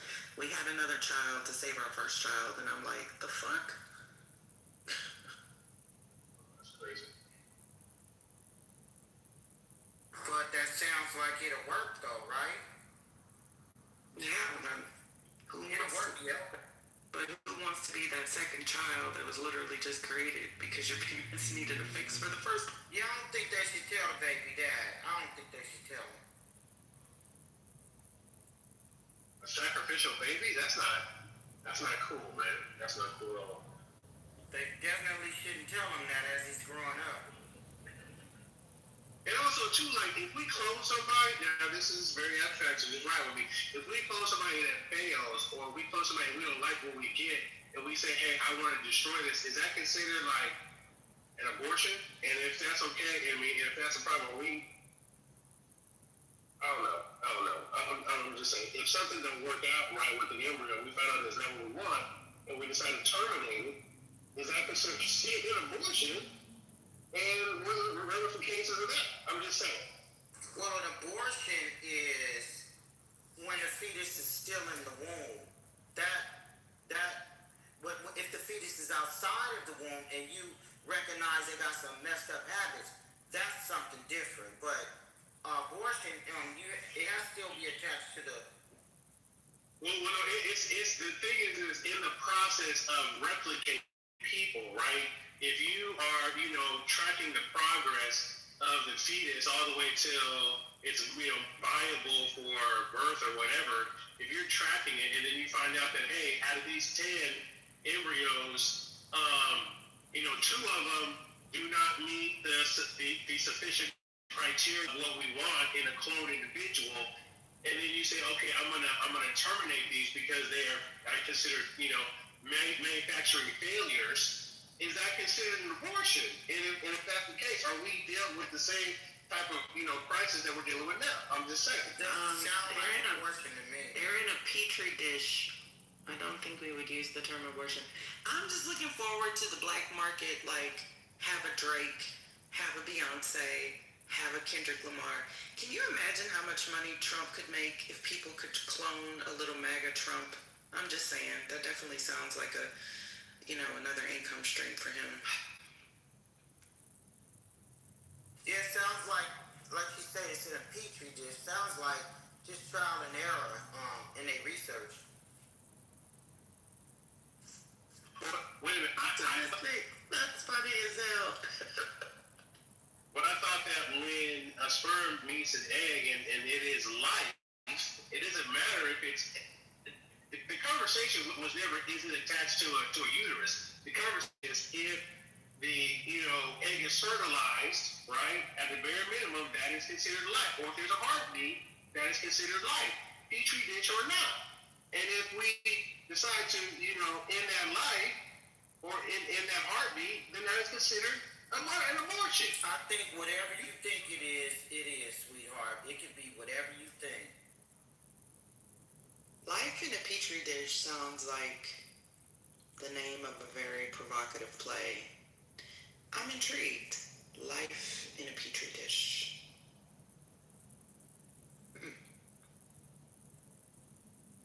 Do they get out of the petri dish? Do they create community in the petri dish? Is it possible? The petri dish. I think it's just the comfort in the petri dish is dramatically, changed with the reality of life and how violent life is outside of the petri dish. To the point where you're like, I want to go back and live in the petri dish because it's safe there. I don't know. That's some Afro-futuristic shit I don't want to talk about. What else is that? Beyond the petri dish. Sorry, that's all I got. I'm trying.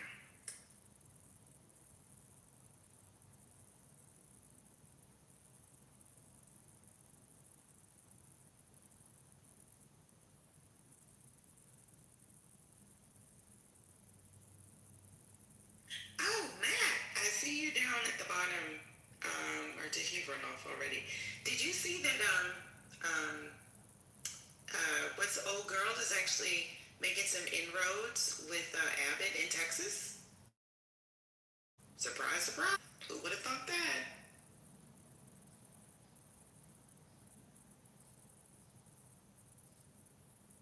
Is Hurricane still there? Or they left? Is he on stage? I can't see because I'm. He's definitely be talking. Hey, Miss Lisa. Hi, how you doing, beautiful lady? I'm wonderful, thank you, beautiful. I was gonna tell him that Mary, the one that said that she was divorcing her husband, I didn't get a chance to click on the link, but apparently she addressed the congregation on Sunday. I wanted to know. Who is that? Is that the Christian people? Yeah. Oh. Mary, her husband. That singer, the singer. Yeah. Mm-hmm. Her husband had infidelity problems, and he just could not keep his. Oh, he can't keep his swanker in his pants. He can't keep it in her. He can't keep it in her. That's the problem. She don't want him to keep it in the pocket. She just wanted to be in her. You know what I mean? Yeah, he keeps spreading it. But yeah. What, brother? I think that was the best way to say it. You have another way? There's so many ways you could have said it. Such as? All the ways except for that. Oh, Lord. What Dr. Lisa said, she said he's out there swinging it, and I'm saying, she said he's not keeping it in the pants. She don't want him to keep it in the pants. She just wanted That her. part was fine, and then he said he keeps opening it, and I just don't know where we're going with this. These metaphors are getting more descriptive in ways that, listen, what do I know? I think. Is this another complaint? Is this a formal complaint? Just let me know. Just let me know. It isn't. My hand is on the trigger. Just let me know. That's insane. I know you felt good when you boomed the room the other day. I know you had. Did you laugh when you did it? Maybe later, but I had fun. Yeah, because I didn't start the space because I wanted to. You know what I mean? Like, I don't want it when somebody else starts it anymore. If somebody else started, there's enough mods here that can take over. I can just leave. Yeah. But if I started it, then I'm gonna finish. Because I heard you unmic and I couldn't hear what you were saying because of all the participation that was happening on stage. But I heard you, and the way at least what I could hear, your voice and tonality, I was like, oh yeah. She's like, oh, I can boom this bitch. Y'all ain't got to say nothing. I was like, okay. And then soon enough, it was gone. Oh, it wasn't because it was quiet. No, I know. I'm saying I couldn't hear you because there were so many people talking, but there was so much complaining. Yeah, I just remember saying, I feel like First Lady might boom this room. I know she doesn't like this. And sure enough, you did. It had been a while. Yeah. I hadn't touched the button in a while. So she's still booming rooms. I see. That's crazy. There you go. Got a comment. I'm just noticing. I'm just taking notes. See all this. Taking notes. Gotta release your mic. Look at you. Just look at you. Release your mic is crazy.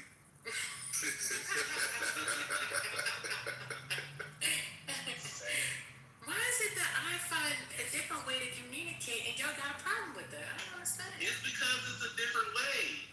You said, yeah. It's because you feel like, okay, so sometimes I will give you, sometimes I believe that, like, we'll teach you because you said something, and you mean it exactly the way you said it, like, the way that, with no sort of extra meaning. There's a lot of times. Well, I go ahead, let me listen. Where it sounds as if, it's to me, I'll just be to me, where you know exactly what you're doing, and then you pretend that you don't. And then you play on an innocence.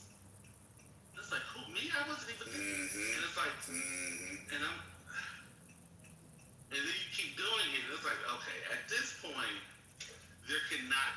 shy.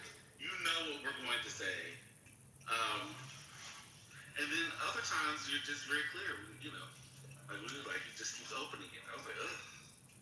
It's just, but I'm a prude. I'm a prude. I accept that. No, clearly you're not a prude. Because if you were a prude, then the things that I say would not disturb you because you would be thinking the way that I'm thinking when I'm saying what I'm saying.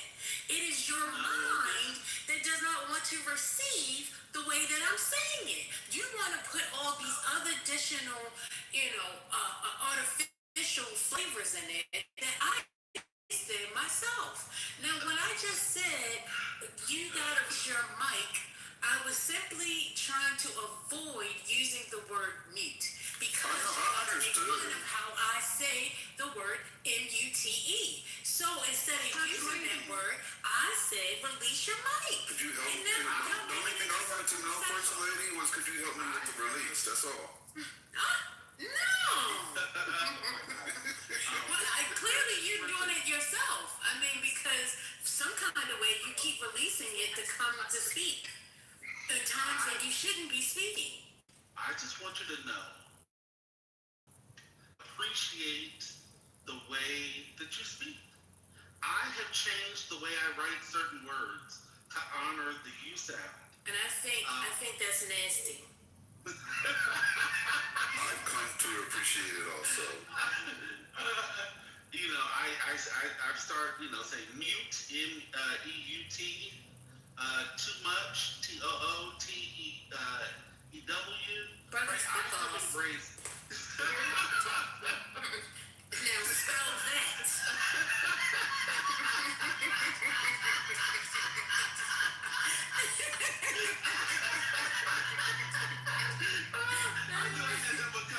I was wondering when you was gonna stop me. I was just waiting. That's what I'm saying. See, people like yourself. Since she doesn't have an accent, so why are we acting like she has an accent? There you go, releasing your mic again. There you go. That's why I need you to help me with the release. I can't control it. Please find yourself behind your mic. So. Maya said there's a Lydale DOJ briefing. The Department of Justice is having a briefing right now. Okay, tell her come up and play it. She said Iran is bigger nose. Okay, tell her. She's still managing from the chair, huh? Yep. Not too much on Maya. You know what, brother? Somebody X him. Give him an X. I welcome the X's. The badge is only funny because I get to, tease Hurricane and, Sunny now has a badge. But, it's only funny for that reason. I don't care about the karma. But yeah, I've been honoring. You going back to it? Oh, okay. I won't. I was just. He was about to spin the block. Go ahead and spin the block. Don't be scared.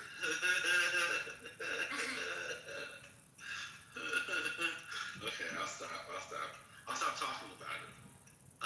No, it's fine because y'all say this stuff in the chat, and then when somebody responds to it, then you want to act all innocent. I said, my God, like what? I didn't do that. Like what's wrong? You know what's really funny? But thank you for admitting it. I was texting my wife, and I put, I was like, oh, that's too much, and I put T-E-W, and she was like, two? I was like, never mind, it's a Clubhouse thing. She's like, oh God, please. I was so used to typing it in the chat that I typed it in regular conversation.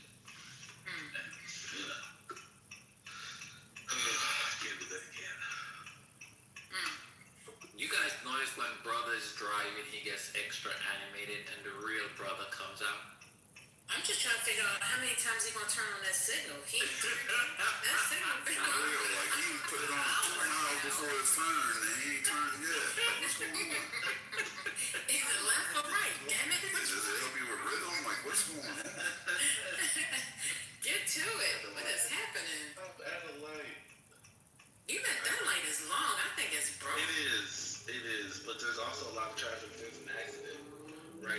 what's blocking It's this? in his driveway. The other lane. Yeah, I'm doing something you can't do. When's the last time you actually drive, sir? Well, are you driving with the handy things? Go ahead, run that light. I drove on Saturday. Hello? Go ahead, run that light. To the other side of the street is not driving, sir. No, I drove. He went to go get his car First certified. lady. That's right. I got my inspection. That's right. And I got my same parking spot on the street when I came That was so back. awesome. That was so amazing. Oh, wow. That is good. Come on. Made you a believer. Amen. Come on.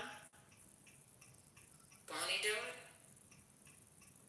But yeah, Maya said first, I'm not directing a thing. Sharing updates for the room and y'all can ignore it.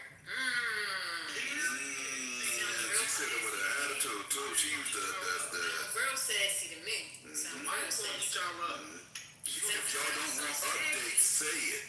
Otherwise, leave me alone. Sounds so sassy. I'm tired of it. You can't be, you're the executive goo producer. How you gonna be tired? But can somebody play it? Can somebody strum it? I can't. I asked her to come up and play it. She said she can. Could you come up and play it, please, Maya? That would be. That was Why would y'all ask Maya to do this? She don't have to talk. All she gotta do is just play it. You know? Is she a robot or not? Like, what's going on? You didn't have to do that, but you could have stopped.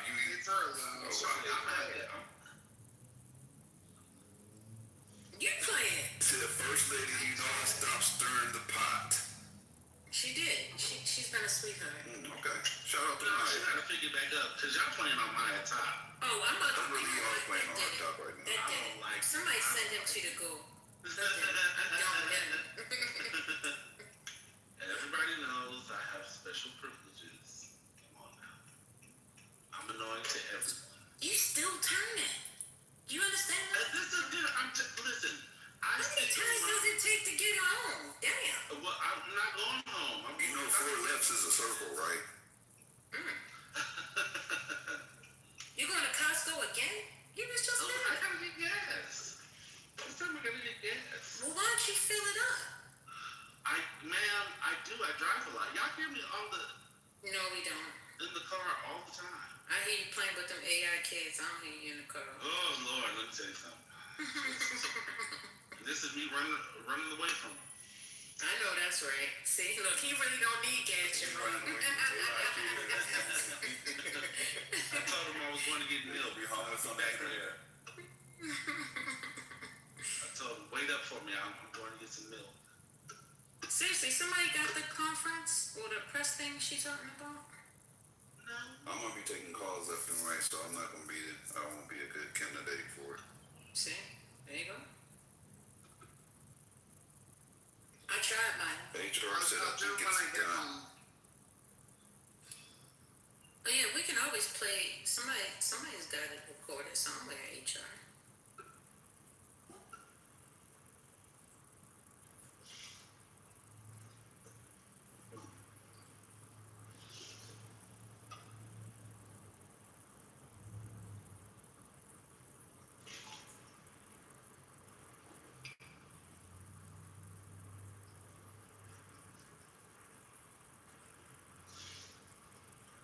This has been a really lovely day, so thank you.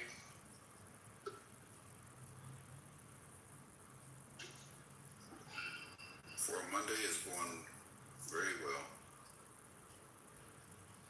So Gemini, you didn't even stay overnight at No, I literally flew in. I had to fly from LAX to Chicago to O'Hare, from O'Hare to Rochester, because there's no direct flights because it's such a small airport. Right.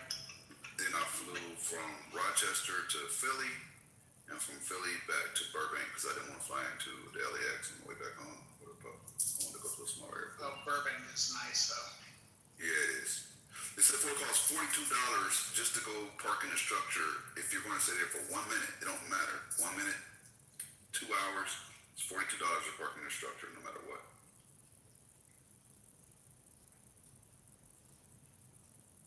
But it's safe though. Like nothing's going to happen to your vehicle. That's for sure.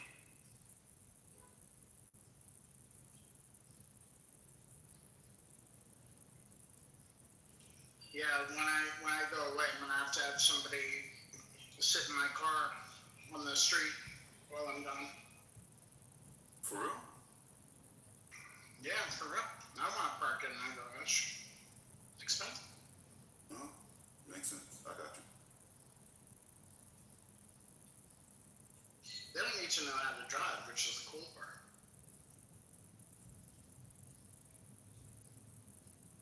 Just hang out in the whip a little bit and then no garage fees. Makes sense.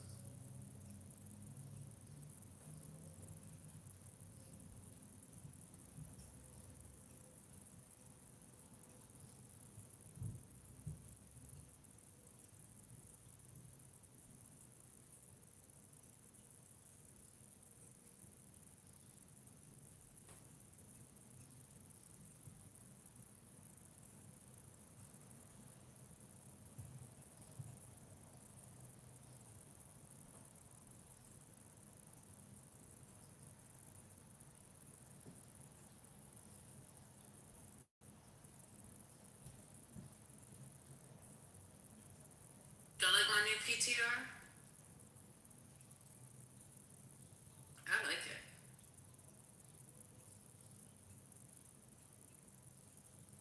No comment?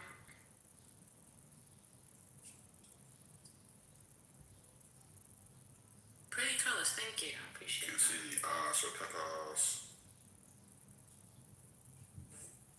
Fuck off, Gemini.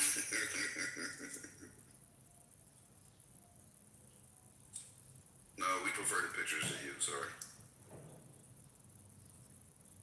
I think I like the 1C. What does 1C stand for? Why? Why you take the bait? Why? Why? You know, because I've wondered for a while, that's why. Huh? Go ahead, this is your moment. You waited, you got it. Go. Go ahead, First Lady, tell us. What do you mean? What does 1C represent? First Lady C. What's going on? Stop, please. That's a lie. What's a lie? How you be saying something is a lie when it's not a lie? Just like how you came up here earlier and you said Naveen was lying. So how do we know when to trust when you calling people liars? Enoch was lying.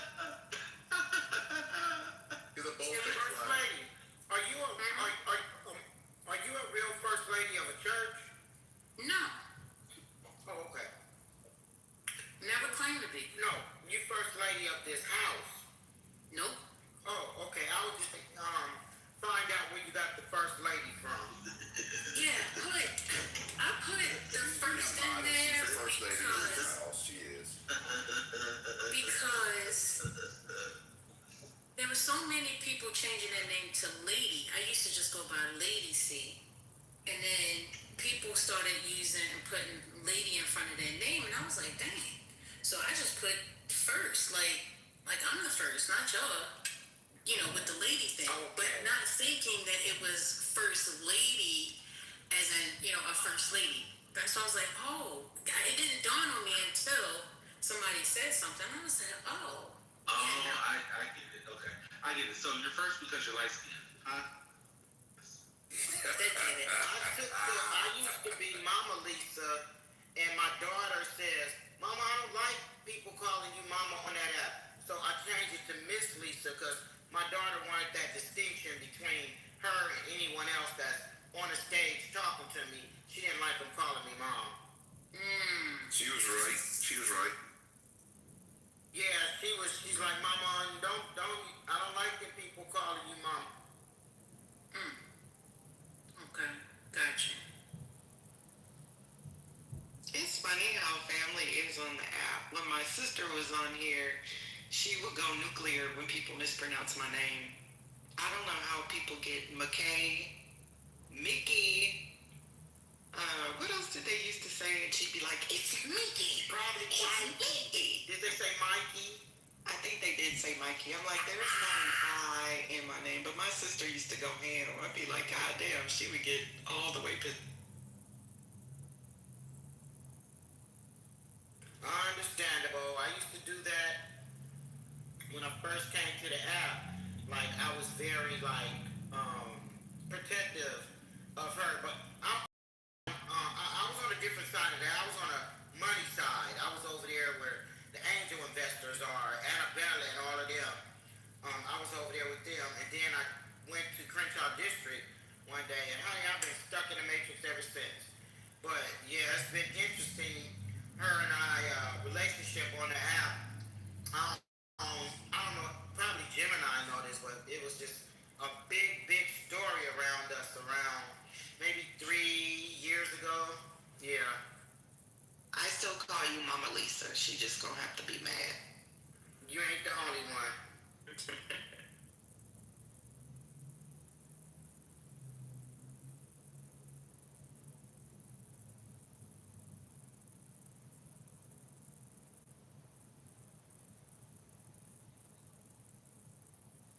And Miss Lisa, that was when shit got crazy.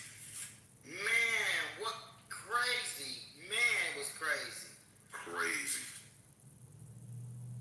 Motherfucker was sucker ducking and dummy dodging for real.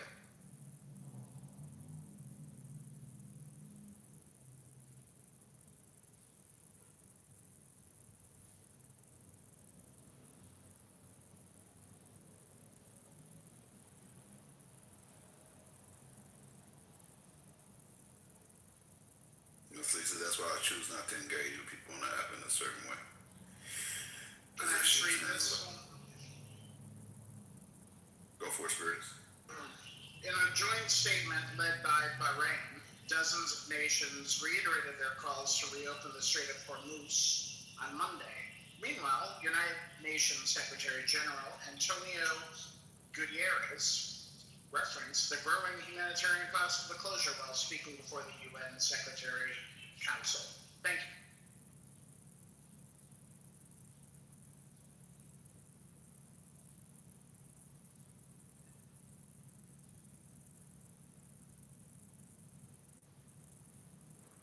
All this winning. Winning. We are winning.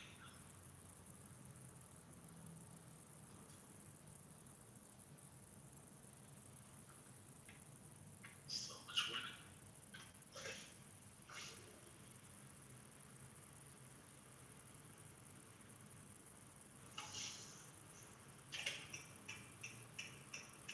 I think net, if the media was just a little bit nicer to Trump, we wouldn't have to go through all of this. They're despicable people. Despicable.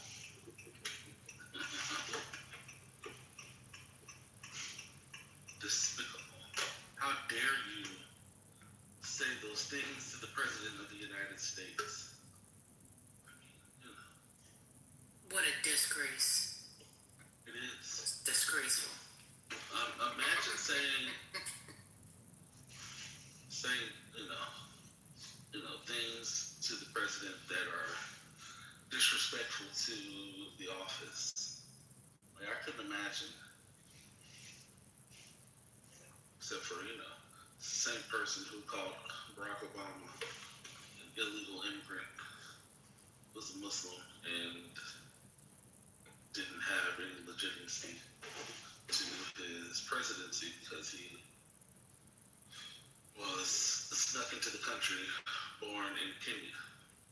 Yeah, that's the same person. It's always interesting. They cape for Donald Trump like he's being disrespected. He's being targeted in ways nobody else has ever treated anyone. That's funny how that is. Wait, so is the reporting that they don't actually know that the gunman actually fired shots? Is that what I'm reading now? Yep. asked that question earlier in the room. Was it friendly fire that hit the officer? Yeah. We see them removing the gun from their holsters, right, in that video. I was under the impression initially that he got through because he pulled out his gun, started blasting, and cleared it out, and then ran inside. So, yeah, and if shots were fired, so they missed the guy, like they didn't even, none of the bullets penetrated, like they missed their target.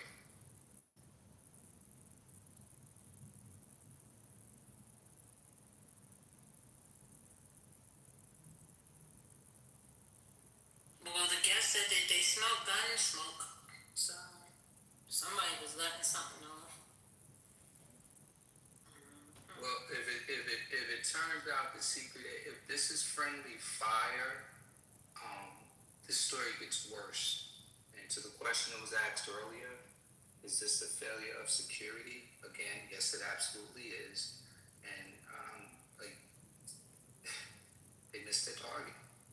They fired at this guy and missed. But maybe it was because of the way he dodged for first base. You know what I'm saying? Yo, he's moving fast in slow motion. It's like every time I look at the video, you see it's in slow motion. He just goes, pew. I'm like, man, that's crazy. The sprint is just ridiculous. I mean, I think just because of a CTV or whatever it's called, it looks that way. But if it was on a different kind of recording, I think it would come across a little bit different. I think it's safe to say they're going to be upgrading their system a little bit. Yeah, I think somebody's going to get a contract out of this.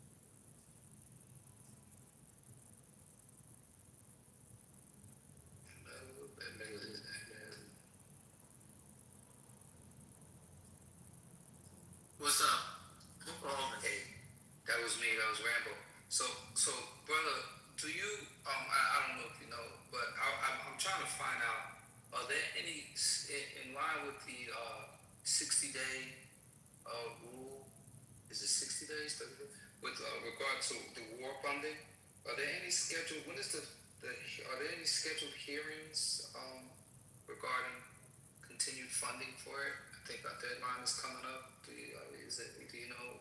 No, I haven't heard anything about potential additional funding for the wall. But the thing about the executive could simply reprogram funding from other programs within to actually fund the wall currently, especially within the military. They could reprogram funding, so they could keep the wall going for like 3, 4, 5 months. But after that, they're actually going to run into problems. They're going to have to get additional funding from Congress.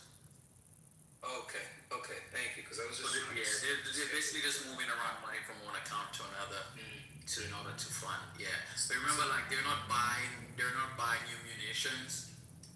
The money they would need is to replace the new munitions they've used. But the munitions they're using currently have been bought and paid for, so you don't need any extra money for that. You just need money to replace the ones that you've actually used.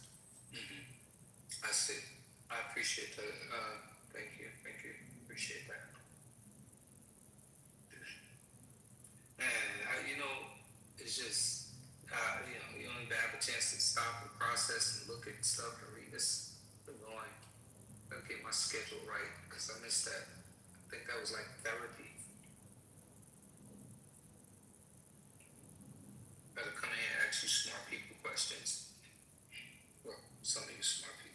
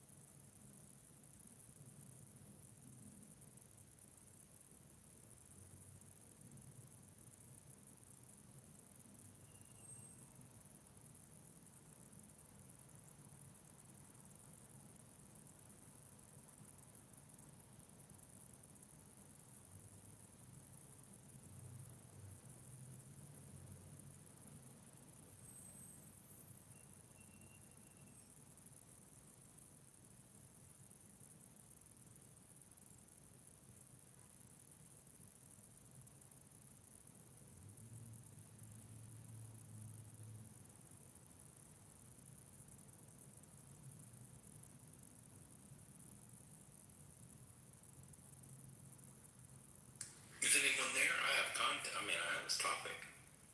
First Lady, are you there? Yeah, I'm here. Yeah. So Megan Thee Stallion and Klay Thompson broke up. You know that, right? I heard. Yeah. So I heard. My question becomes, why were people surprised that Klay Thompson may or may not have cheated or been with other women than Meg Thee Stallion, as if Meg Thee Stallion was the A-lister and not celebrity?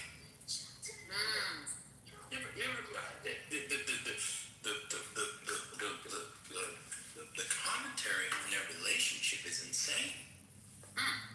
What are people saying? Oh, well, he was lucky just to get her to begin with. Oh. Et cetera, et cetera. Yeah. It's a very strange thing because what you have is a bunch of yappers who don't know anything about celebrity or sports or anything. And they think just because they see her shaking her booty and she may be more ubiquitous on their screens, she's the bigger star. But she's not the bigger star between the two of them. Listen to this. Klay Thompson, let's put it down.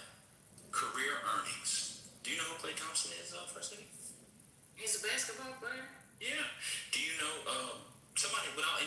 somebody just guess. What do you think his career earnings are? 40. Oh, Go ahead. What'd you say? oh, I was just going to say 40 million. 40 million, 240. $320 some million. Igor and that. $320 million. Let me say it again. $320 million. Now, let me look up Megan. I don't know hers offhand.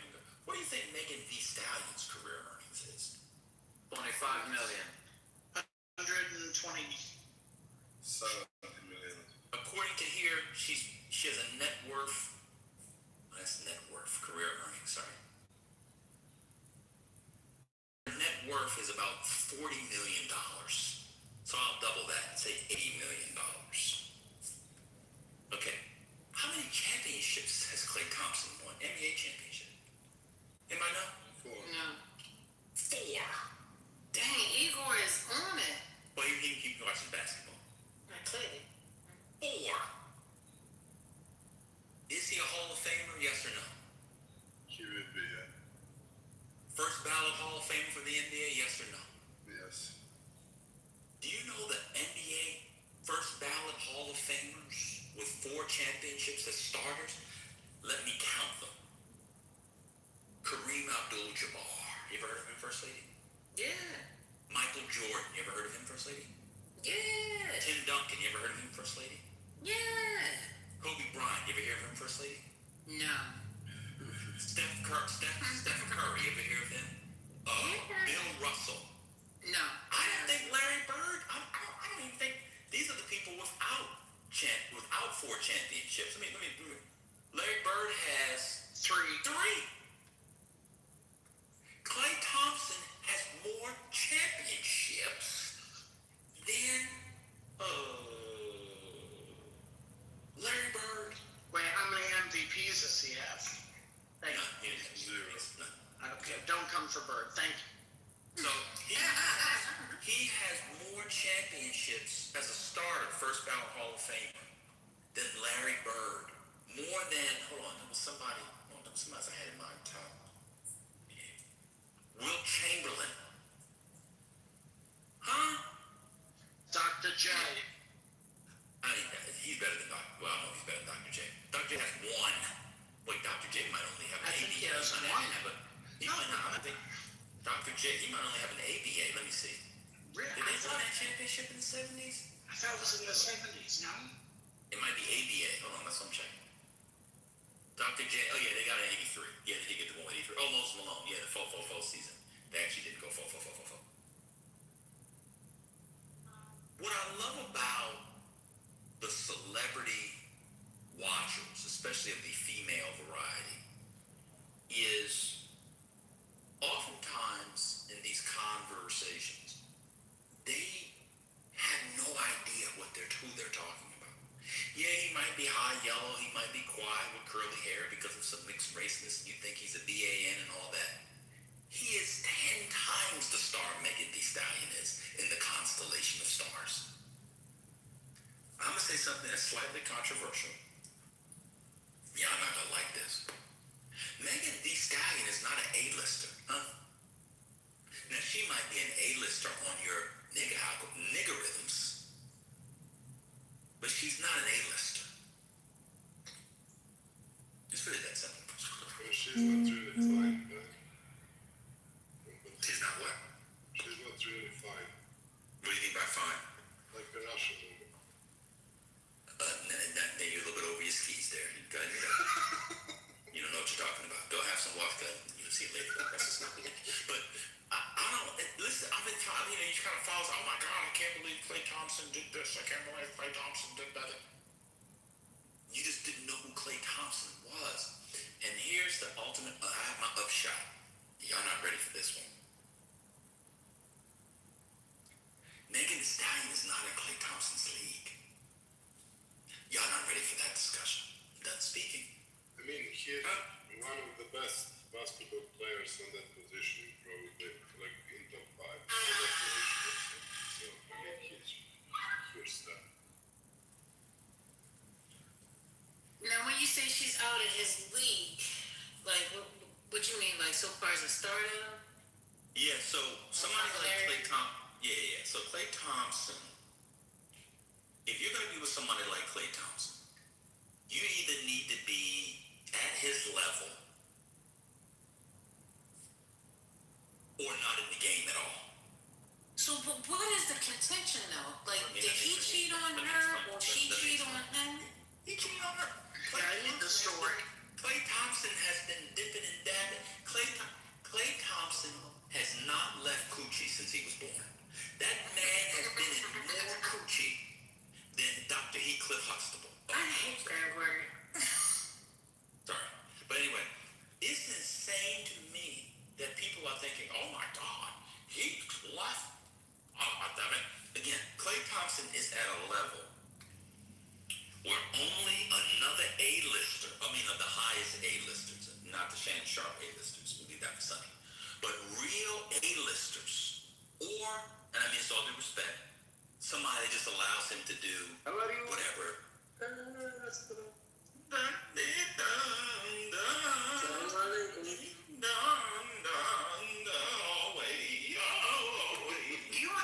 How old is Klay?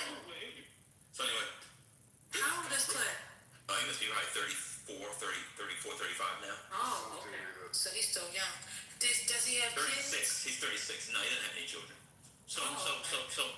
Really? I don't think so. Because he's a human and knows how birth control works. I mean, be a dummy. That's wonderful. People. It's pretty easy not to get people pregnant if you have a high school education. Opinion, the boy from yesterday who was trying to talk down and moralize to us, but had 5 kids with 3 different baby mamas for 4 hours away. That's insane. That's insane. People come in here and they're so supercilious and morally superior, and then after 2 minutes of questioning, he got 5 kids by 3 different women. He doesn't live with any of them. This is insane how that works. But let me go back to the point. Look, it's serious. Maybe it's full of baby daddies. Okay, just call them N-words, who are brutes and savages and negative. So. Klay Thompson can't be with that level of celebrity because how can I put it? She was putting him on Front Street in a way that doesn't jive with his personality. You see, look at the fact people don't know if they're in the same league tells that Klay's an A-list. I'm sorry. In the sports world, he's an A-lister. I mean, you don't watch sports, but you play Halo on an Xbox One all the time, Glenn. That's between you and your Xbox. Star Fox 64, I'll see you online soon. That brother Glenn still plays Mario 64, jumping through picture frames, trying to get the red coins. Mario! So anyway, yeah. So, Klay Thompson, see, Glenn is looking at it from a general perspective. I'm looking at it from, and I really thought about this. I took some time, a good 90 seconds to think about it. I'm talking about it from dating pools. You have an exorbitantly wealthy black man. Well, I understand where never been married. I know exactly. Never been married. No children. Hall of Famer. Multiple championships. For those in the industries who know who Klay Thompson is. Actually comes from his daddy played in the NBA. He wasn't as good as him. Has been with Lexi Brown, the Coco Joneses of the world, the Megan. He gets any woman he wants. If Klay Thompson wanted to get with a Holly Berry tomorrow, Neil Long, on some old school nostalgia shit, you get 8 cool points, he could. And Lisa said he's 6'7". Yeah, well, he's in the NBA. He's tall. He's, at this point, he's a little bit chubbier. So, 9% body fat? This is what I'm saying. And so she put him out as if she were the A-lister. He was always uncomfortable.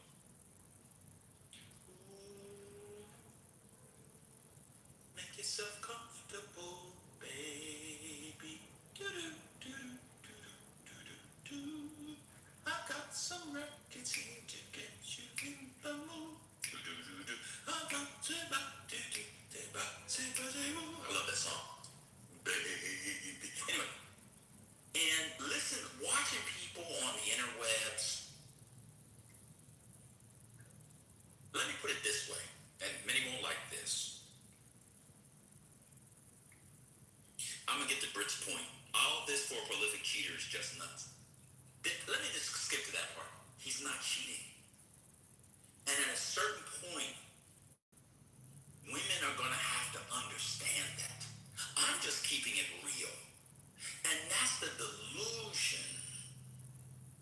that many people live in. Clay, I hate to do that. Look at Mel, he doesn't understand. This is gonna sound I'm gonna be a little tendentious, but I'm gonna make the point through the tendentious statement. I'm not trying to be sententious, but I'm gonna be a little bit tendentious.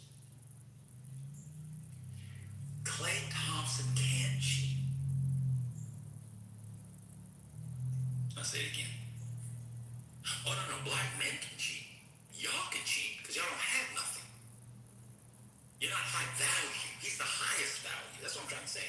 Black men can cheat. Male was cheap. Male told us he was smashing 5 joints in 3 weeks to Brooklyn. He was getting so much toontang. He didn't even get off the train.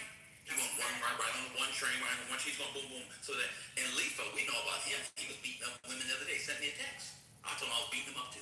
Anyway, let me continue. I know you don't like it, but I'm just trying to tell y'all the real world.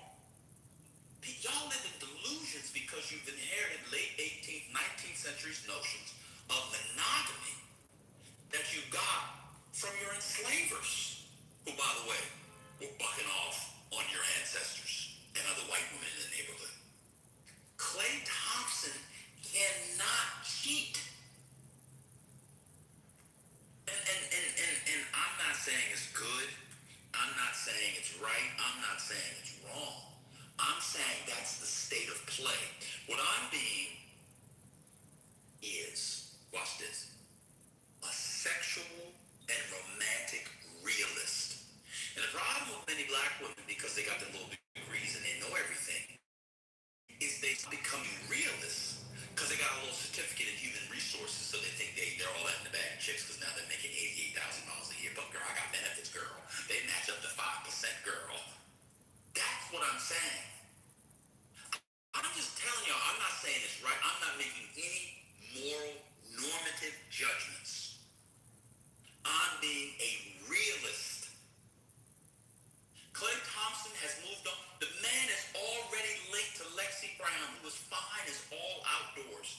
He goes from woman to woman to woman to woman to woman. And every woman before him, look, so let me just give you an example. This is kind of analysis that people, I'm the John Mearsheimer of black love. Let me break it down. And if anybody would like to speak, please interrupt me and break it down. Clay Thompson, first lady, you don't know this. Clay Thompson was so good, if you threw his jump shot in the air, it would turn sunshine. Huh? They called him, that's how good the shot was. They called him the Splash Brothers. Him and Steph Curry, the brothers. Now I'm gonna come back to Steph Curry in a minute. Let me just continue. See, look how emotional people are. Look at Empress, look at Kiana, they're so emotional that they can't see the world. This is why women can't be presidents or heads of state. Because when you wage war, you have to be a realist. Let me just continue. I'll come back in a second. Megan Thee Stallion decided she was going to be with somebody who's not in her league. Megan Thee Stallion, that was a joke, said, my God. Megan Thee Stallion, what if y'all just be, y'all, it's wild when people can't understand. Just stay out the chat. Stay out the chat. I'm the main Kamala Booster on the app now. I don't think, what's going on? Just stay focused. Stay focused. Said, just give us the definition. Said, do what you normally do. Give definitions while I'm speaking. That's what said. Good definition. Let me see. I'm not trying to trigger people. I'm actually being very serious when I say what I'm saying. Megan Thee Stallion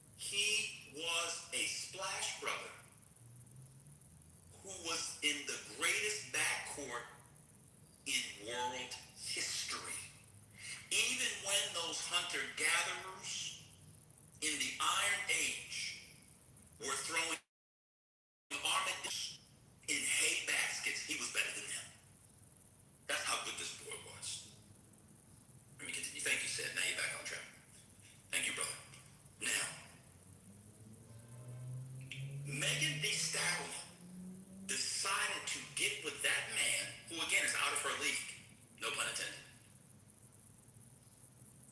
and expected, or her fans expected, or observers really expected. Look at Pass. Look at this brother. This Pass is so before. Pass is so phony. Now what really said? I told you to get out the chat. I know, but it's funny. We be talking about Iran, we on policy. We spend 10 minutes to have fun in the middle of work, and he thinks people are passionate. I mean, let's continue. It's just funny. I just like it when people come in. They always have stuff to say, but he will contribute to any discussion. I like it. He can go back forward with Caleb. Anyway, let me continue.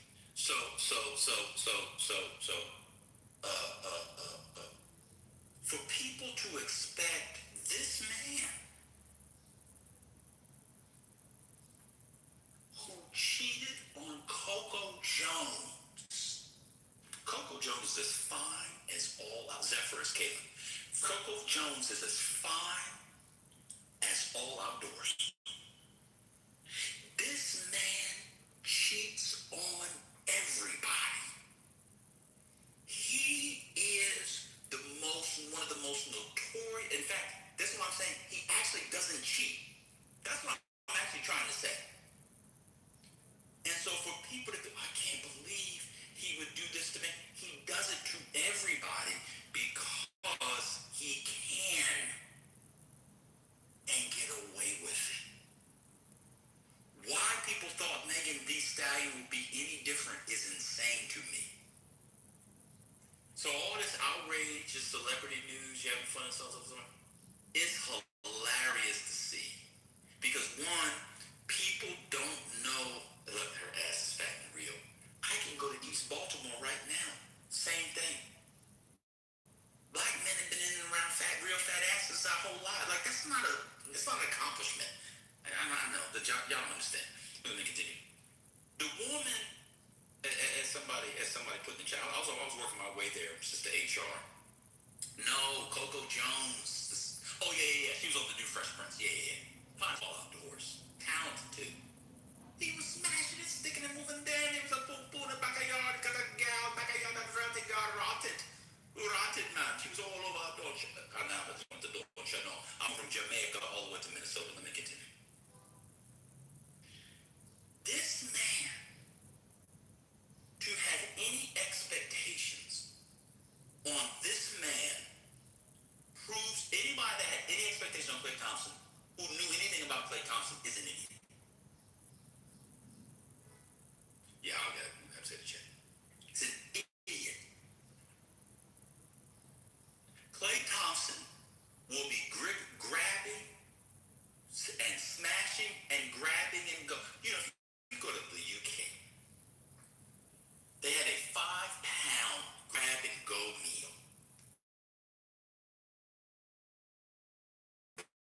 I mean, a £5.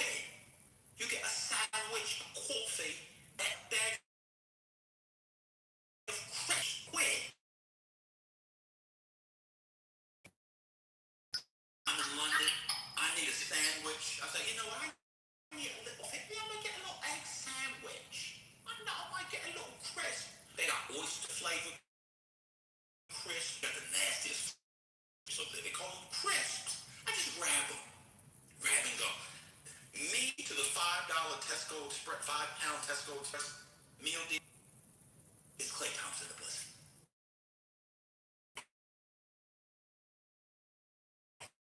This man, who again, it's hard to reiterate this. I'm gonna say it. Was part of the greatest shooter in all time. And I'm about to make a claim that some might not like. I can prove it with data. There were patches of his time with the Warriors when he was Curry. Now, of course, over the course of the career, Steph Curry. But there was some patches where he was even better than Steph Curry. The idea that this man who left Coco, I go through a whole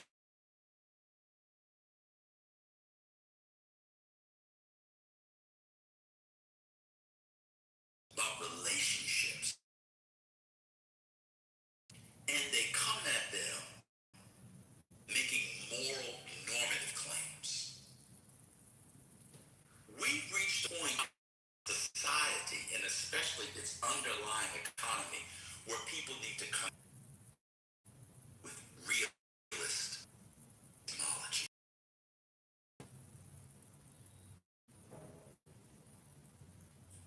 That is the point, First Lady. Okay. That is, look, almost a date on the thing. That's the point. So let me go to Steph Curry. Part of me, people who don't really know sports or listers or, this is gonna sound mean, greatness. You know, a lot of people don't know greatness, aren't around greatness. Time I do work. If I tell you something, I mean, I'm doing anecdotes of that. Let me just say, you know, these people do whatever they want because they're great people. Let me give you an example. Let me get Steph Curry. People thought that because Aisha Curry had Steph Curry's nuts in a 7-Eleven bag with some Reese's peanut butter cups, that was also going to be the case for Klay Thompson. Completely different. Because Aisha Curry has Steph Curry lined up like the drill sergeant in Full Metal Jacket, that's not how Klay Thompson moves and has never moved like that. Huh? If you get the movie filmic reference, you get 10 points for the day. If you don't, you're uncultured and a loser. I'll continue. And so what I'm suggesting is, I know we'll go back to the news, people need to start understanding the world of black love, as our favorite MJ would say, the only Haitian here who's ever made sense, and MJ has only makes sense like once a month. That tells you how bad the Haitian delegation is. If MJ is the Haitian that makes the most sense on the app, just imagine how bad that is. People need to approach these things not in how they imagine love to be. 14 hanging out at Players, getting little beads to make a bracelet that says I love Ray Ray. It's not the real world. I'm happy to take any questions. No, okay. I agree with everything you said. Just go on. All right, let's start here. So, this is what I think I heard. I think you're saying that Megan should not have had the expectation that she had based off of his previous performances in other relationships. Is that part correct?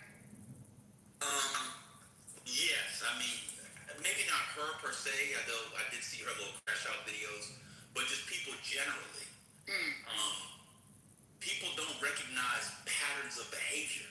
And so now people are making evaluative judgments that belie and betray, in the second definition of the term betray, or maybe it's the first depending on your dictionary, his past behaviors.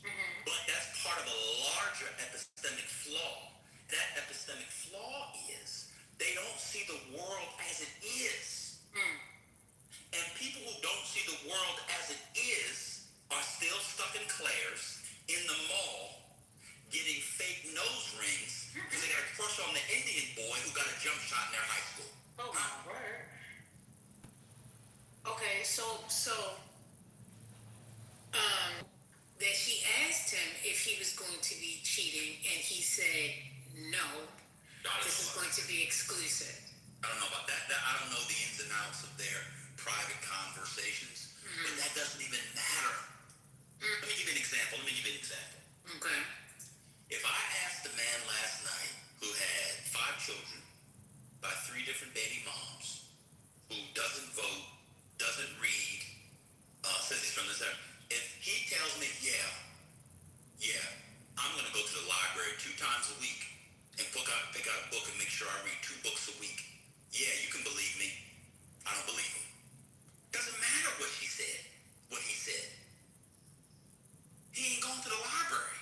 He ain't reading. So he is the scorpion that got on the tortoise back. What does that mean? Can you take me across the river? And the tortoise says, No, because you're gonna sting me. Oh no, I promise I won't sting you. There And you then go. once he gets across the river and he gets stung, the tortoise says, "Well, why'd you do that?" He said, "You knew who I was." There you go. Actually, nigga, you know who I was. That's exactly right. And so for me, it is insane me to see people, and I'm using a jumping off point to talk about larger stuff because, and I mean, with all due respect, those old ways, or watch this, imagined ways of coupling are dead, and or they were chimerical, that is to say, illusory, which is to say, fantasy-like the entire time. We use the celebrity, interested in celebrity, we use them as an occasion. It's like, say for example, so First Lady and I belong to a book club. We're currently reading Faulkner, The Sound and the Fury. In preparation of that, we read Macbeth, because it comes, of course, from the great line from Macbeth, sounds so signifying nothing is a tale told by an idiot. Right? So we don't actually care about the Scottish royalty of the 13th century. We don't care about, we're using it as an occasion to talk about larger, broader principles, first principles, etc. So I don't care about Megan Thee Stallion or Clay Thompson. I'm just talking about, I'm using them as an occasion for the principle. And the principle is, you knew I was going to sting you. Because that's what I do. I sting. People got to wake up. Okay. So are you suggesting that in this day and time, because see, this is where things become complicated, okay? Because we had the polyamorous conversation with that young lady last week. Remember her? You remember? Maybe. Do you remember the young lady? She was young, and then you said you want me to pray for her. Oh yeah. Oh, okay. All right. So, are you saying that in this particular period of time, you know, the expectation of thinking that monogamy is the way, yes, just isn't. Yes. Because our slave master said that this is what it was, and we've been trying to fit in to this idea, and now we should have the conversation and say that this is not the way to go, or it's not. It just isn't. It's not doable. It's not obtainable. It's very difficult. A couple of things. One is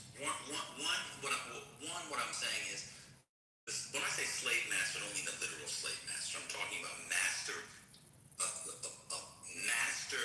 narratives of the modern West that come from a certain kind of Protestant work ethic and yada yada stuff. So I won't go into that.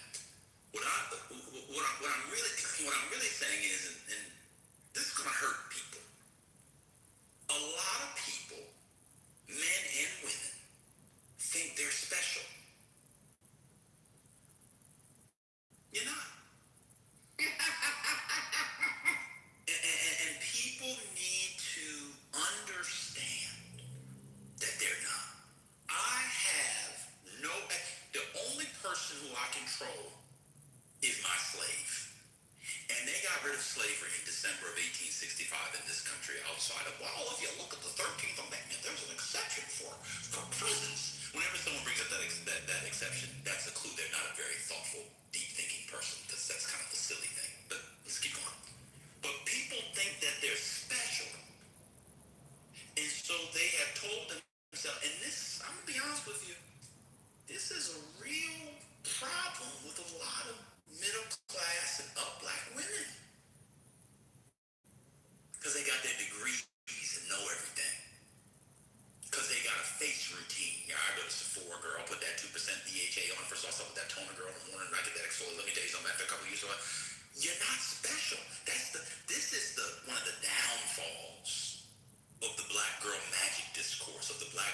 joy discourse, the black excellence discourse of people thinking that they're kings and queens. You're actually not.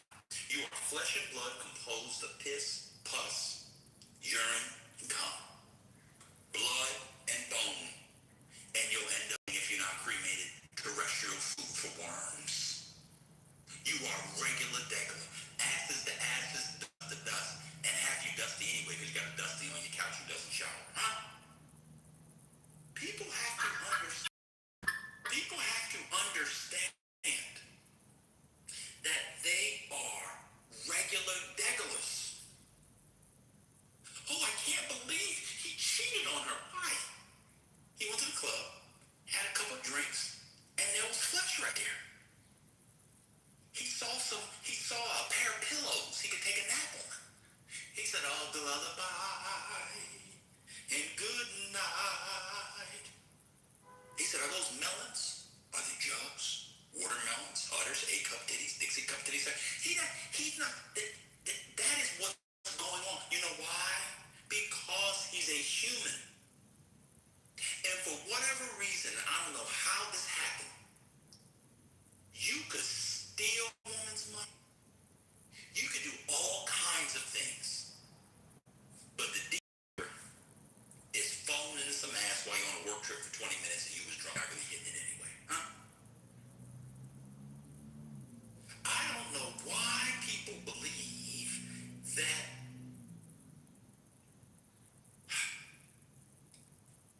their private parts are the sine qua non of human anatomy. Why they believe that their private parts are the ne plus ultra of human anatomy. Why their private parts are the quintessence, the platonic ideal. It stinks just like everybody else's if you don't wash it.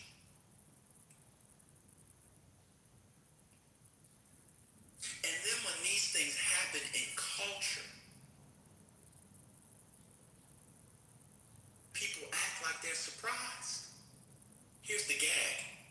People in here who talk about men cheating all the time, etc., they've had men cheat on them, steal their money, and they stayed with them, and they ain't even got $300 million.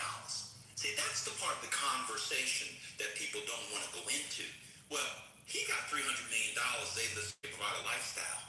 You were paying your boyfriend's rent, and you still was with him after he cheated on you with his baby mama. Huh? See, people don't actually like to have real conversations. They like to exist in a novelistic universe that's not even a good novel. Huh? Go read Jane Austen. That's what Jane Austen was trying to teach people. That's what the Bronte said. People gotta go back to these novels. The novels already had in it or exposed the imminent critique of the bourgeois monogamous relation. And here's the kicker, and I'll mute up on this, and people aren't gonna like this. The people who think that they're in the monogamous relationships are the ones whose partners are sticking and moving the most. Dang. Let me say it again. That's nasty. Let me say it one more time. The women who think they're in monogamous relationships, their partners are the ones sticking and moving the most.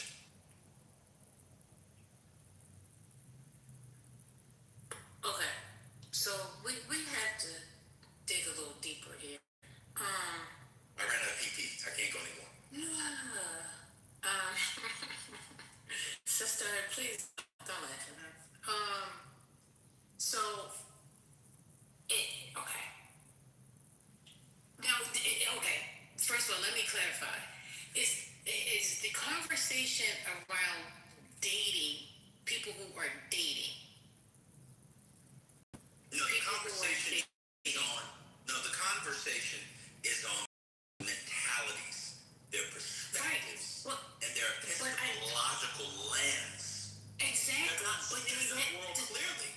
Huh? Okay, but okay. Does this new clearness pertain to dating or also in marriages?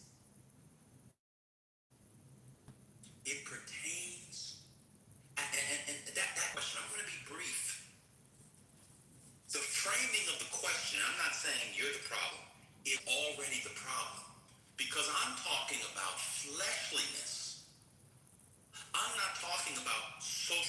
instructions. I'm talking about humanity. I'm not talking about social instructions under bourgeois capitalism. No, because this is important. No, because it's, but my point wasn't driven yet. I just asked you a question for clarification because I had another point in where I was going. I'm done right here.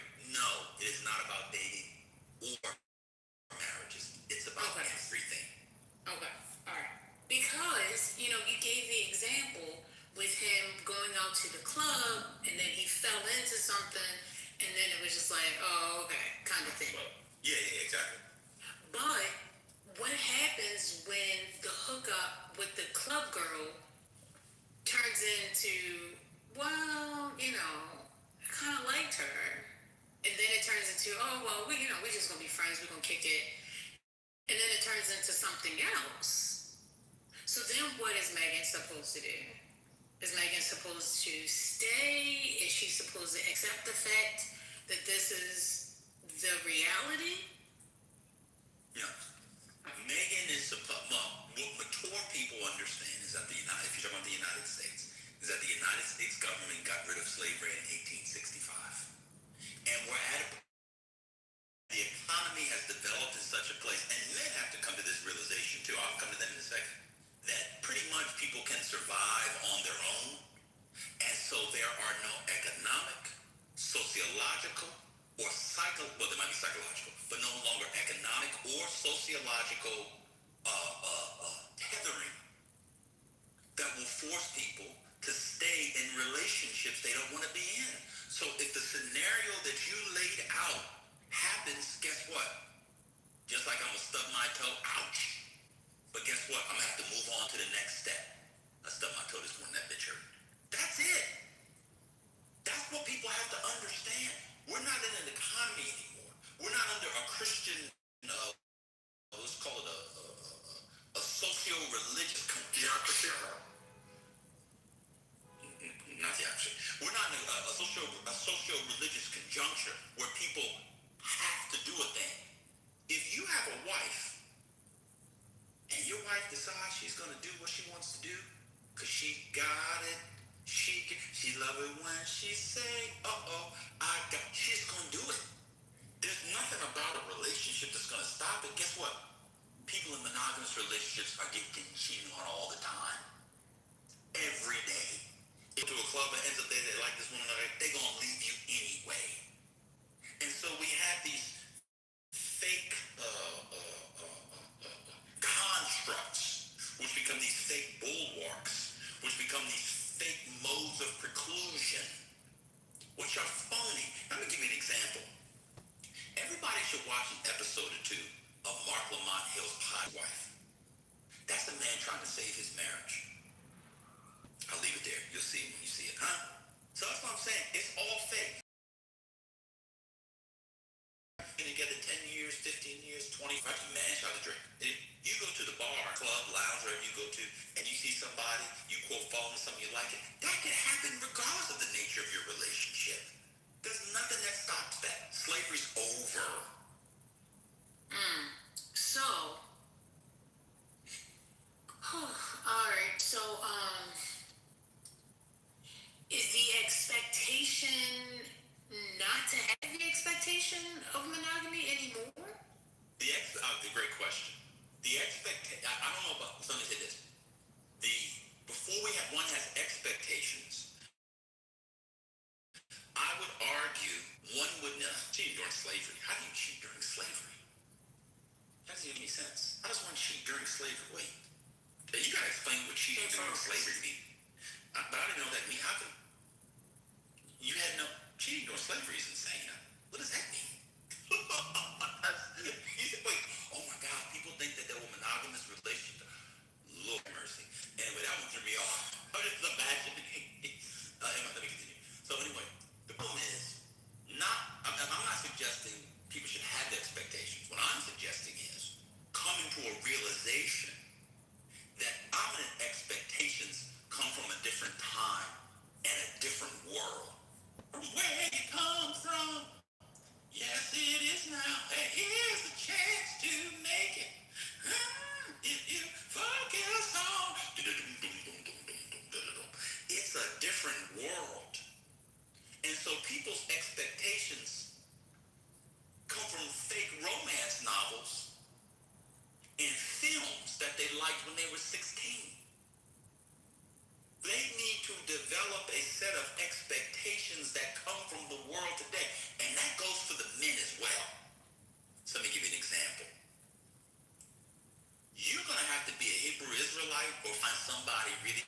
Down and Out in New York City.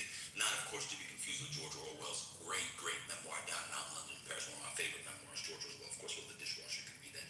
That's a different discussion. You have to find a Hebrew Israelite type woman or a down and out woman. If you're making $60,000 in 2026, $70,000, and think she's going to cater to you with your dinner and your t-shirt too. People's expectations are coming from a different world. Huh?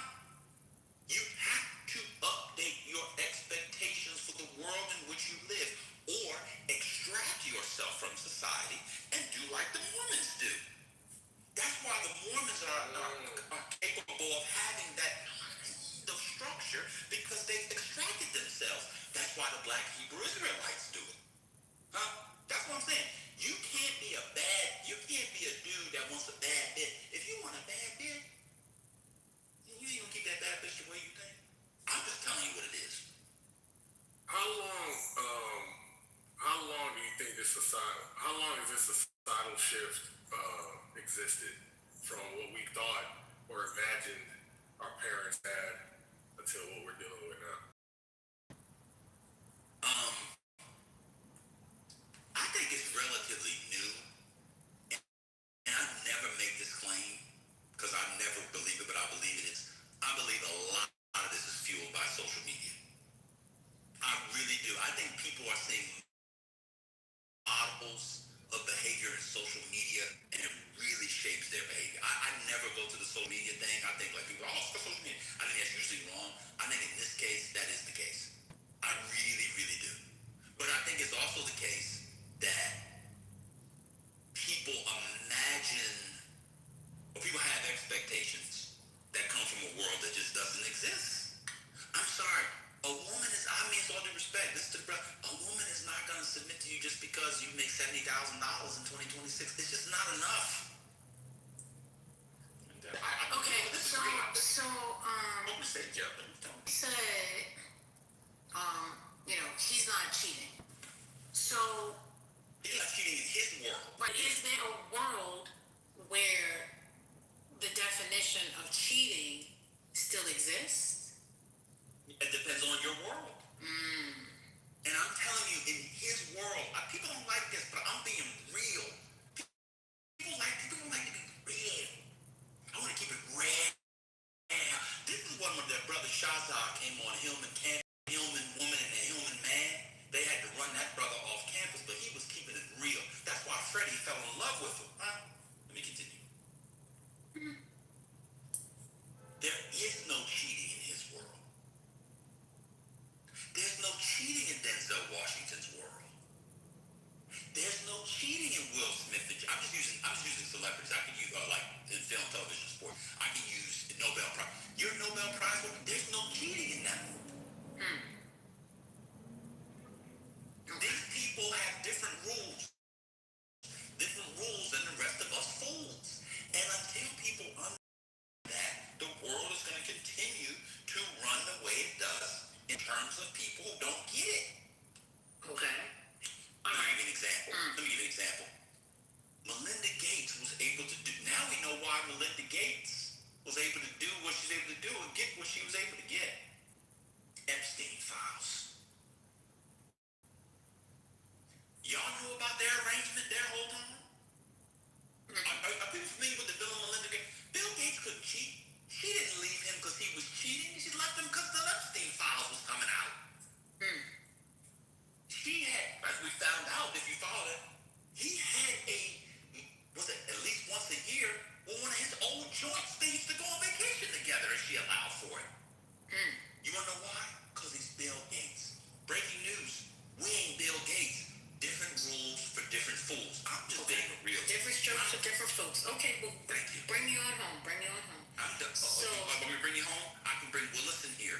I got Philip Drummond. They're right around the corner. Conrad Bay. Bring me home. The world don't move. Good God. Just one drum. I might be ready for you. My world of song. A man is born. He's open up. So what you talking about, firstly?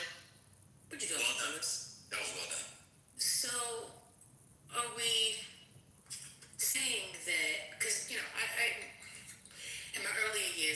work in customer service. As you all know, I give great customer service. You know, they used to say, listen, you can't come in here with blue hair, okay, in the workplace. And, you know, people would say, oh, well, you know, such and such is doing it. It's like, well, you're not a celebrity. Exactly. So in this case, are we specifically talking about someone who makes $300 million, and therefore the men who are not in those categories should not subscribe to that idea? No, what I was saying, I was using that as an example to get to the larger principle. So you don't have to make $200 million to not be, but I'm just saying, I was using that there are different, you don't have to make $200 million. I'm not saying there's a dollar amount. I'm just saying that people think that there's a one size fits all for everybody, and there's just not. In my experience, that would be from what I've seen and what I've read, those who understand that are in healthier relationships and happier ones. If your notion of a relationship comes from some fantasy that you got as a little girl, or some fantasy you got from listening to the Manosphere, you're going to be sorely disappointed, because that's not how the world works. And people need to understand that. Just to understand how the world works, it's so funny to me. People can understand how the world works with asymmetrical warfare and the straight up boots of the Democrat. They understand that it's nasty out there. Then when it comes to their relationships, all of a sudden they turn into a bunch of 14, 15-year-olds in ninth grade, who had a crush on a junior, and then the junior was messing with another junior. All of a sudden they turn into they just lose it all. Yeah, I think this concept isn't lost on Megan, because didn't she have a boyfriend that she did multiple with? I was thinking about that. Just to say, Yeah, allegedly. Male entertainer. Allegedly, yeah. So that means she definitely knows the rules, and she maybe thought that she wasn't susceptible to them, or they shouldn't apply to her. But obviously they do, because those are the rules, right? Well, Megan, to my mind, concrete, I believe, I don't know what you think, I know how much you follow celebrity, but Megan is one of these stars, like, what's the girl that lost all the weight who played the flute? But she ended up abusing a bunch of people and was fat. I know some. Lizzo. These people think that they're greater than they are, bigger stars than they are. Just like many regular people. I got breaking news. I know y'all don't like this. Megan Thee Stallion is not an A-lister. She's not. And so I believe that she can't hang. Y'all see who she's hanging with now? Did y'all see the teammate she was with? Anybody see the teammate she was with? No. Teammate? Exactly. Exactly. Some dude that averaged 1.8 points a season. About her speed. See, I'm not ready for these. See, the thing about it is people become fans of people. And so they believe that because you're a fan and you stand, that she should have any man. Well, that's not how the world works. That's not the plan, boo-boo. That's the problem. See, I'm just keep it real. People don't like that conversation with me, because I keep it real. I'm having the conversation, sir. What is the problem? I'm not like that lady, Gina's friend from her sorority that showed up, said she was a vegetarian, was eating them ribs. Who showed up all that week. I keep it real. That was nasty. Personally, do you think Megan getting cheated on is like a violation of I don't know. I mean, I've seen the different topics on the app. I've seen people posting, but I didn't go into the space. But it hasn't shown up on my timeline, so I don't know the story. But what I'm saying is, if it happened, do you think that's like inappropriate? I don't know. I mean, listen, I just said, if you know he's a cheater, you think that he was going to be any different with you. Like, he's a cheater. That's why I was saying, well, did she have a conversation with him? Like, no, baby, I ain't going to cheat. Remember you came in with the tortoise thingy and then you said, you don't remember that? Do you really ask a rich nigga that type of question? Are you gonna cheat on me? But so then you can't get upset. If you know this to be that person's personality, what makes you think that your vagina was any different than the other ladies that he has been with? That's exactly right.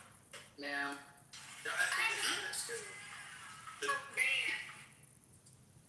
Yeah. What's up?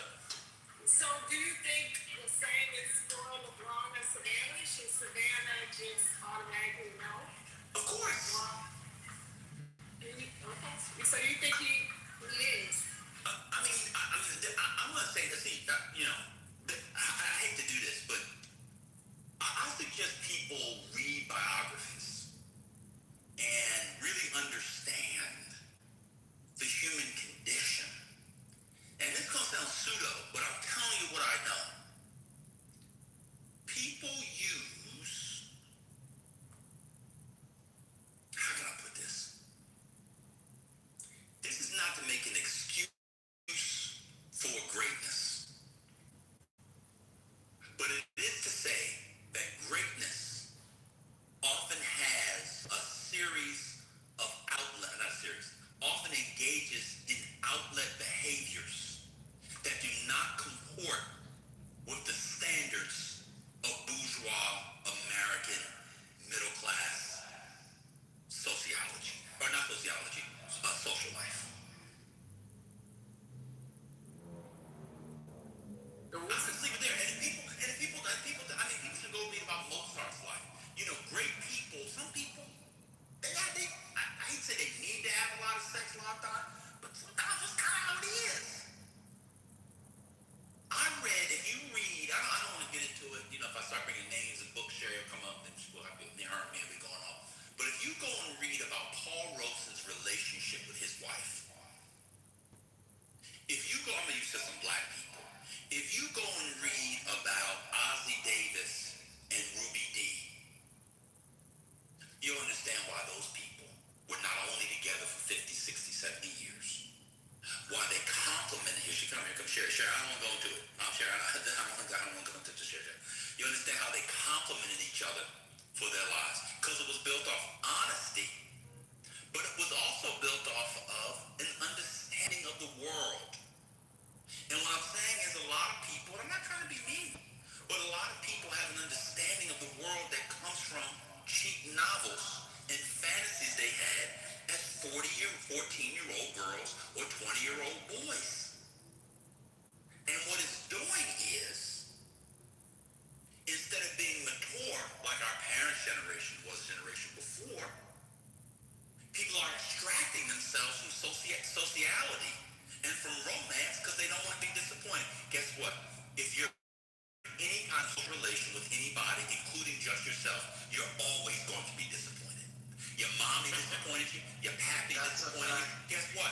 I looked the other day. I said, "Oh my God! I was sitting here all day. I only got 1,000 steps. Y'all don't want to say that. I disappointed myself. I had to go take a 4-mile walk to get my steps in. You're disappointed all the time, and it's insane to me that people believe that their partner who they chose, oftentimes over a drink and cunnilingus, won't disappoint them. You get disappointed every day, B. Let me tell you one of my big disappointments from any woman I've ever been with. Why do you take stuff out, cook it, make the sandwich, and sit down and eat it, and wait 30 minutes, 20 minutes before you put the shit back? Make the sandwich, put the shit back. I'm always disappointed. Huh? Well, I don't think that's just women. I think men do that more than women do. I'm talking about myself. I wasn't making a general claim. I said women I've been with for my own disappointment. I wasn't making a gendered claim. We can get Brooklyn in here later for the gender war. Shout out to Kimberly Foster, who comes on the app but never comes on here. See her in the morning. I really miss Kimberly Foster. She was the only one here I really liked. But let me continue. Well, go find her then.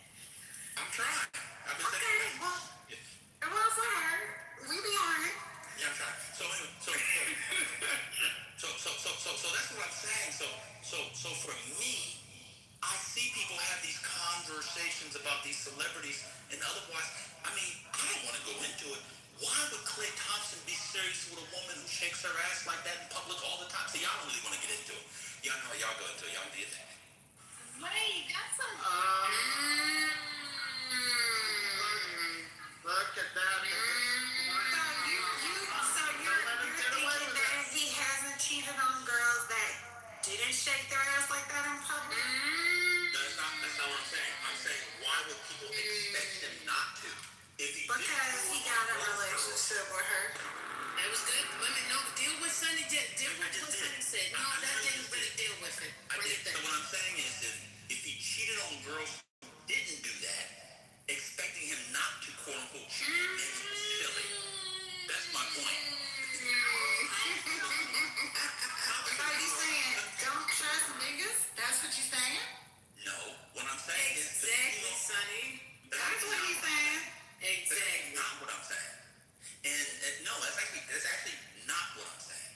Because If you have a big booty and shake it, you can't get it. You shouldn't be able to trust your nigga. That's what that's you're not saying. what I said. Again, I'll say it again. If Klay Thompson was sleeping with other women who weren't like her, what would make people think he wouldn't do it while with her?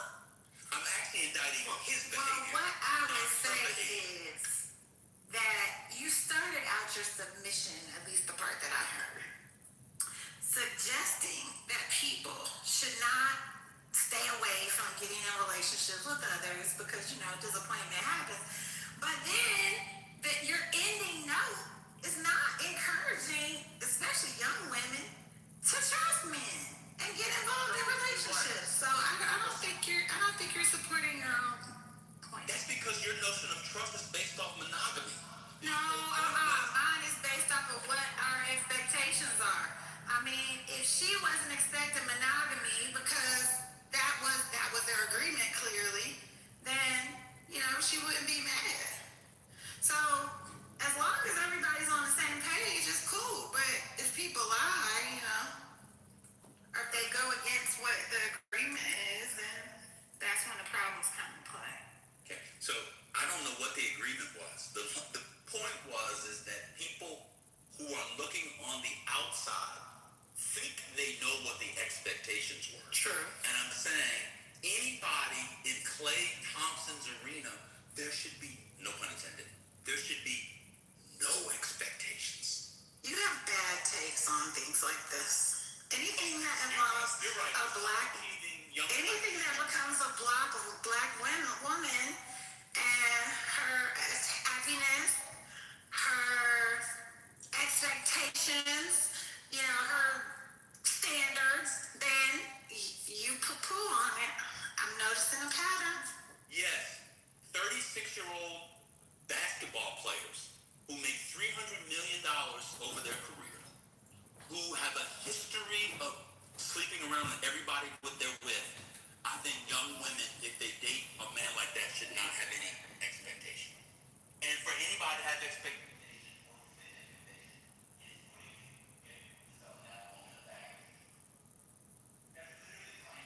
Parties and the separate parties. You have all these people that come into the building, women in evening gowns, guys in tuxes, that don't have tickets for the dinner, but they're going to Fox's party or the AP's party or Reuters party, or even a lobbyist party. And it's almost, if you can envision being at a big convention where you have breakout rooms, there are breakout rooms. When you go yourself, you go through the security.